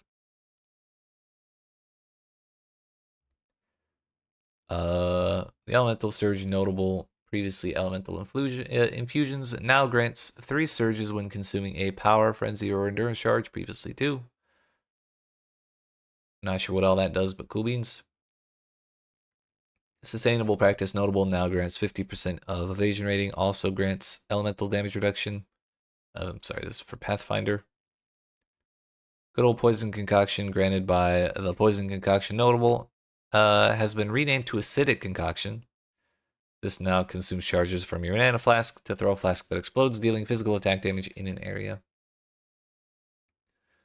The thrown flask consumes poison on hit to cause an acidic burst, which deals damage based on the highest expected remaining damage of poison on the target. Acidic concoction and acidic burst cannot poison. Burst deals unscalable physical damage equal to 150% of the expected remaining damage of the consumed poison, and has 30% more AoE per poison affecting the enemy. Fulminating concoction no longer inflicts lightning exposure, now has 50% more shock effect. Quality now grants 40% more chance to shock. This is all just replacing the exposure stuff because it's now all elemental exposure.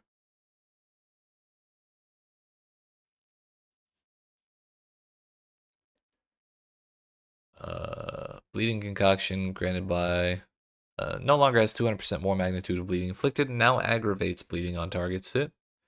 So that's an easy way to trigger that. Explosive concoction no longer has 200% more magnitude of ignite, and no longer inflicts exposure. Now fires up to 4 additional mini flask projectiles at ignited enemies, and quality grants 2 additional mini flask projectiles.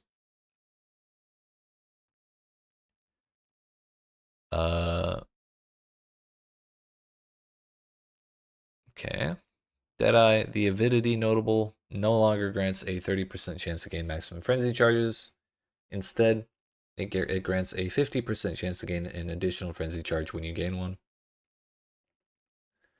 The Call Shot's notable passive no longer lets you apply an additional mark. Instead, it causes your projectiles to chain to marked enemies, and grants the new Call Shot's meta skill that repeatedly marks enemies near you, bypassing your mark limit.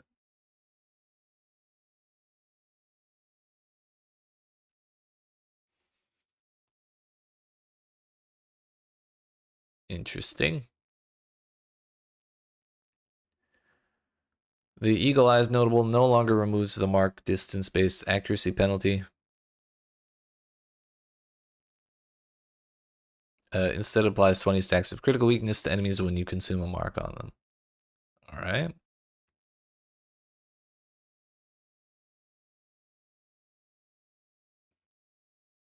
So I guess this is, I'm sorry, I'm looking back at the called shots. I guess it's kind of like blasphemy. Just for marks, and you can just mark everything. That would probably be really, really interesting with like fragmenting shot.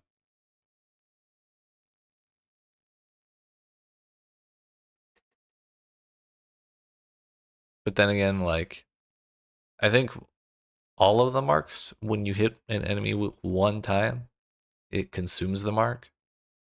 But then again, you're constantly remarking enemies.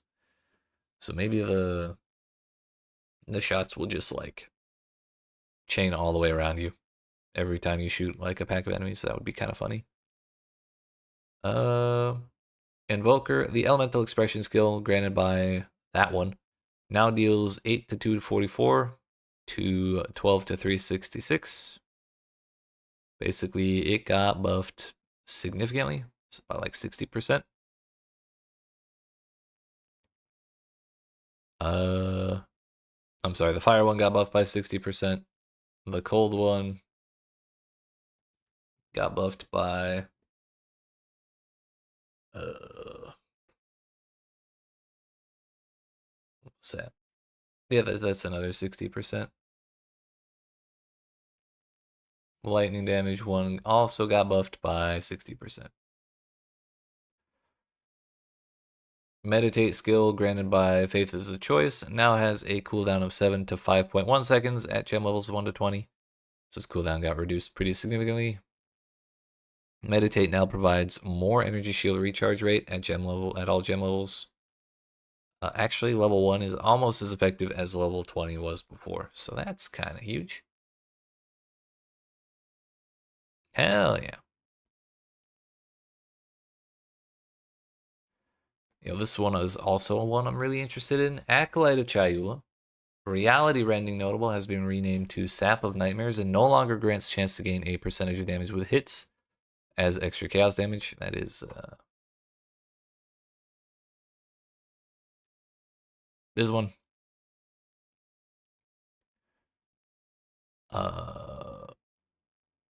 Instead, it now grants leech recovers based on chaos damage as well as physical damage.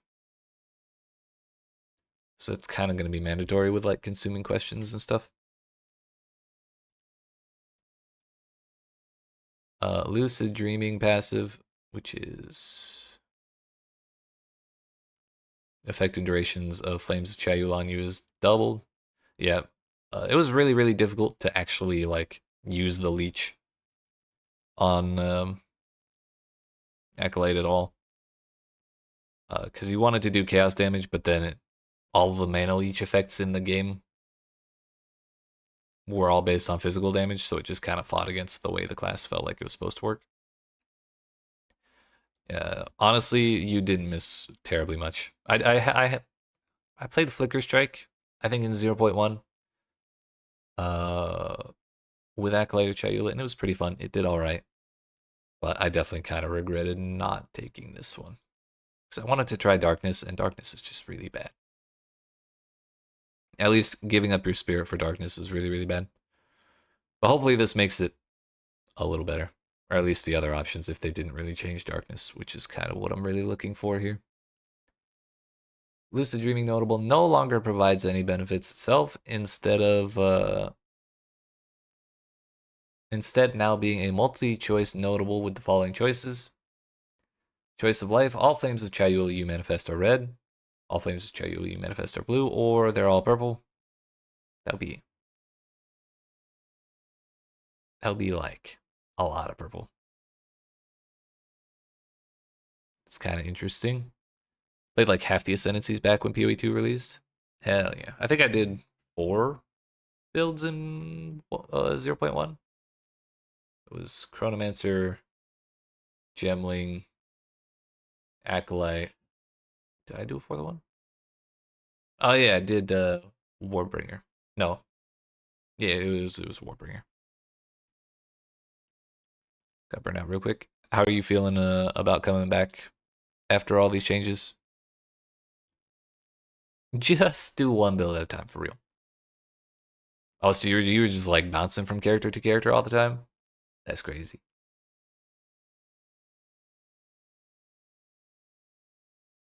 I mean, more power to you, but like, yeah, that sounds like a lot.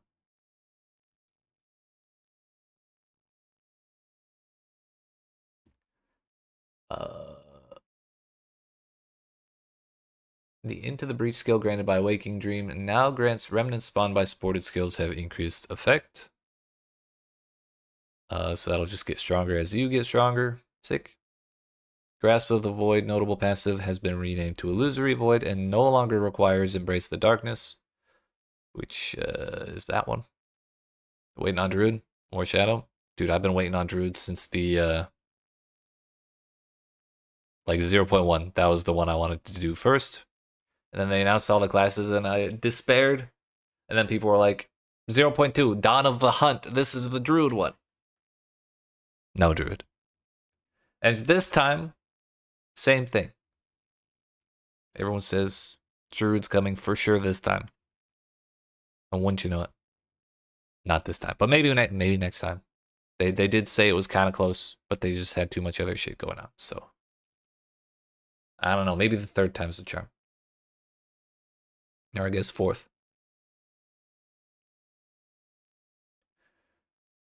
No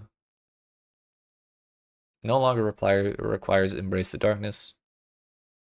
No longer provides gain 1% of extra chaos per 20 unreserved darkness, and instead grants a new skill, Void Illusion.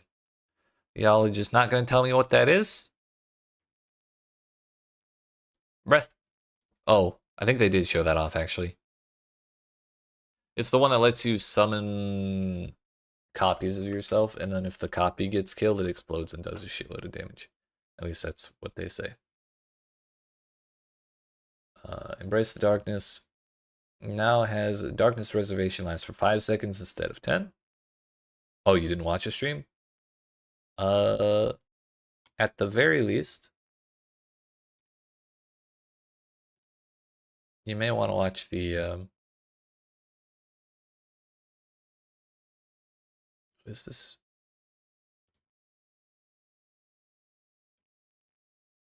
No, that's not the full explanation. Well, anyways, there's a lot of good shit, basically. Some of the highlights are... Just found out like a few seconds ago and went to get drop off. Ah, hell yeah. Yeah, appreciate it. Some of the highlights are in-game trading, or like item trading. Sorry, the actual term is asynchronous item trading. So you can like have a stash, or you can have some stash tabs in a new NPC. You just put your items in, pick a price, and people can come to your hideout and buy your shit while you're either offline or doing other things.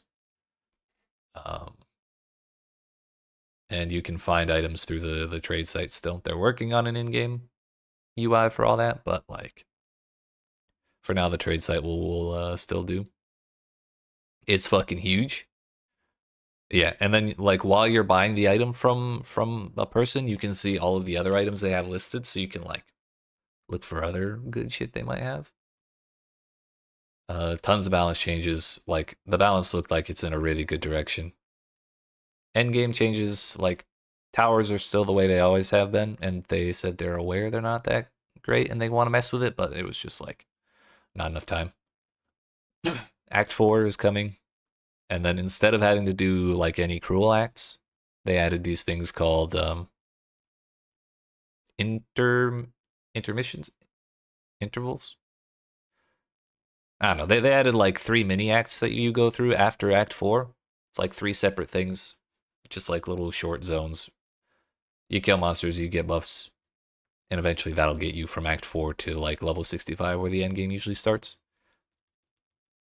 So it's like PoE1 when it started. I wasn't there for that, so I have no idea. But what they explained, I liked it better than having to do cruel. And that's really just kind of the tip of the iceberg, honestly. They did a lot of shit. But anyways, no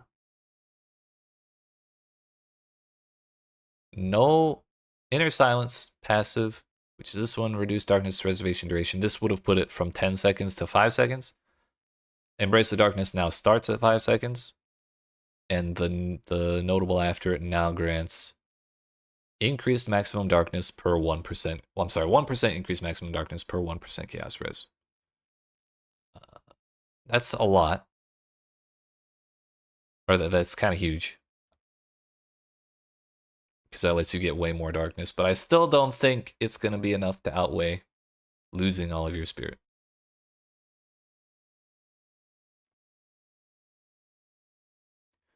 Ravenous Doubt's notable passive has been renamed to Inner Turmoil. Which one is that? Mana Leech recovers based on other damage types as well as physical damage. Oh, I guess that was there the whole time. I don't know what the problem was there. Either way. No longer grants Mana Leech recovers based on other damage types as well as physical damage. Instead, it now grants gain 1 volatility on inflicting an elemental ailment and take no damage from volatility. I don't know what volatility does. Didn't know PoE has PoE2 until now. Yeah, I think they got that out within... I think it took them like a solid month or something, but it is there now. And when it got added, it didn't have the import function, so it was like another like couple months before they got that in there. But now we have it, and it's great. I think I have a link to it if you wanted to get it. 2 seconds.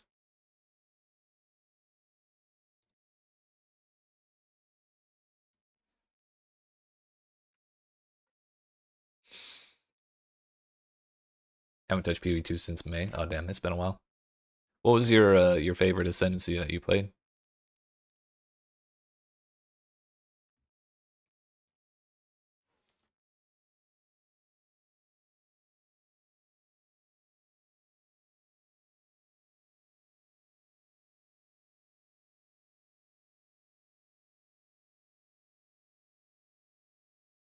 The consuming questions notable has been renamed to unraveling.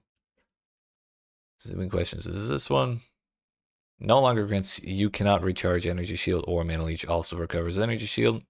Instead, it now grants chaos damage from hits, also contributes to ignite chance and magnitude, freeze buildup, or shock chance changing every 2 seconds. Okay.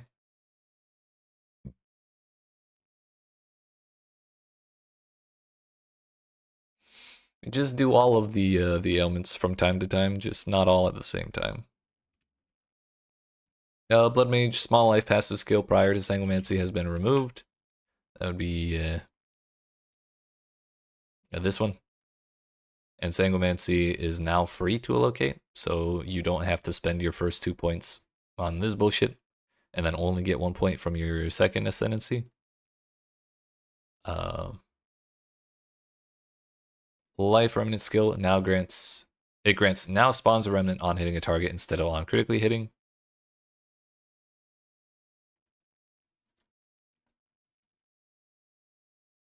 Number 1, Invoker. Number 2, Chronomancer. Number 3, Titan. Oh, hell yeah. Chronomancer Enjoyer. Let's go.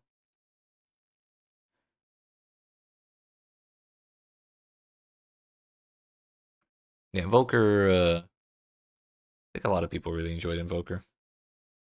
That was the other Monk one, right? I think a lot of people were just interested in Monk, and then Acolyte Chayula was a little dodgy.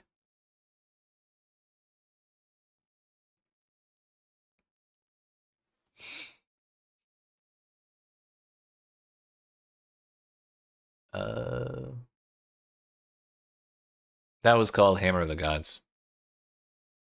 Is that what you did with Chronomancer?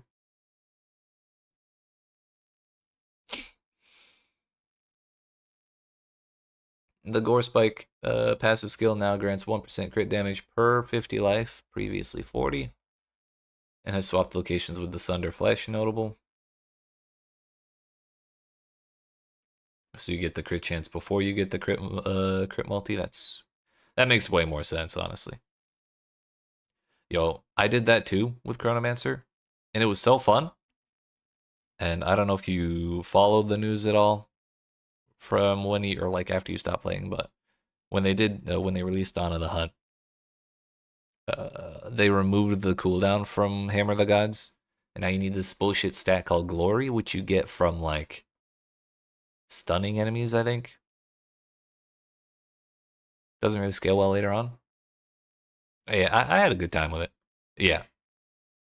I was doing tier 15s pretty solidly with that build. But yeah, it doesn't exist anymore. I'm so pissed. And like when that happened, people were like, "Oh yeah, this is fine. There's no problem with this." And nobody wanted to point out, other than me, that they just removed the whole reason to play Chronomancer. Because like they did the same thing with any other really major like big cooldown, big damage skill. It's like, nah, you need Glory. And people were like, you really, like, we're only going to use those skills when you stun the boss anyways, because then it's not going to run away. That was their justification for why Glory was okay. And I described that as them being cowards, because if you were brave enough, you would just use the skill anyways as soon as it's off cooldown. Yeah, I'm still upset about it. And I'm very, very interested to see what they did to Chronomancer. In the hopes that there's something to like mitigate the uselessness that happened with that. But yeah, Gore Spike got nerfed and got swapped. Between the Cracks notable has been renamed to Sanguine Tides. No longer provides critical hits ignore monster armor. Instead, now provides gain 1 life flask charge per 4% life spent, and 50% less 50% less life recovery from flasks. Also now has when your life flask reaches full charges, 40% of its charges are consumed and gain 1% of physical damage. 1% of damage as physical damage for 3 seconds per charge consumed this way. I mean, I guess if you're consuming life fast enough, then that's fine, but I don't know, I'm not super excited by the sound of that. The open source notable passive skill has been renamed to Whispers of the Flesh and no longer grants your curses have infinite duration. Instead, it now grants enemies affected by your curses have at least 15% of life reserved. Infernal Hound, granted by Loyal Hound, an Infernalist. Now ignites enemies within 2.5 meters, previously 1.5. Pyromantic Pact, notable, now grants Infernal Flame equal to twice your mana. But causes you to lose 25% of your Infernal Flame per second if you haven't gained any in the past 2 seconds. Previously 50%. So they slowed it down. I'm sorry, they doubled the amount of Infernal Flame you get. And then they halved the recover, or the degen time. I don't remember if that's a good thing or a bad thing, because I think it was a good thing to have Infernal Flame. Was it Pyromantic Pact?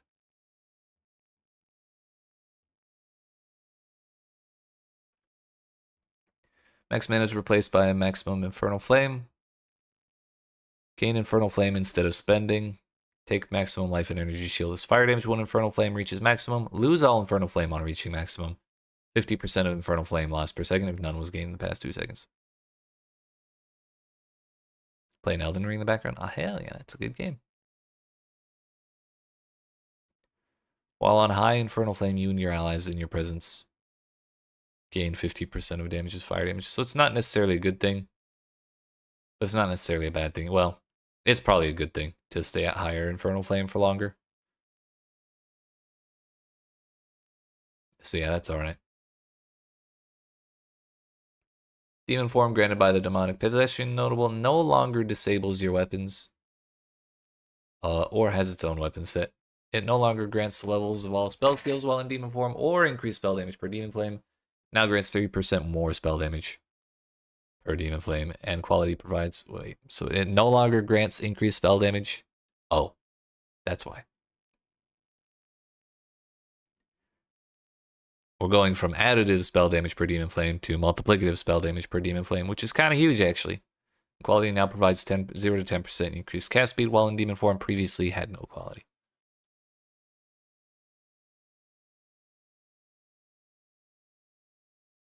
Yeah, losing the all spell skill sucks, but it does get multiplicative damage, so it's like, at least that's something.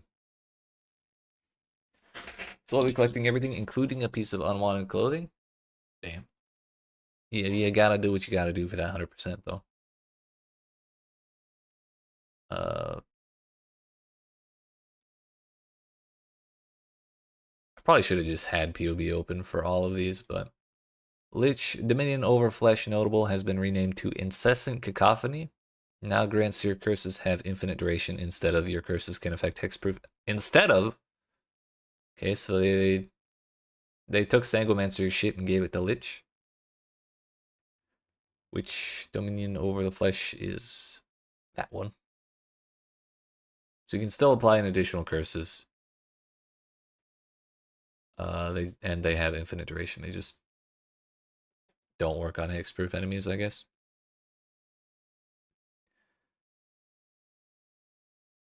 Oh, you know why they probably took away that spell damage? I'm sorry, the levels to spell skills from Demon Form. It's because you can keep your weapons now, and you can just get spell skill levels on that. So having 2 sources of it like that would be insane. Was there a limit on how many characters you can have? I think it's something like 15 or something like that. I know in PoE1 they sell character slots, so there's certainly a limit. I don't know if they do that in PoE2 yet. I haven't looked, but I suspect it's probably like 15 or so.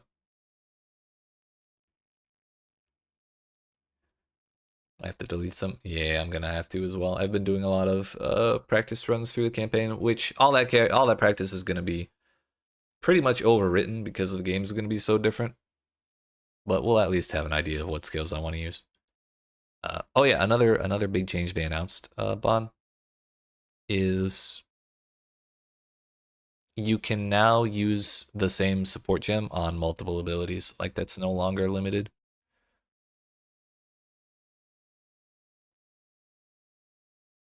Along with having multiple tiers of the same support gem, so you can get some sort of incremental power. So like now you can have brutality 1 and then brutality 2 and then brutality 3, and like when it gets to brutality 4 they change the effect a little bit. Like the max level is a little different than the previous ones, but they're still pretty good. Is hella great? It is hella great. Should be very exciting.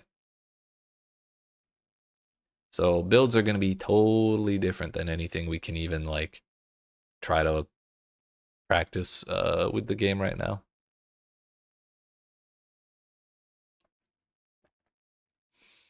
So we won't get a new class this time, but we will have entirely new ways to mess with the classes we already have.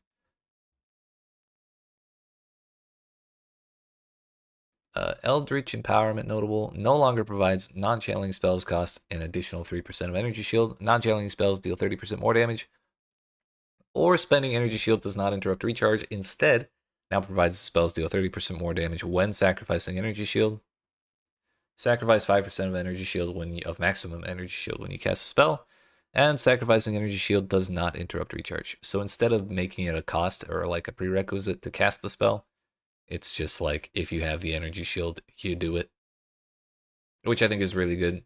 Trying to play Lich with there were a couple times where I wanted to do Lich and I wanted to take that because 30% more damage is really sick, but then having to rely on the fact that or the fact that I needed energy shield to cast the spell in the first place made me not want to do it because that sounded like a massive hassle. So it just kind of swaps the order around. Lich might be the first character when you return. I think it's probably going to be a pretty solid option. Price of power notable. No longer grants channeling spells consume a power charge if able to deal 25% more damage. Instead, it now provides spells consume a power charge if able to deal 40% more damage. So it applies to channeling spells now. And it's another 15% extra multiplicative damage. Sick. Whenever you lose the burnt out feeling, hell yeah. Okay, this is the real shit. We only get 2 changes for Chronomancer. The Flood of Echoes notable passive, which is that one, Unleash. I don't even remember what that does. Has been renamed to Inevitability. No longer grants Unleash. It instead now grants the new skill Inevitable Agony, which curses all targets in an area after a short delay, causing a portion of damage they take from hits to be stored in the curse debuff. When the debuff's duration expires, they take that stored damage again, all at once. Okay.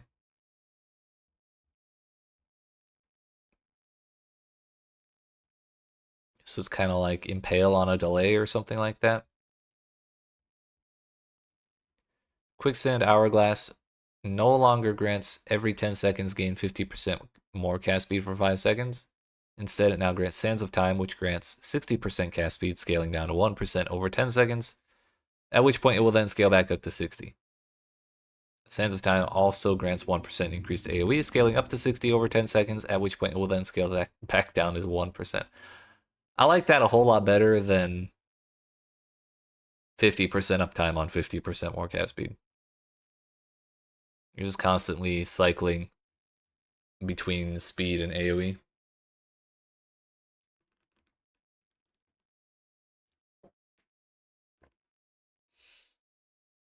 So when you take Quicksand Hourglass, which is this one,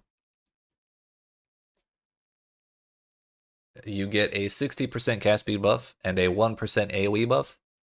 And over 10 seconds, the 60% cast speed goes down to 1%, and the 1% AoE goes up to 50% or 60%.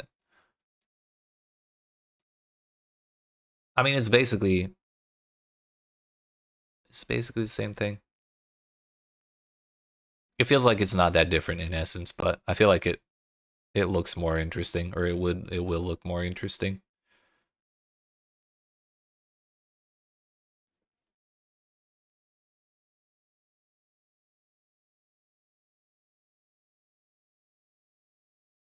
I think the big difference is you'll always have something going on from Quicksand Hourglass. I'm sorry, from the new Quicksand Hourglass. I got you.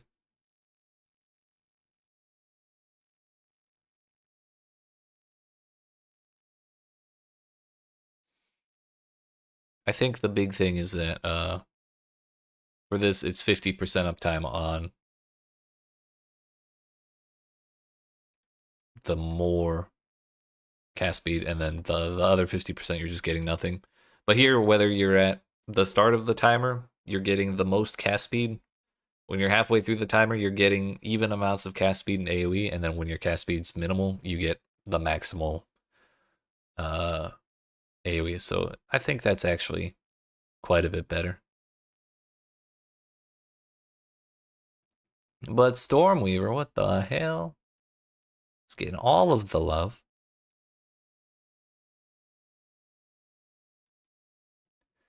Elemental Storm skill granted by Tempest Caller has had its cooldown lowered to 3 seconds at all levels instead of 5. Okay. Rain Dancer notable has been renamed to Multiplying Squalls and no longer provides 150% more cooldown recovery rate for Elemental Storm. Instead, it now provides +1 to limit for elemental skills. Welcome back. You didn't really miss too much. We're just looking at Stormweaver now.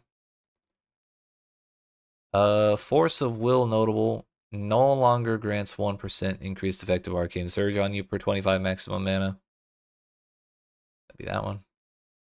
Instead, it now grants 20% of damages taken from mana before life, and 20% increased magnitude of arcane surge on you per 10% missing mana. That feels convoluted, and I don't like it. I liked the arcane surge. You always have this based on your maximum mana. If you invest in your maximum mana, you get all of that. Whereas now I have to be out of mana all the time to get arcane surge stuff. Which I guess is kind of interesting, because if you spend your mana at just the right rate, arcane surge will increase your mana regen enough to like keep you at that low level. But then if you keep spending, it'll keep going back down to that same limit. But then getting hit, just adding on mind over matter to that kind of sucks. I feel like makes it way less predictable. Scouring Winds notable has been renamed to Storm's Recollection. Exposure you inflict lowers the affected resistance by an additional 12. The new one, instead it now grants remnants you create reappear once 3 seconds after being collected. Remnants are a new thing they announced in this patch that basically it spawns on the ground when you do a certain thing based on like a spell, like Frost Bomb spawns a Frost Remnant on the ground when it explodes. Stuff like that. You run over it, pick it up, and then you get buffs to other spells. Which the types of remnants that can buff each spells are like different on a spell by spell basis. So anyways, now grants remnants you create reappear once 3 seconds after being collected. The Heart of the Storm notable has been renamed to Refracted Illusion. No longer grants 40% of elemental damage taken, recouped as energy shield. Instead, it now provides 50% chance when collecting an elemental infusion to gain another different elemental infusion. It's kind of sick, actually. The recoup energy shield just didn't really feel like it made very much sense, I don't think. It's just kind of there. So I'm kind of glad they reworked that. But anyways, that's all of the Ascendancy changes that they have listed. Elemental Equilibrium has been changed entirely. It now causes infusion remnants you create to be random elements. Eternal Youth Keystone no longer causes your life recovery flasks to recovery energy shield instead, and now causes them to have 50% less recovery. What the fuck?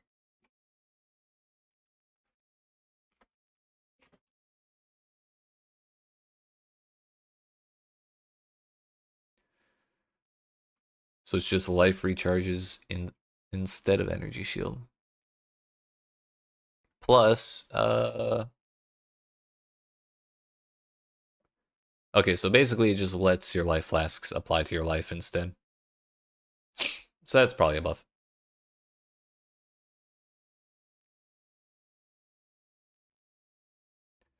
Giant's Blood Keystone, no. Giant's Blood Keystone now has the amount of life granted by strength. Giant's Blood wasn't tough enough to use already.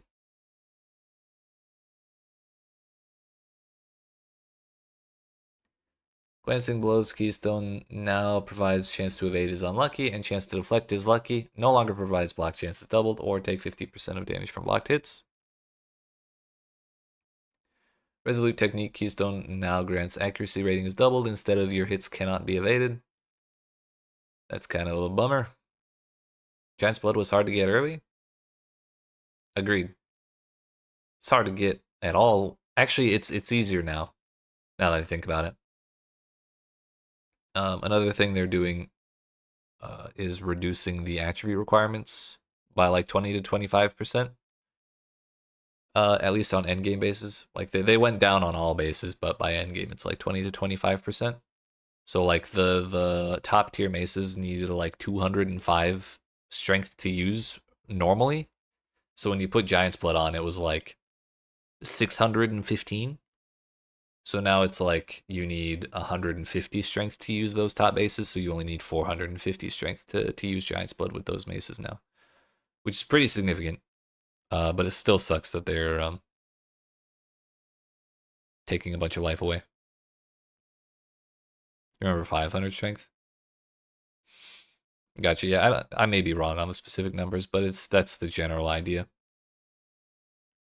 Reducing the attribute requirements makes Giant's Blood easier to take. Oh.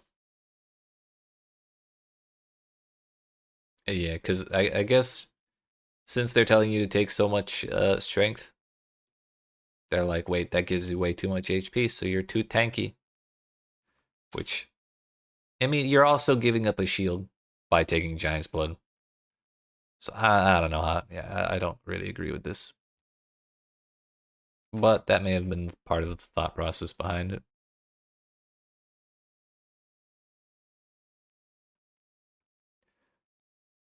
Glancing Blows now works with Deflect instead of block. Resolute Technique now grants accuracy rating instead of your hits cannot be evaded. Might skip on Warrior when your turn. That's totally fair. The only problem is a bunch of the new Warrior skills look sick as fuck. Resolute Technique no longer giving your hits can't be evaded kind of sucks because as far as I know, at least how it worked in previous patches,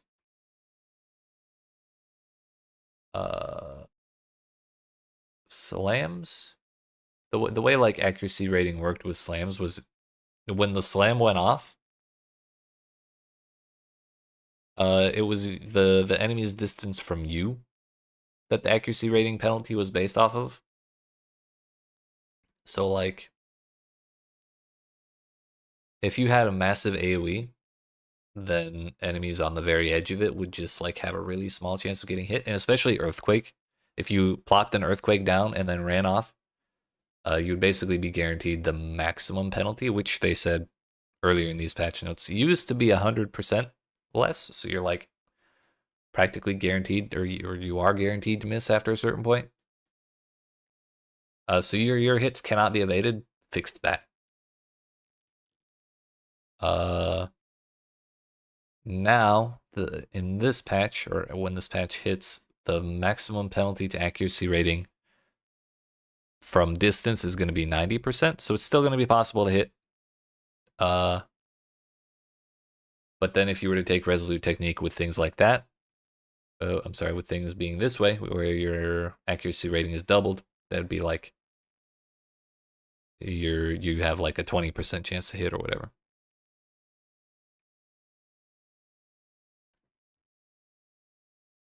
But anyways, Resolute Technique I think is going to be a lot less useful with that. Maybe it'll still be fine, but I don't know. Being unable to crit would be a really hefty downside and still have any chance to miss at all. 8 new clusters between warrior and witch/sorceress areas of the passive tree. 15 new clusters to the warrior area. 23 new clusters to the mercenary area. 17 to the ranger/huntress. 17 to the monk. 25 to witch/sorceress. Sources of increased AoE have been lowered by approximately 25%. Toxic. Days buildup have been sources of days buildup have been replaced with chance to days on hit. Reduced reservation of skills increase instead now grant. Excuse me. I can't speak. Sources of reduced reservation of skills instead now grant increased reservation efficiency. Many existing clusters have also received updates. These changes may result in your existing passive tree being forcefully refunded if you would have located nodes around the areas where the layout changed. A small attribute passive skill has been removed on all of the outward highways between class starting locations. I appreciate it. I'll try not to worry. Damn, how much more we got? Oh my fuck.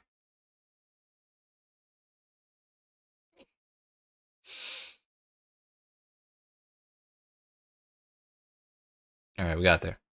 Base damage scaling of all player spell and secondary damage skills has been tweaked to scale better in the late game. Generally speaking, spells that do not have damage number changes called out below will have near identical base damage at low levels. Roughly 5% more damage at level 20. Roughly 20% more damage at level 30. Okay.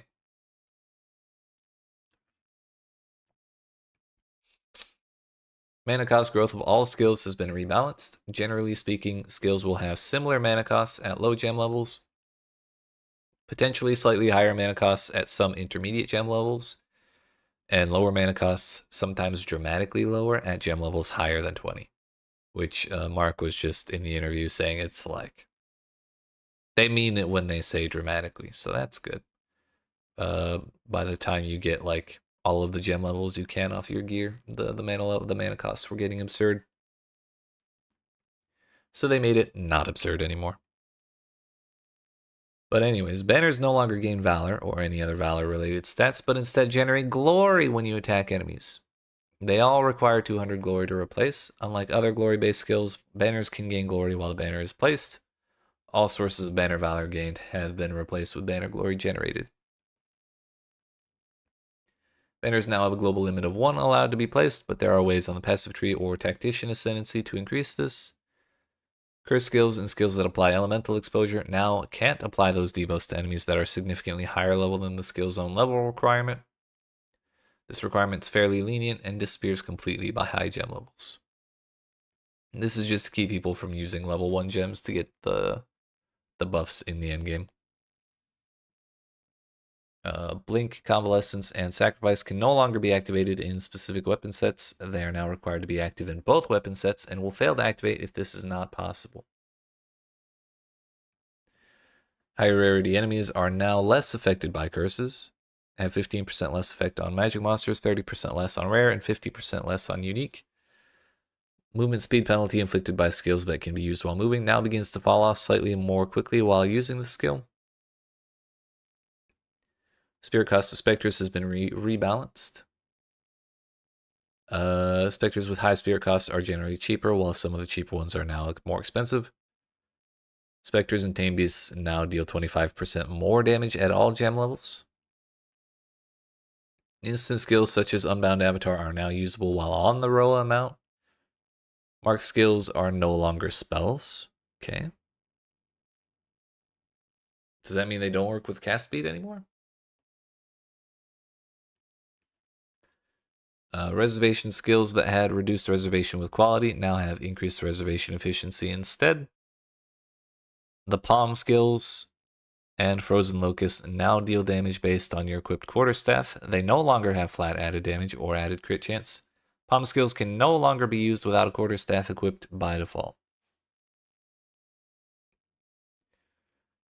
Shockwave Totem, Ancestral Warrior Totem, Artillery Ballista, and Siege Ballista now use your equipped weapons. They no longer have their own flat damage, base critical hit chance, or base attack time. This is part of a wider balancing trend they wanted to follow.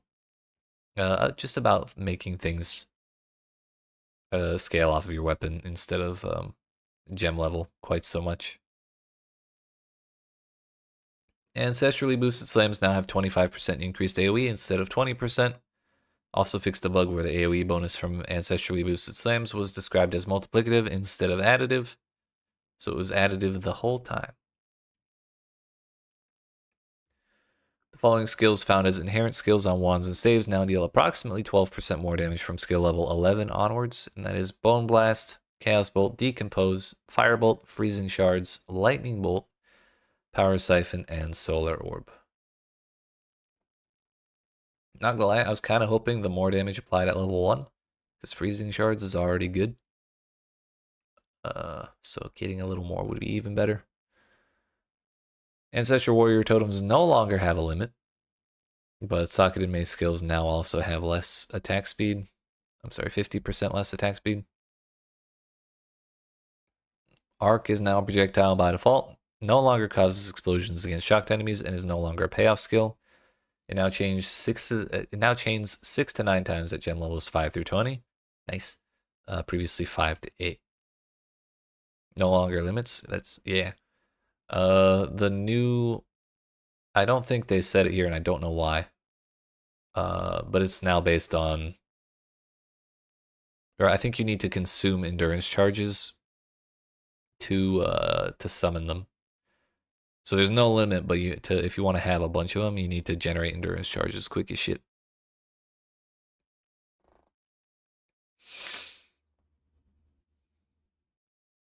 Now has 50 arc now has 50% more shock magnitude and can now consume a lightning infusion to chain additional times and deal more damage. Endurance charges are easy to get. Hell yeah.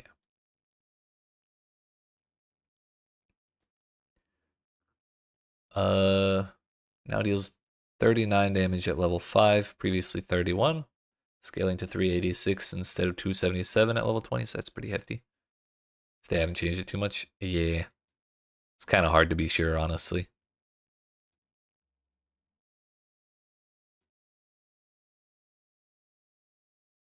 Quality now provides 0 to 10% chance to not remove an infusion, but still count as consuming them. Previously, 2% more damage for each remaining chain. It's kind of a bummer because chain support is like +1 chain and then also doubled the total amount of chains. So that would turn into a lot more damage, but whatever. Archmage now has non-channeling spells gain 4% of damage as extra lightning damage for each 100 maximum mana, previously 3%. So maybe they regretted the heft of the nerf they gave it a patch or two ago. Artillery Ballista is now called Siege Ballista and has a duration of 8 seconds instead of 16. Bolt's attack speed is now 25% of base, and they deal 66% attack damage, previously 79. Bolt explosion radius is now 1.4 meters instead of 1.8. Explosion now deals way less damage. Quality now provides more explosion radius. I'm sorry, flat explosion radius. Previously giving a reduction to attack time. So that seems like a pretty hefty nerf for Ballista. I'm sorry, Siege Ballista. I'm not sure how good it was. I don't really remember hearing people talk about it, but I guess they decided to go destroy it. That's fine. Ball Lightning can now consume a fire infusion to leave a trail of ignited ground and explode at the end of its travel. Ballista was kind of meh. Yeah, I kind of thought all of the totem skills were kind of meh. So I'm not sure why. But alright.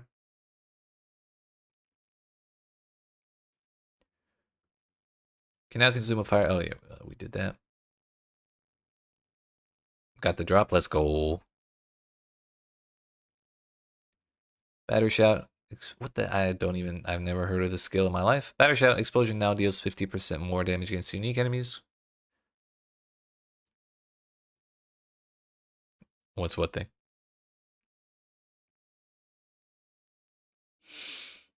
Berserk now grants 53 to 59% increased rage effect at gem levels. 14 to 20 no longer grants 0.2% of attack damage leech as life per rage.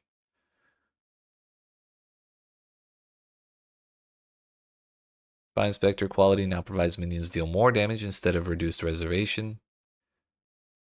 So they're getting a 25% more damage buff just by default, and then they're also getting a 20% more damage off of their quality. The reservation will just be.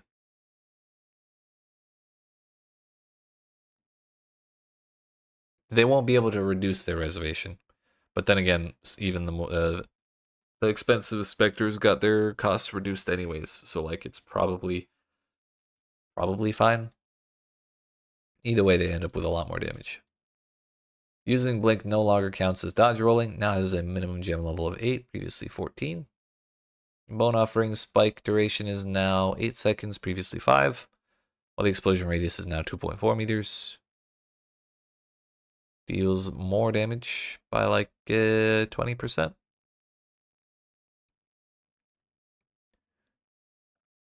Buff now has minions take reduced damage from hits while shielded, and also now has absorbs first hit, dealing over 25% of minions max life. Quality now provides shielded minions take less damage for 1 second after shield is lost, instead of more physical damage on the explosion. Bone Shatter Shockwave now deals 100% more damage against unique enemies. Hey, yo, thanks for the follow.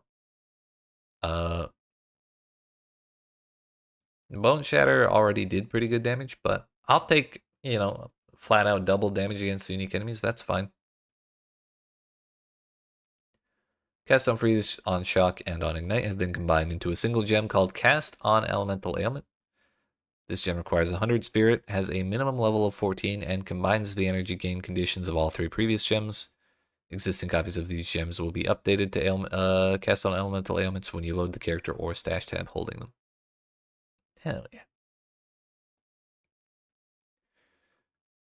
yeah. Chaos Bolt granted by the Withered Wand now inflicts 1 to 3 stacks of Withered for 4 seconds on hit at gem levels 1 to 20. So that's gonna make Contagion a lot more interesting, or like at least a bit more effective early on.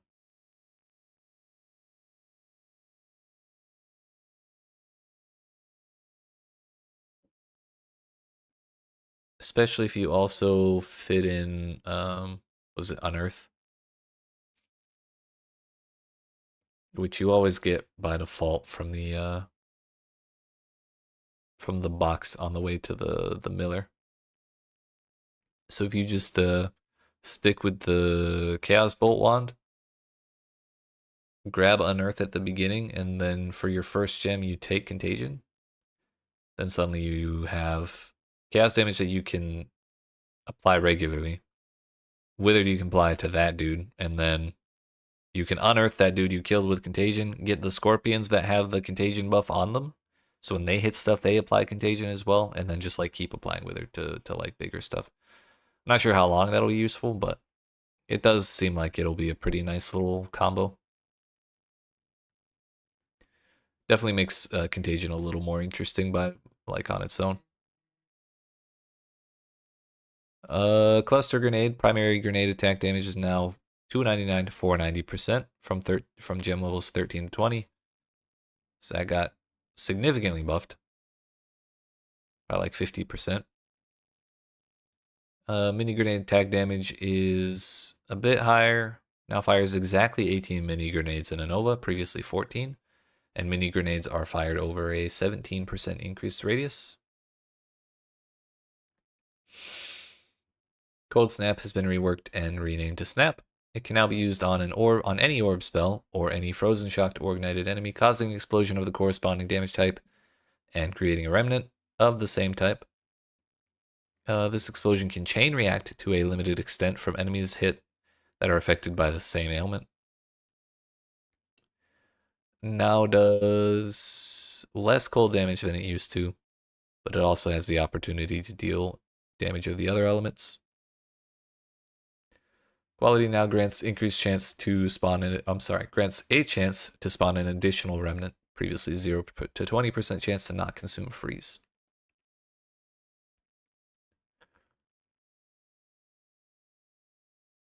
I think that's going to be pretty interesting. Having a reliable way to spawn remnants like that is probably going to be pretty useful, because the remnant buffs on different skills will look really strong, or at least flashy. Comet now deals cold damage, slight buff like 10%. Looks like a 20% buff by level 20 or so, or like 15. Can now be fire infused to deal extra fire damage and gain base radius. Contagion now provides, quality now provides contagion targets additional enemies when cast instead of 100% to maximum debuff damage bonus from spreading. Yeah, I don't know why they made contagion a single target spell instead of like an AoE like it is in PoE1. Defiance Banner Aura now grants more armor and evasion rating. And increased move speed. I'm sorry, 30% more instead of 6 to 9% armor and evasion rating. And 30% increased move speed instead of 5%. So it actually does stuff now, that's crazy. Duration is quite a bit longer as well. Banner is no longer removed when you leave the aura. Quality now provides increased reservation efficiency instead of more aura magnitudes per valor.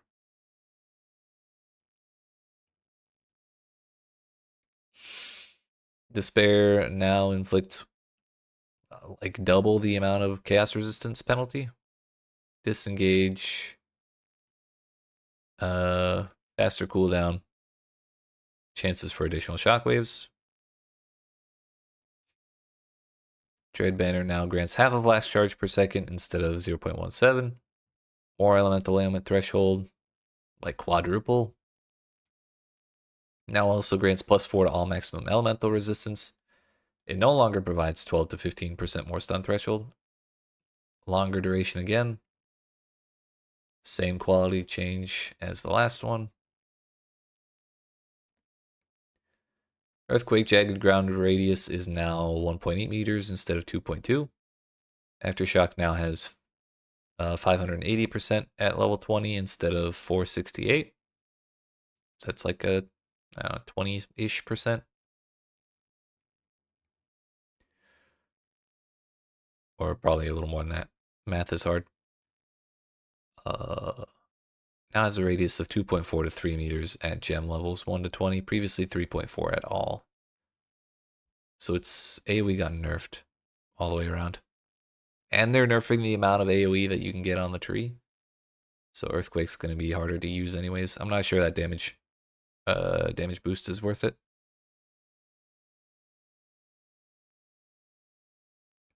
Probably not going to feel very good.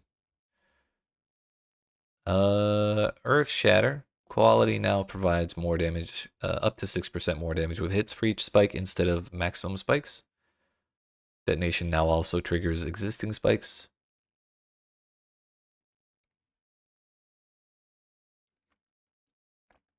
Actually, ads are about to start, so I'm going to go take a break real quick. I need more water, and I need a snack. So I'll be back in like 5 to 10 minutes, but I appreciate y'all watching. Hope you're enjoying. If you aren't even not already, make sure you smack the like and subscribe if you're watching on YouTube. The follow button if you're watching on Twitch. And I'll be back in like 10 minutes. YEET.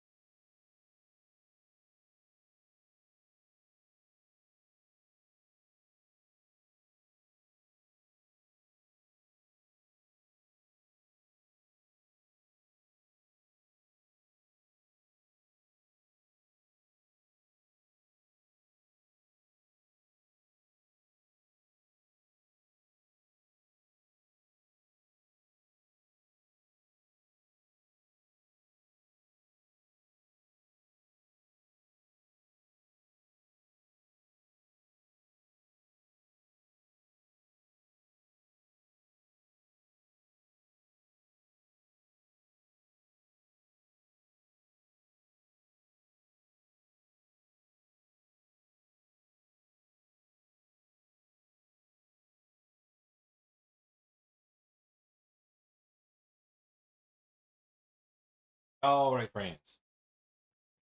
Sorry about that. That was a slightly longer break than anticipated. However, had some food, got some water,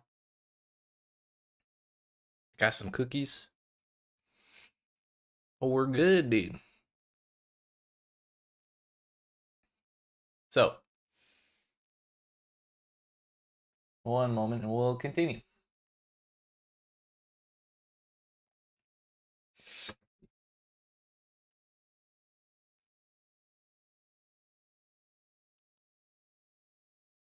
All right. So we left off with electrocuting arrow, I think. It is no longer a movement skill. Now shoots an arrow forward that explodes, applying its electrocuting rod to all enemies hit. Quality now causes hits against targets with attached rods to gain damage as lightning. Previously it was arrow duration. Elemental Sundering Pulse now can consume up to 20 elements, previously 9. Cold Explosion deals 40% more damage. Cold also now has 100% more damage against unique enemies.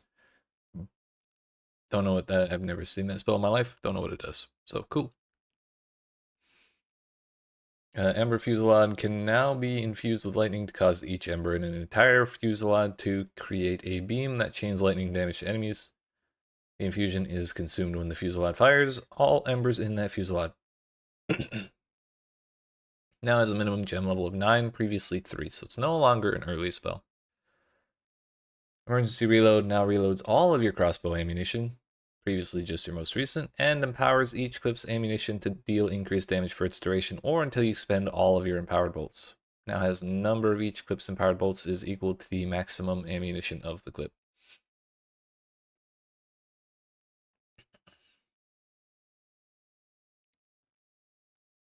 I don't know how that could not be the case because I thought it was supposed to reload it anyways. But okay. Enfeeble no longer has Curse makes non-unique targets deal less damage, or Curse makes unique targets deal slightly less damage. Curse now makes targets deal 21 to 29% less damage at gem levels 3 to 20. So it's the same for all. It's just unique targets have an implicit 50% effectiveness reduction to curses. So they'll still be getting this 10 to 13.5% less. I'm sorry, 14.5 numbers and shit. 10.5 to 14.5% less damage,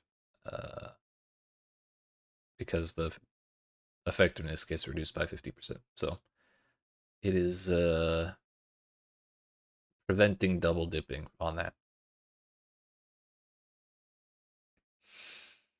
Escape Shot now creates icy fragments in its AoE. These fragments explode after a short duration to deal additional damage. Additionally, it now causes you to travel 6 meters backwards instead of 4.5. Explosive Spear, the ignited ground created by the Frenzy Charge explosion, now lasts 8 seconds instead of 4. Eye of Winter, when passing through an allied flame wall, the eye itself, and now all the shards it subsequently releases will receive the flame wall's added fire damage. Fangs of Frost explosion now causes 150% more freeze buildup at level 1 instead of 50%, and gains 9% more per level from 6. Quality now provides 0 to 15% chance to not consume parry debuff instead of extra strike range. Fireball no longer creates secondary firebolt projectiles by default. Instead, it can consume a fire infusion to do so. Now has a minimum level of 3 instead of 9. Primary projectile and explosion now deal 15 to 22 damage at level 3, previously 9 to 14. Scaling up to 242 to 362 instead of 135 to 202, which is damn near double. Sick. Secondary projectiles now deal 22 to 33 damage. That is more than double. And a little under triple for gem level 20. Secondary projectiles can now hit the same target as the primary projectile. Looking huge. Firestorm now has a base radius of 2.8 meters instead of 5.6 and creates 1 bolt every 0.2 seconds instead of 0.1 second. No longer consumes Ignite to create improved bolts. Instead, it can now consume every type of infusion. Fire infusion causes the storm to double in size and create 3 times as many bolts. Cold and lightning infusions cause the storm to create additional cold and lightning bolts.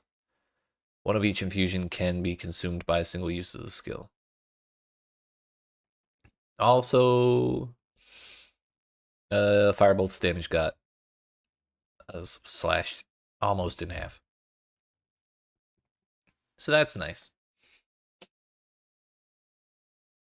Flame Wall can now consume a lightning infusion to grant additional lightning damage to projectiles that pass through it, as well as the fire damage. No longer causes projectiles that pass through it to ignite enemies. Now deals 1.8 to 59.6 damage fire damage per second to enemies in the wall. And ignites as though dealing 5 to 8 fire damage at gem level 1. Scaling up to 181 to 271, so it's pretty heavily reduced. But it can actually crit. Interesting.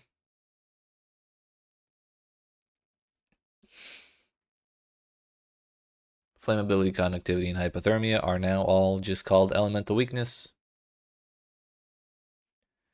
Fragmentation rounds. Explosion from frozen enemies now converts all physical damage to cold and will cause further explosions on any frozen enemies it hits. Though this cannot propagate any further than that. So it's like all the ones you touch, or all the ones your fragmentation rounds touch explode, and the ones they touch explode, but the a third wave of explosions won't happen. Explosion radius is now 2 meters instead of 1.8. Hits against frozen enemies now have 100% more damage against unique enemies. Totally down for that. That's fine by me. Frostbomb now deals less cold damage. Quite a bit less, actually. Half. Less than half. Scaling up to 238 to 538, which is also pretty significantly lower. Now it's a cooldown of 6 seconds instead of 3.5, and a 4-second detonation time instead of 3. Now chills enemies as though dealing 300% more damage, and now applies elemental exposure instead of cold exposure. Initially applies 20% elemental exposure and 2% per pulse up to a maximum of 50. Quality now provides up to 10% more maximum elemental exposure applied. Previously increased exposure effect.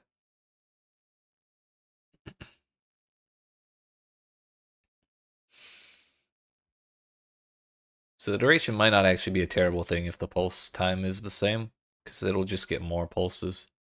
So their resistance will be lower or whatever. Or you'll get more damage out of the exposure.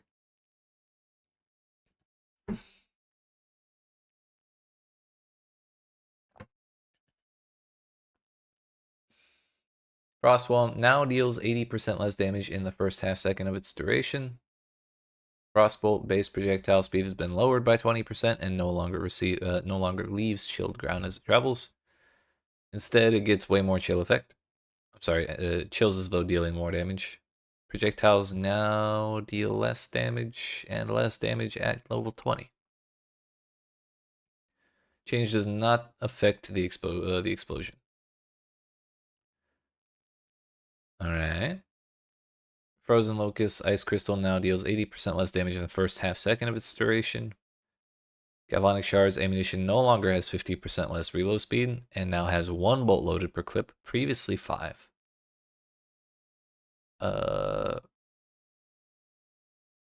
Projectile attack damage is now 21 to 54% instead of 14 to 31. While the beam attack damage is 107 to 272, previously 71 to 156. Now fires 8 fragments per shot, previously 6, and has a mana cost of 10 to 48 at gem levels 5 through 20, compared to 13 to 61.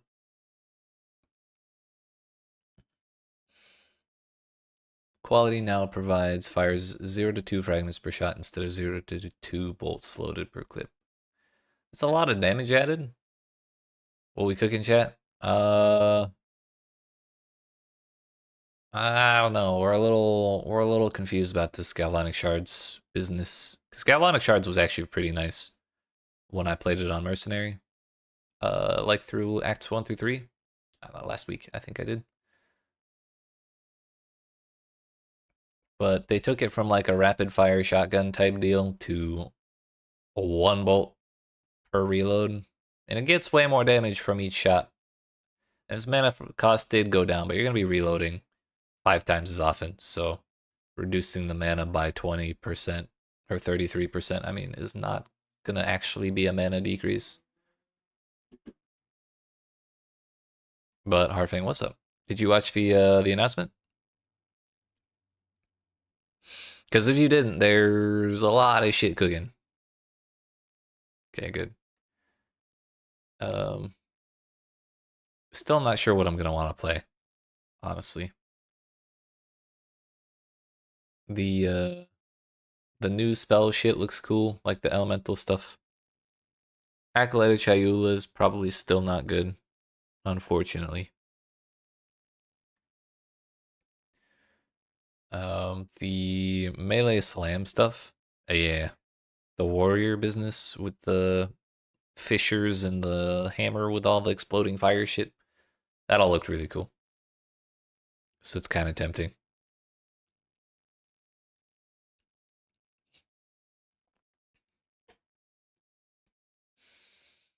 But yeah, we're just reading through the skill changes right now.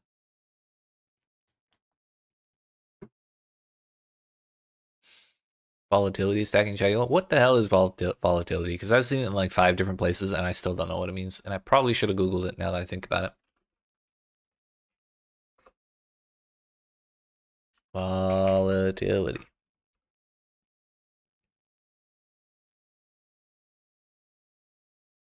Volatility is a status effect. When volatility expires, the affected target takes 100 physical damage per stack of volatility you had on you and gain 1% of damage as extra chaos per stack.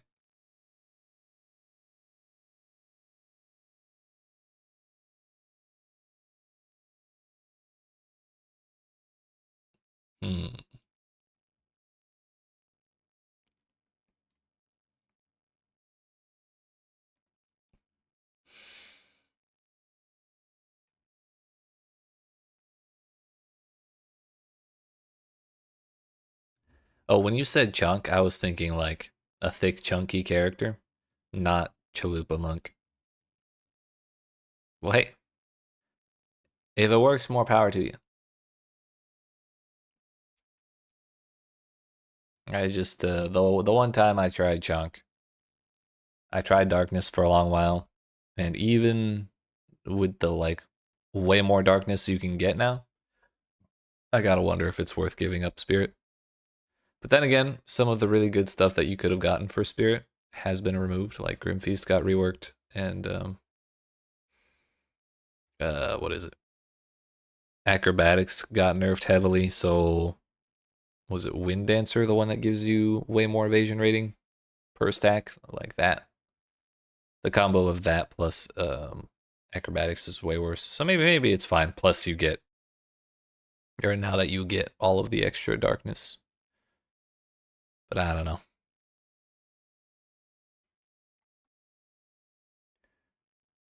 Glacial Cascade, no, a gas grenade is where we were. No longer has special behavior, causing it to detonate as soon as it stops bouncing.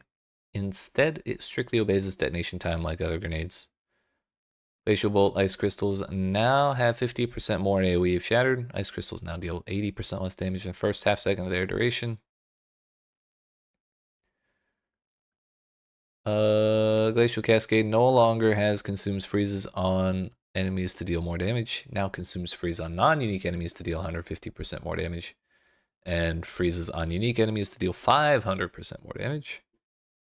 Burst radius is now 0.6 instead of 0.5 meters. Final burst radius is now 0.9 to 1.2 instead of 0.7 at all levels. 0 to 15 fizz is cold from quality, previously 10. Alright. Hailstorm rounds, bolts now fall in an expanding circle rather than overlapping with each other. now has an impact radius of 1 meter instead of 1.2, and a rain radius of 4 meters instead of 2.5. One bolt now falls every 0.1 seconds, previously 0.3. There's no longer minimum distance bolts can land from the firing location. 25% more damage. And extra freeze buildup. And 100% more reload speed compared to previously 50% less. That's kind of wild.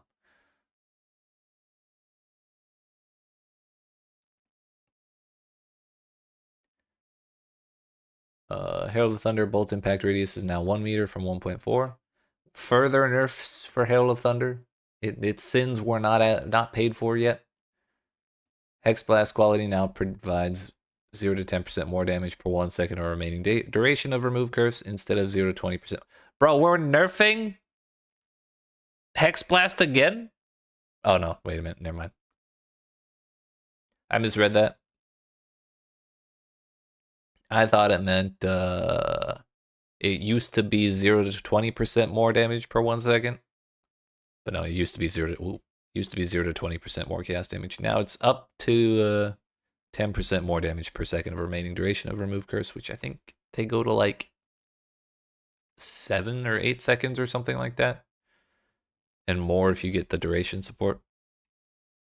So like that turns into a lot of duration. But I am kind of surprised they didn't nerf it again for some reason. Anyways, high velocity rounds no longer consumes fully broken armor. Instead, hitting a fully broken enemy will apply a debuff to that enemy, which causes your attack hits against the enemy to deal additional physical damage equal to 5% of physical damage dealt by the high velocity round that applied the debuff. In the words of Jonathan, impale but infinite. Very sick. I'm very interested, honestly. Whether we do that or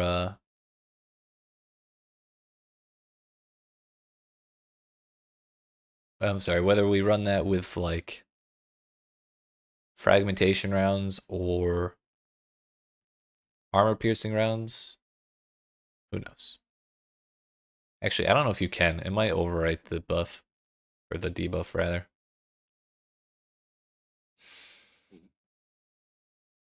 Either way, fragmentation rounds would probably be better because it's like 10 hits per shot. Even though you have to reload every 2 shots, it's still like kind of hard to beat that rate.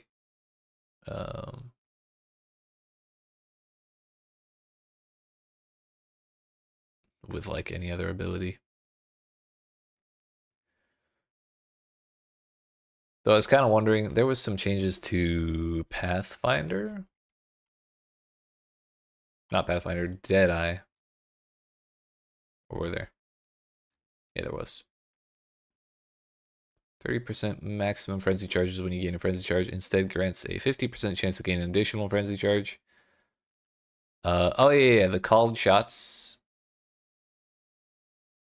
Notable. Instead, no longer lets you apply an additional mark. Instead, it causes your projectiles to chain to marked enemies and grants the new called shots meta skill that repeatedly marks enemies near you, bypassing your mark limit. So if we run fragmentation shots with that, and we just run around with like a blasphemy mark skill, and then just fragmentation shot like a pack of enemies, it's just gonna bounce all those chains or all those projectiles all over the place, which I think would look really funny.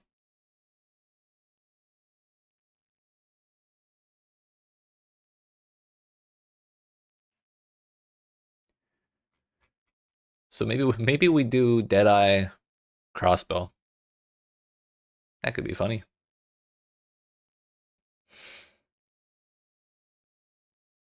Ice Nova can now consume a cold infusion to deal more damage and create an area of chilled ground. Ice Shards now deal 29 to 82% of attack damage. Gemmos 5 to 20, previously 12 to 33, so that's quite a bit more. Arm after 1.5 seconds and now deal up to 300% more damage after arming. They now deal 80% less damage in the first half second of their duration. No longer deal 700% more damage after half a second. Projectile now deals 29% of attack damage at level 20, previously 33. Now has an arming time before which it will not explode, even if shot directly under an enemy. Quality now provides shards. Chill enemies as though dealing 100% more damage instead of shards that have existed for at least half second deal another 200% more. I don't know if that turns into more damage or less damage, but it works totally different, and I don't feel like doing the math.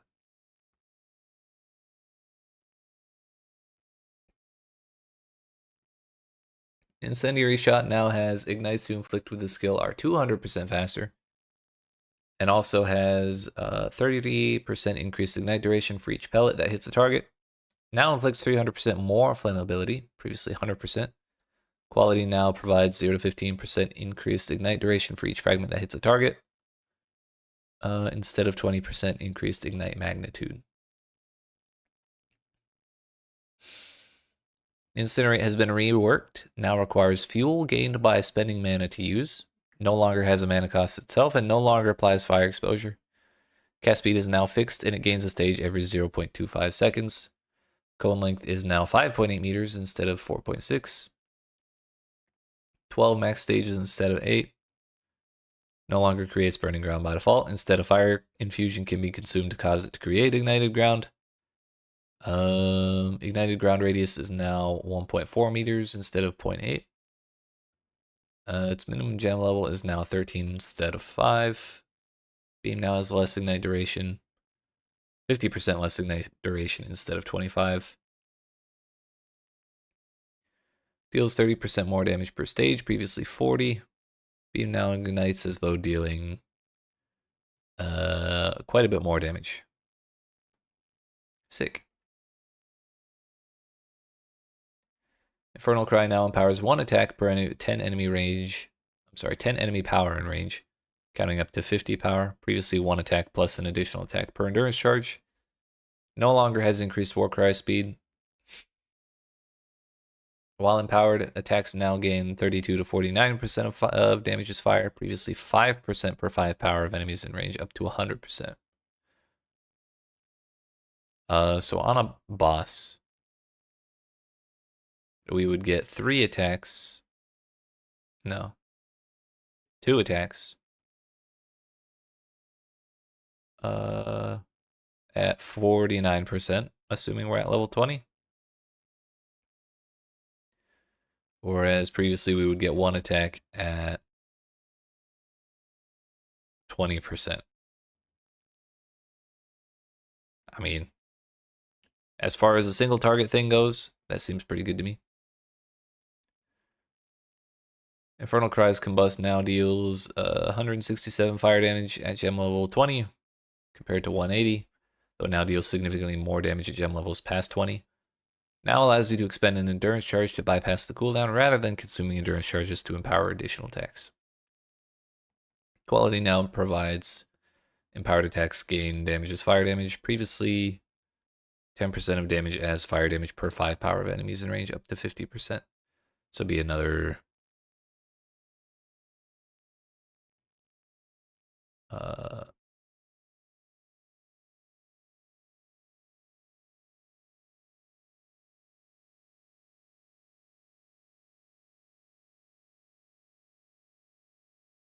damn, that's actually so much locked behind quality. I didn't even realize that was a thing.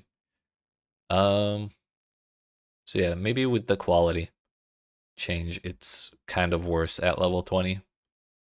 But if the damage scaling has been changed to get way higher with gem levels, then maybe it's better then. I don't know. Early on, it's probably better as well. Like at the very beginning when you don't have quality. It's just like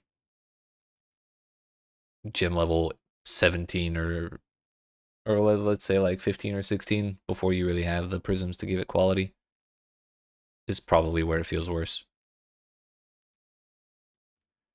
Killing Palm now grants 1 power charge when culling a normal or magic monster, 2 when culling a rare monster, and 3 when culling a unique monster. That's kind of really handy, actually. Lightning Bolt granted by Choir of the Storm amulet, now correctly typed as a triggered skill. This means it will scale off of increases and reductions to triggered skill damage as well as other similar stats. It also means it'll no longer be capable of generating energy to trigger other skills. Lightning Conduit no longer consumes shocks from targets hit, but now has a 6-second cooldown. Deals 208 damage at gem level 13 instead of 123, up to 568 over 297. Now has 2 additional bolts if shocked enemies in target area, previously 1 to 4 additional bolts. Hit targets if at least 1 shock is consumed.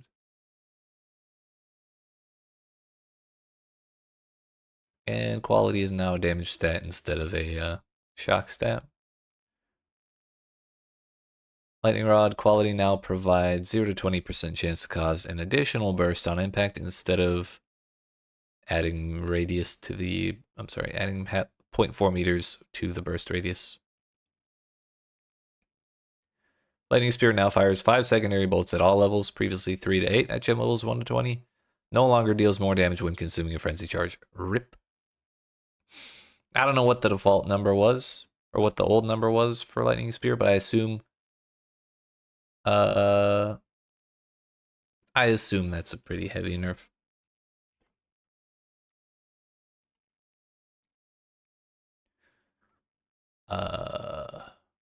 Living Bomb and Solar Orb have swapped places. Living Bomb is now a tier 5 elemental skill gem, while Solar Orb is an inherent skill of Pyrophyte Staves. Existing items are not affected by this change.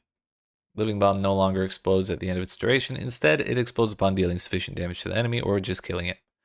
Now drops a Fire Infusion Remnant on exploding and a base duration of 5 seconds instead of 2.5.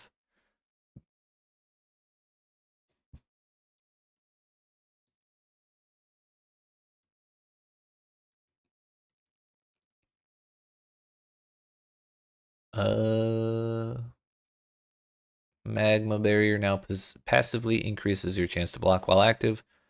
Over time, it charges up with lava. While fully charged, your next block with your shield raised will spray lava in front of you and grant you an endurance charge. Now grants increased block chance. Magma Spray now has added fire damage per 15 evasion on shield and a radius of 2.8 meters.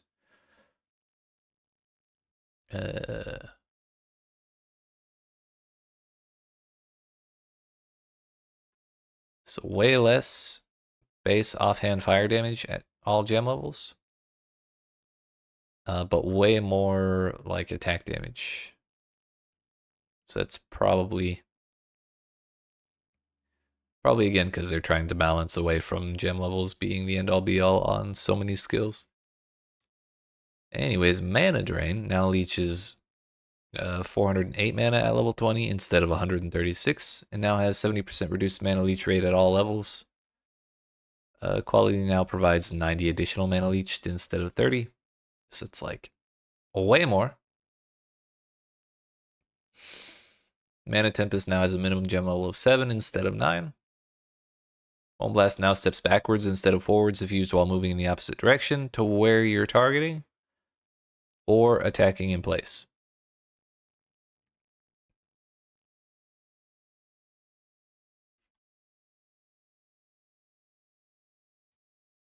So you're always, you're always stepping backward with Molten Blast unless you're moving forward, I guess?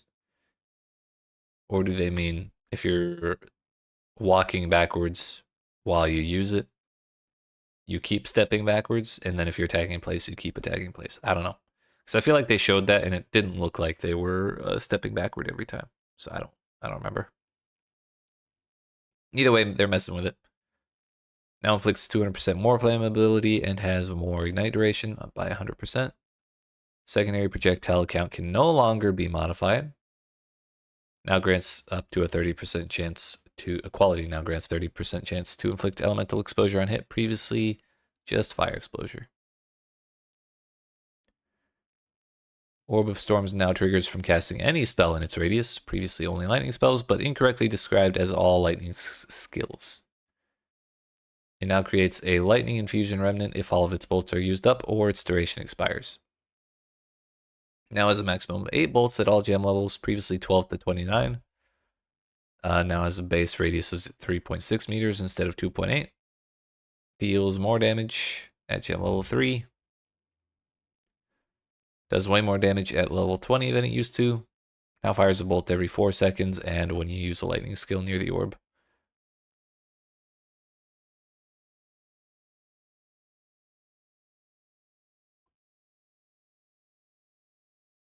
Now fires a bolt every 4 seconds and when you use a lightning skill near the orb. I think that's incorrect.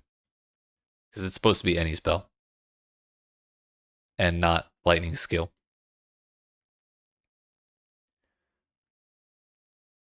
Anyways. The passive duration is longer now. That's what matters. I'm sorry, the time between passive shots is longer. Overwhelming Presence and Withering Presence are now described as aura skills and have the aura tag. Perfect Strike now has an attack damage of 470 to 1029%, compared to 598 to 1310. They said they buffed Perfect Strike. A Perfect Strike now has plus 35 to melee strike range instead of plus 14. That might be what they meant.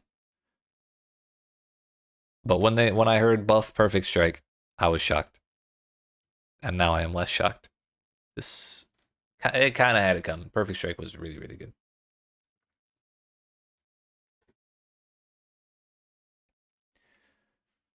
Permafrost Bolts now has more freeze buildup at levels 1 to 20. Previously 80% at all gem levels. That's like quite a bit. But it has less attack damage. But Permafrost Bolts felt kind of useless. So even though it's doing less damage than it used to, it's actually at the lowest level, it's still the same percentage. It just scales less.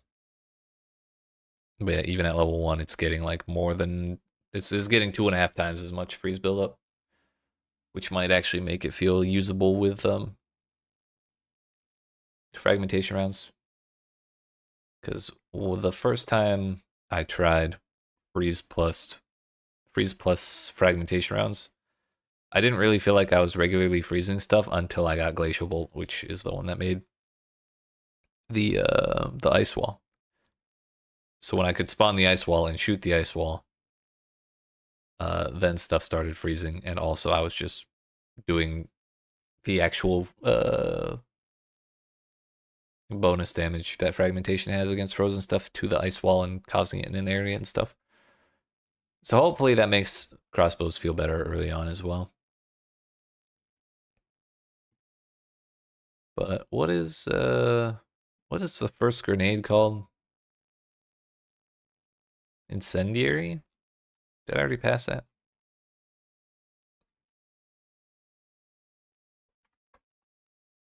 Grenade.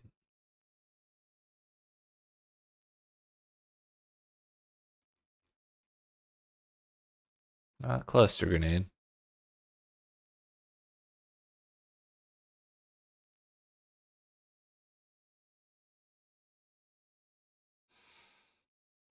I guess they're not changing. It's just it is explosive grenade.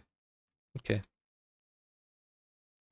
So yeah, that got no changes, and it had really, really good boss damage when I tried it last. So I don't know if so if I were to do a crossbow character early, I would probably want to take explosive grenade as my first gem, even though I already forgot the name of the bolts.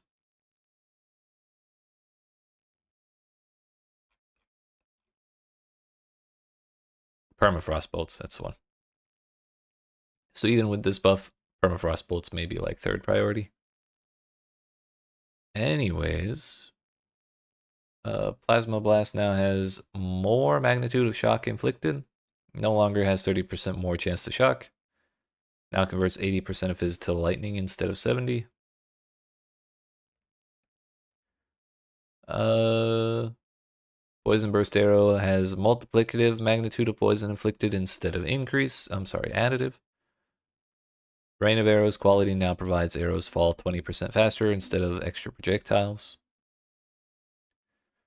Raid Zombie quality now provides AoE of increased effective empowerment instead of more minion move speed. Rake is no longer incorrectly tagged as a travel skill. This tag was left over from an early version of the skill that traveled much farther without a target, whereas the released version of Rake does not meet the criteria for one. Please note that this was not a balance motivated change. Consistency is the primary goal of gem tags, and we would have nerfed the Rake plus Stomping Ground interaction in a different way instead if it was appropriate for Rake to retain the travel tag. Well, that's one way to get rid of Stomping Ground. Just make it don't work with this skill anymore. Rapid Assault. The spear heads left by the final strike now last for 30 seconds instead of 10. Rapid Shot no longer has a delay before firing bolts or 50% less reload speed. It now has 100 max ammunition at all gem levels and 30 to 45 maximum heat at gem levels 5 to 20 instead of up to 24. Now deals 37 to 94% of attack damage. Previously 21 to 47, so that's like double. At least on the top end.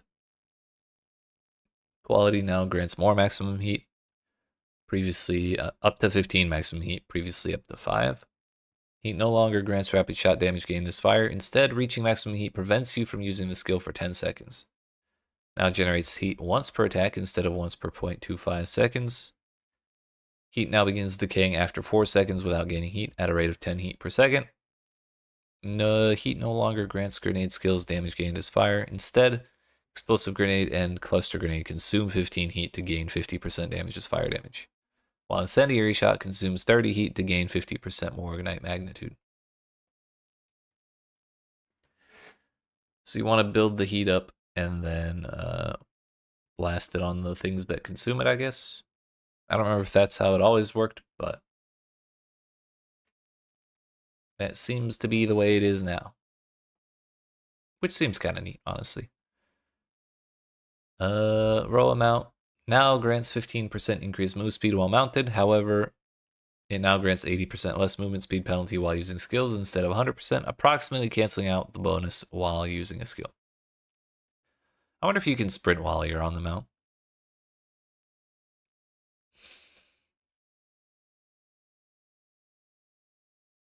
Ripwire Ballista has been renamed to Artillery Ballista. It now fires a hail of bolts into the air, landing in an area and hitting all enemies within that area a number of times equal to its projectile count. Bolts now fire 4 projectiles instead of 5, and deal up to 40% attack damage at level 20 instead of 153. Bolt's attack speed is now 25% of base, previously 100%, and the Ballista now has a duration of 12 seconds instead of 16. Quality now grants an additional 200% more pin damage, previously 50%.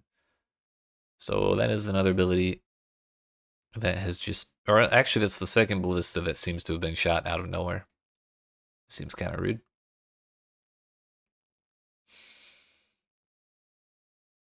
Rolling Slam now has plus 1.5 seconds to total attack time, previously 1 second, but no longer has an attack speed penalty. Quality now provides 100% increased stun threshold while using the skill. Instead of causes days build up equal to 50% of physical damage dealt.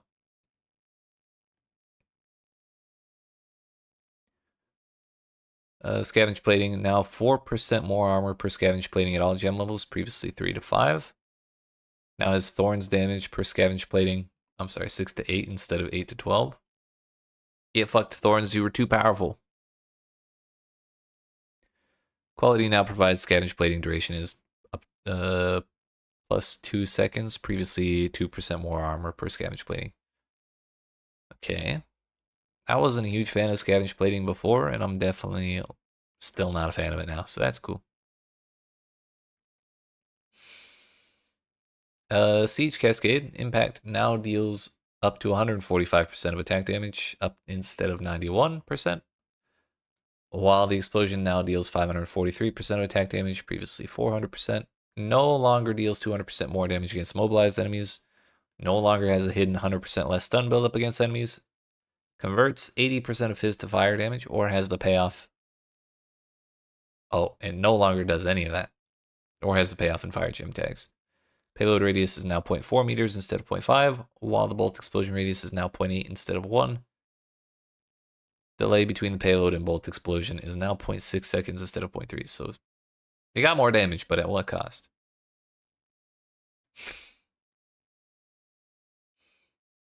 Seismic Cry cooldown is no longer reset if it doesn't empower attacks. Now heavy stuns enemies that are primed for stun and empowers attacks if it heavy stuns targets, as well as if it hits a heavily stunned target.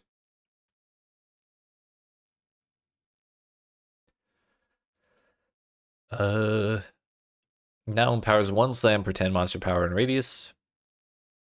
Previously 1+1 per endurance charge consumed. No longer has 200% increased knockback distance, 400% more stun buildup, or hits ignore enemy monster physical damage reduction. Now allows you to expend an endurance charge bypass cooldown, rather than consuming charges to empower additional attacks. Quality now provides empowered attack aftershocks, deal up to 10% more damage. Previously increased Warcry speed. So does Heavy Strike even really do anything? Or I'm sorry, Seismic Cry even really do anything anymore? Doesn't really feel like it.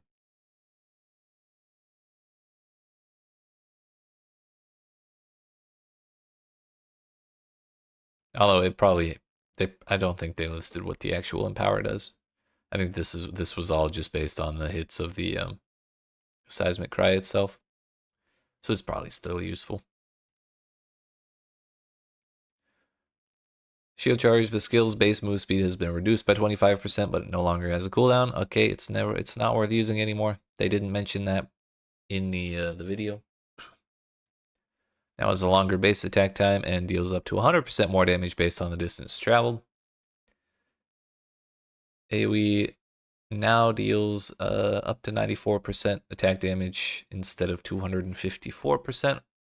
While the collision now deals 217% attack damage instead of 906. Well, rip the shield charge build, I guess. Quality now provides more damage based on the distance traveled. Previously was recovery rate. Curvature has been reduced and the wall is now approximately 40% longer by default. Has a base explosion radius of 4 meters instead of 3. Additionally damages enemies in close proximity to the wall in all directions when exploding. You can now use shield charge to bash straight through the wall. When the wall is destroyed by your own skills, the entire wall is destroyed at once rather than only nearby segments. However, this can only deal damage to each enemy once. Now has less attack damage and has 100% more damage if destroyed by your skills. Now deals 80% less damage if destroyed by enemies in the first half second. Quality now provides 40% more damage if destroyed by your skills instead of extra shield walls active at a time. Using shield wall with your target location out of line of sight will now cause you to use the skill towards that direction rather than fail. That's quite a bit better. So rip the shield charge build, but long live the shield wall build, I guess. Shock burst rounds. Pulse explosion attack damage has been lowered by approximately 15%. Shockwave totem has half the attack speed it previously did. It has barely a quarter of the damage that it previously did. While the Jagged Ground Eruption now deals nearly quintuple what it did before. No longer has the physical tag. Quality now has extra seconds to totem duration rather than attack speed. Shockwave Totem cannot itself create Jagged Ground, and supports no longer apply to Shockwave Totem. Unfortunate. Siphoning Strike. Shockwave now takes size of monsters into account. Quality now provides 50% chance to daze on hit instead of 40% more stun buildup. Arsonist. Explosive Demise is now an attack instead of a spell, dealing 300% damage. Now deals additional fire damage equal to 8% of maximum life instead of 12. Can now target minions with 1096 life or less, previously 913. Brute has a new command skill called Shattering Roar, which is a war cry that intimidates nearby enemies and consumes freeze on enemies and allies to deal damage in an area around those targets. There's a new lineage support gem that makes your, I think it's a lineage support that makes your supported minions count as being frozen all the time. So that works really well with those. Cleric quality now provides revived skeletons are immune to damage for up to 3 seconds after being revived instead of more maximum minion life. Frost Mage has a new command skill of Ice Armor, which coats at minions in an area in frost, reducing damage they take from hits, and retaliatory cold damage. Oh no, it's Frost Mages that do that. Counts as frozen for other effects and skills. Quality now provides more minion damage instead of reduced reservation. Gas arrow cooldown from snipers is shorter. Cloud deals 80% attack damage instead of 70. Quality is now more damage. Deathstorm, the command from Storm Mages get 25-ish% more damage. Larger AoE, projectiles now chain 2 times at all gem levels instead of 2 to 4. Snipe Explosion is no longer a guaranteed crit and does not have increased crit bonus. Explosion now deals 1092% attack damage at all levels, or I'm sorry, at level 20, instead of 343, so that's a slight improvement. Has a radius of 2.8 meters instead of 1.6. Perfectly timed arrows that hit a frozen or heavy stun enemies now cause larger explosions that deal much more damage. Quality is now provides up to 0.4 meter of explosion radius. Solar Orb no longer has a mana cost because it's now, I think this is the one that got moved to a weapon. Pulse now deals 149 to 224 fire damage at level 20 instead of 134 to 202. A slight buff. Ignite now ignites as though dealing 577 to 866 instead of 562 to 844. Spark can now be cold and fused to fire a large number of icy sparks in a circle, dealing both cold and lightning damage. Honestly, it looked pretty sick in the video. Spirit Solaris initial hit now deals approximately 29% less damage, while the pulses now deal 50% more damage. The ignited ground now gains up to 100% radius of the ground spear's life over the ground spear's lifetime, previously 30%. Now deals 67% more damage. Quality now provides 25% chance to retain 40% of glory on use instead of more magnitude of ignite inflicted. I still hate glory every time I see it. I see the word glory and I'm like instantly repelled. Spear Field now has 4 times the damage that it did before. Actually, at level 20. At level 5, it's lower. It's even more, I think. Yeah, it's slightly more. Now deals 80% less damage in the first half second of its duration. No longer has an unintentionally hidden 300% more damage after 0.5 seconds. Cool. Stormwave now additionally hits targets slightly to either side of your character. Stormblast bolts get way more damage. Charge bolt duration is now 10 seconds instead of 8.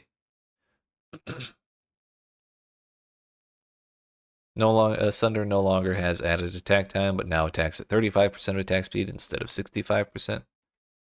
I think this whole added attack time thing was to mitigate the effect of scaling attack speed.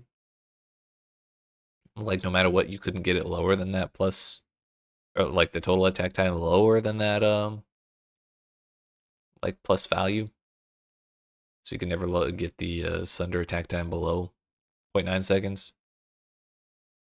But I guess I got rid of that, and now you just get a slower base attack speed. But hopefully that means scaling with attack speed is actually better now. But no longer consumes fully broken armor to guarantee a crit. Instead, it inflicts sundered armor on fully armor broken targets, inflicting an additional 20% increased phys damage taken for a duration. Also adjusted the damaging area to more closely match the visual effects. Supercharged Slam attack damage is now 254% at level 20 instead of 156. 40% more damage with hits for each stage, previously 60. Tempest Bell now provides more damage per hit the active bell has taken, instead of bell is destroyed after extra hits. That's fine. Temporal Chains got moved to level 7 instead of 13. Now has Curse slows target by up to 59% instead of 28. It's kind of huge. Thunder Sleep now provides 30% chance to leave shock ground when detonating spears instead of extra radius to shockwave. Time of Need attribute requirement ratio is now 75% strength and 25% intelligence instead of 100% strength.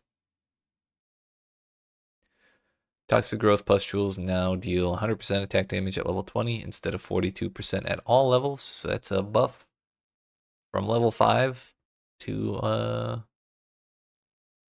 I'm sorry, even at level 5, it's higher than it was before.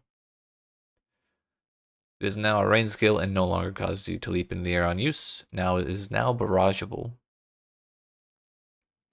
Trinity did get added. Now applies to all elemental damage. Oh no, Trinity was there before. Now applies to all elemental damage instead of elemental attack damage. Quality now grants skill speed instead of attack speed. It is now a dexterity intelligence skill instead of pure dexterity.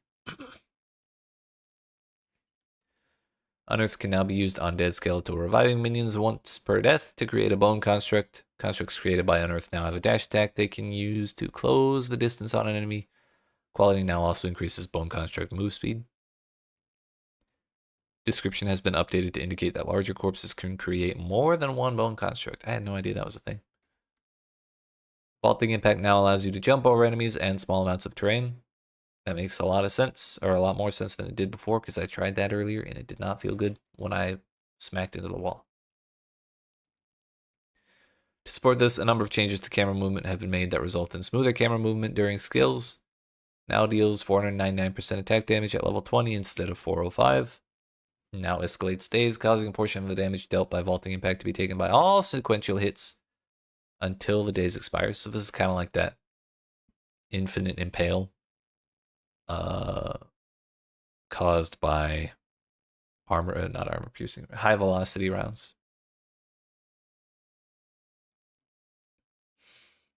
Volcanic Fissure now creates 2 branches that emerge from either side of the main fissure.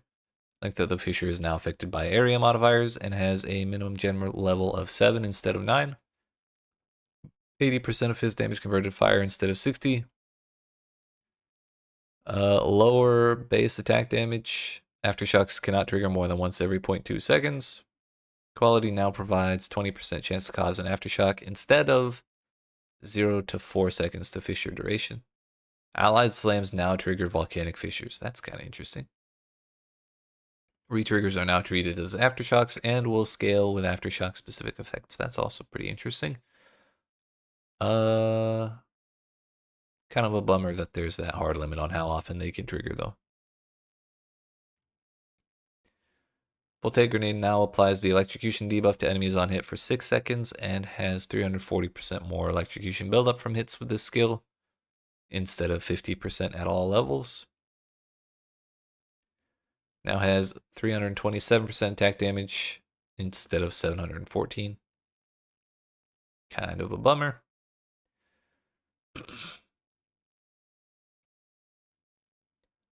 Vulnerability now inflicts up to minus 19,210 total armor instead of minus 9,605.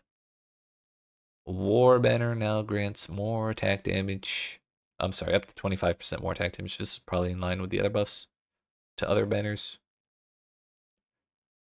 They gain a bunch of effect to their buffs and then lose the more aura magnitude per valor. Yeah, they get reservation efficiency instead. Also duration buffs.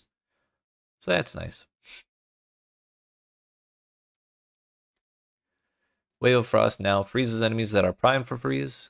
Kind of huge. Whirling Slash movement is now able to pathfind slightly, making it less likely to get stuck on small obstacles. Whirlwind Lance Collapsing Whirlwind now deals 20% more damage. Whirlwinds created by the level Whirlwind Lance now have a limit of 6 instead of 5, and a duration of 15 seconds instead of 8. Wind Serpent's Fury no longer causes shockwaves when enemies are hit into walls or larger enemies. Quality now provides 30% more knockback distance instead of increased knockback distance. Wind Blast now dazes on hit instead of causing daze buildup equal to a percentage of physical damage dealt.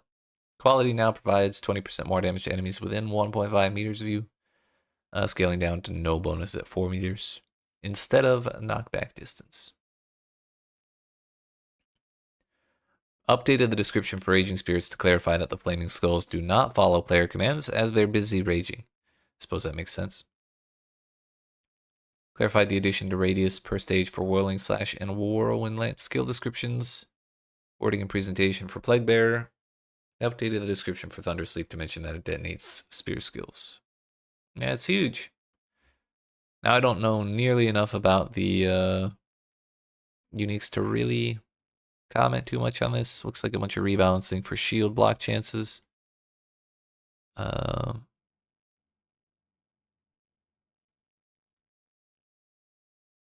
Reworking the exposure.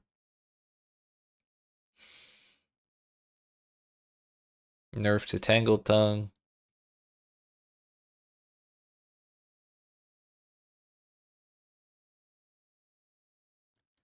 I think that's a buff for Pariah's Embrace.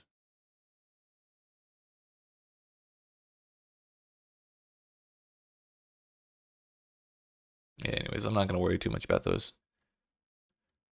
Item changes. Distilled emotions have been renamed to liquid emotions. 3 lowest tiers of liquid emotions are now called diluted liquid emotions, while the 3 highest tiers are now called concentrated to better distinguish between the tiers. That makes sense. Orbs of Chance are now more likely to succeed on amulets, rings, belts, and charms. It's not the first time they've done that. More Val Orbs are now found during the Trials of Chaos and less often from other sources. Some omens got removed because people didn't use them.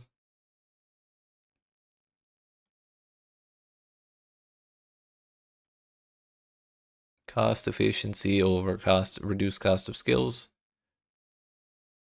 Items with inherent skills can now rarely drop with skill levels up to level 20 in high tier maps. Modifiers on martial weapons now roll up to plus 25% to critical damage bonus instead of plus 39%. Another nerf to critical damage bonus from Corruption implicit this time. More nerfs to critical damage bonus. Implicit modifier for Construct Hammer, Structured Hammer, and Fortified Hammer now provides 40% chance to daze on hit. Previously causes daze buildup. We're getting rid of, I guess they're getting rid of daze buildup in general and just making it a chance. Reduce the number of increased block chance modifiers on shields from 7 to 3. Highest tier modifier now has up to a 30% increased block chance instead of 81%. Dear goodness.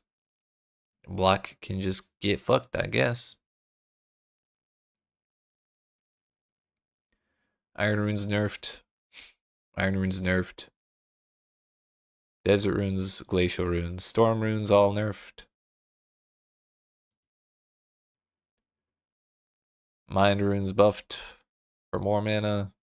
Stone Runes buffed for more stun threshold.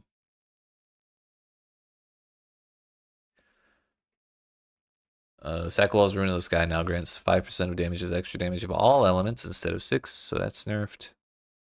Jikwani buffed 3% increased max life on body armor instead of 2% on all armor. So never mind, kind of nerfed.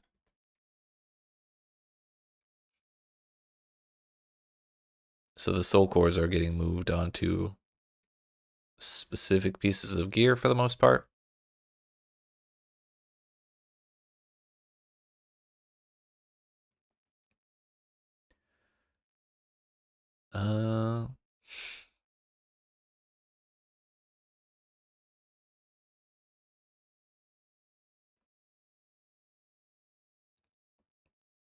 Fox Talisman got buffed.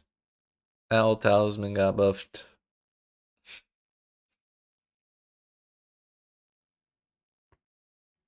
Critical chance, 50% Thorns critical chance on helmets instead of exposure effect. It's probably not the greatest thing ever, but cool for Thorns enjoyers, I guess. Ox Talismans now block chance on shields instead of presence AoE. It's good for some, worse for others.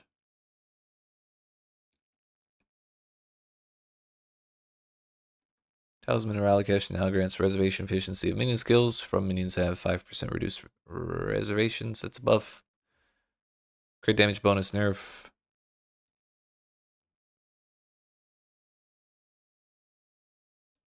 Armor applies to elemental damage. Percentage of evasion rating as deflection rating. Faster start of recharge, so that's all stuff that's supported on gear now. Existing modifiers for increased energy shield recharge rate that roll on foci.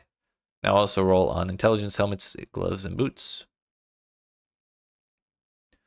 Lowest tier modifiers granting levels to all skills of a specific type on two-handed weapons now has value of 2, previously 1 to 2.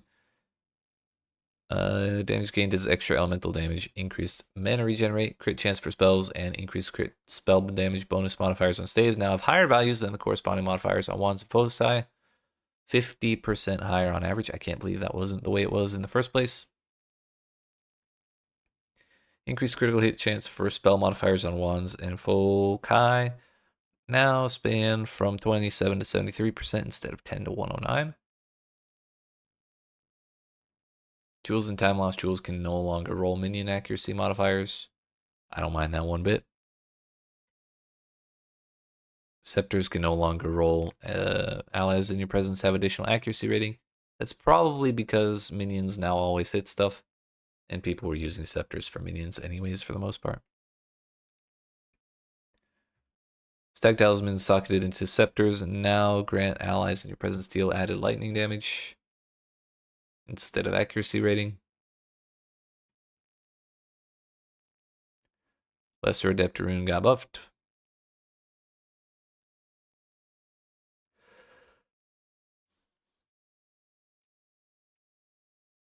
Weapon swap speed, jewel, and corruption modifiers can no longer roll. Because weapon swapping is instant now. Fucking huge. Lowered the growth on monster evasion rating with level. This results in level 80 monsters having 30% less evasion rating than before. Fucking huge. Failing to collect all the hourglasses during the Zarok temporal boss fight no longer fails your Trial of Sekimas. Now instead only damaging your honor. If you fail to collect the hourglasses, Zarok the temporal now enters a secondary phase where the hourglasses and slow debuff persists, but at a much slower rate. Well, that's good.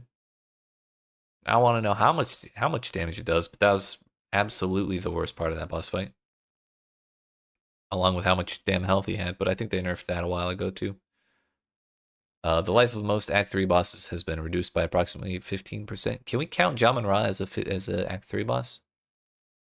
Rogue Exiles now get additional life scaling from level 65 onwards, resulting in a roughly 30 to 70% life increase from tier 1 to tier 16. Kind of a bummer. Dream Fowl spawn re-enabled as a Spectre. Non-unique items on Rogue Exiles are now affected by increased rarity of items found in area. Monsters in Viridian Wildwood unique map now have a lower aggro range while in the darkness. Map version of the Rattlecage the Earthbreaker boss has been renamed to Volcar the Emberborn. I think that's the hyena. Periodic invulnerability aura monster modifier now only makes things immune to damage from enemies. Also reduced the number of river hags that spawn in Drowned City. Nice. Less drowning orbs for everybody. Incrementally improved monster behavior. Hunt Begins must now be completed in a single instance. You still only have to complete the quest once per league. I don't remember which quest that is, but that... Oh, maybe it's... the Crow Bell? That wouldn't make much sense, would it? I have no idea. Zarka in the Ardura Caravan now offers Earning Passage quest reward If you didn't take it from her in the Vesteria outskirts, that's good as well. Party member revive UI now displays whether you're too far away to revive a dead party member. Ritual favor UI now displays number of rerolls available. Modifier ranges on items now show a positive sign if the modifier range spans both negative and positive values. Wisp minimap icons are no longer removed from your minimap if you run out of range.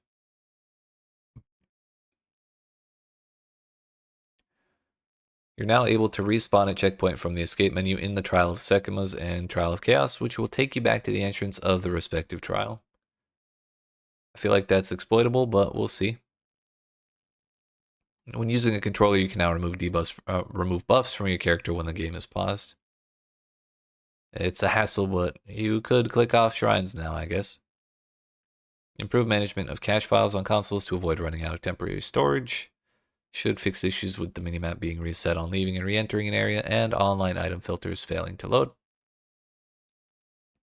You can now control plus left click on an item in your inventory to fill the I have section in the currency exchange. That was a huge bit of functionality I was definitely missing from PoE1. Added support for the import keyword in item filters and support for multiple custom sounds in item filters. Fucking huge. Added a bindable action that allows you to zoom in when using a controller, and updated the stash UI for controller. But now we're on to the most important changes, the microtransactions. Angelic armor, Arctic armor, basilisk stuff, celestial, darkwood, demonic, executioner, havenwood, imperator, imperial sun. I think I have some of that. Lightbringer, overseer, project armor, shackled immortal, sin armor, sin and innocence pets, sets, suffering and suffering helmet.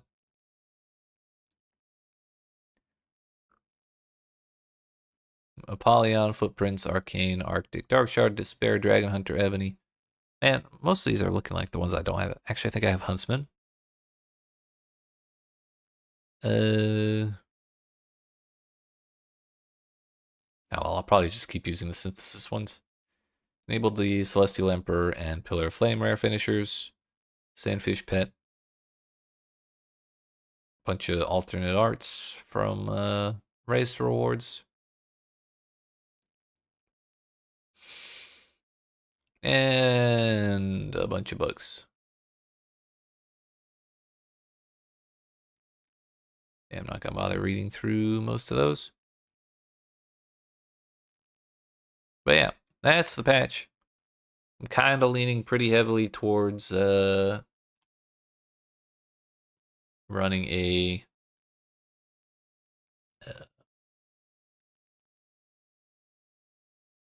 was it a Deadeye with crossbows and using the fragmentation shots plus high velocity arrows. I'm sorry, high velocity bolts, so that we can do the permanent impale thing. Hollow Palm Wind Warbringer, fucking huge. That would be pretty funny. Yeah, if I don't do that, I'll probably do like Volcanic Fisher Warrior of some kind. But I feel like there's gonna be a lot of people doing that, and I think Crossbow Deadeye sounds kind of interesting. So it'll be a little funky, but we'll see what happens. Also, for more information about this content update, check out pathofexile2.com/edict. Yo, look at that, look at that. What do I call these?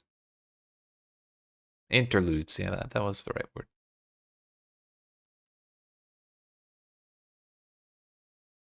Do we have a press kit?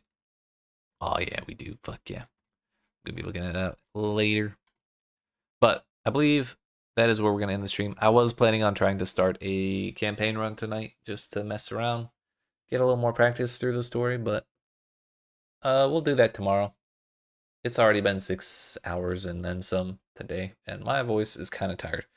So I appreciate you watching. I hope you enjoyed. If you didn't and you've not already, make sure you smack the follow button. If you're watching on Twitch, the like and subscribe if you're watching on YouTube. We will be back tomorrow at 5 p.m. Eastern Daylight Time. Or Eastern US time, whatever you want to call it. And then we'll do a campaign run. Maybe we mess around more on crossbows. That'll probably be the first one we do, actually, yeah. And then we can try something else after that. But yeah, that's tomorrow for tonight. I hope you have yourselves a good rest of your night, and I will see you then. Yeet.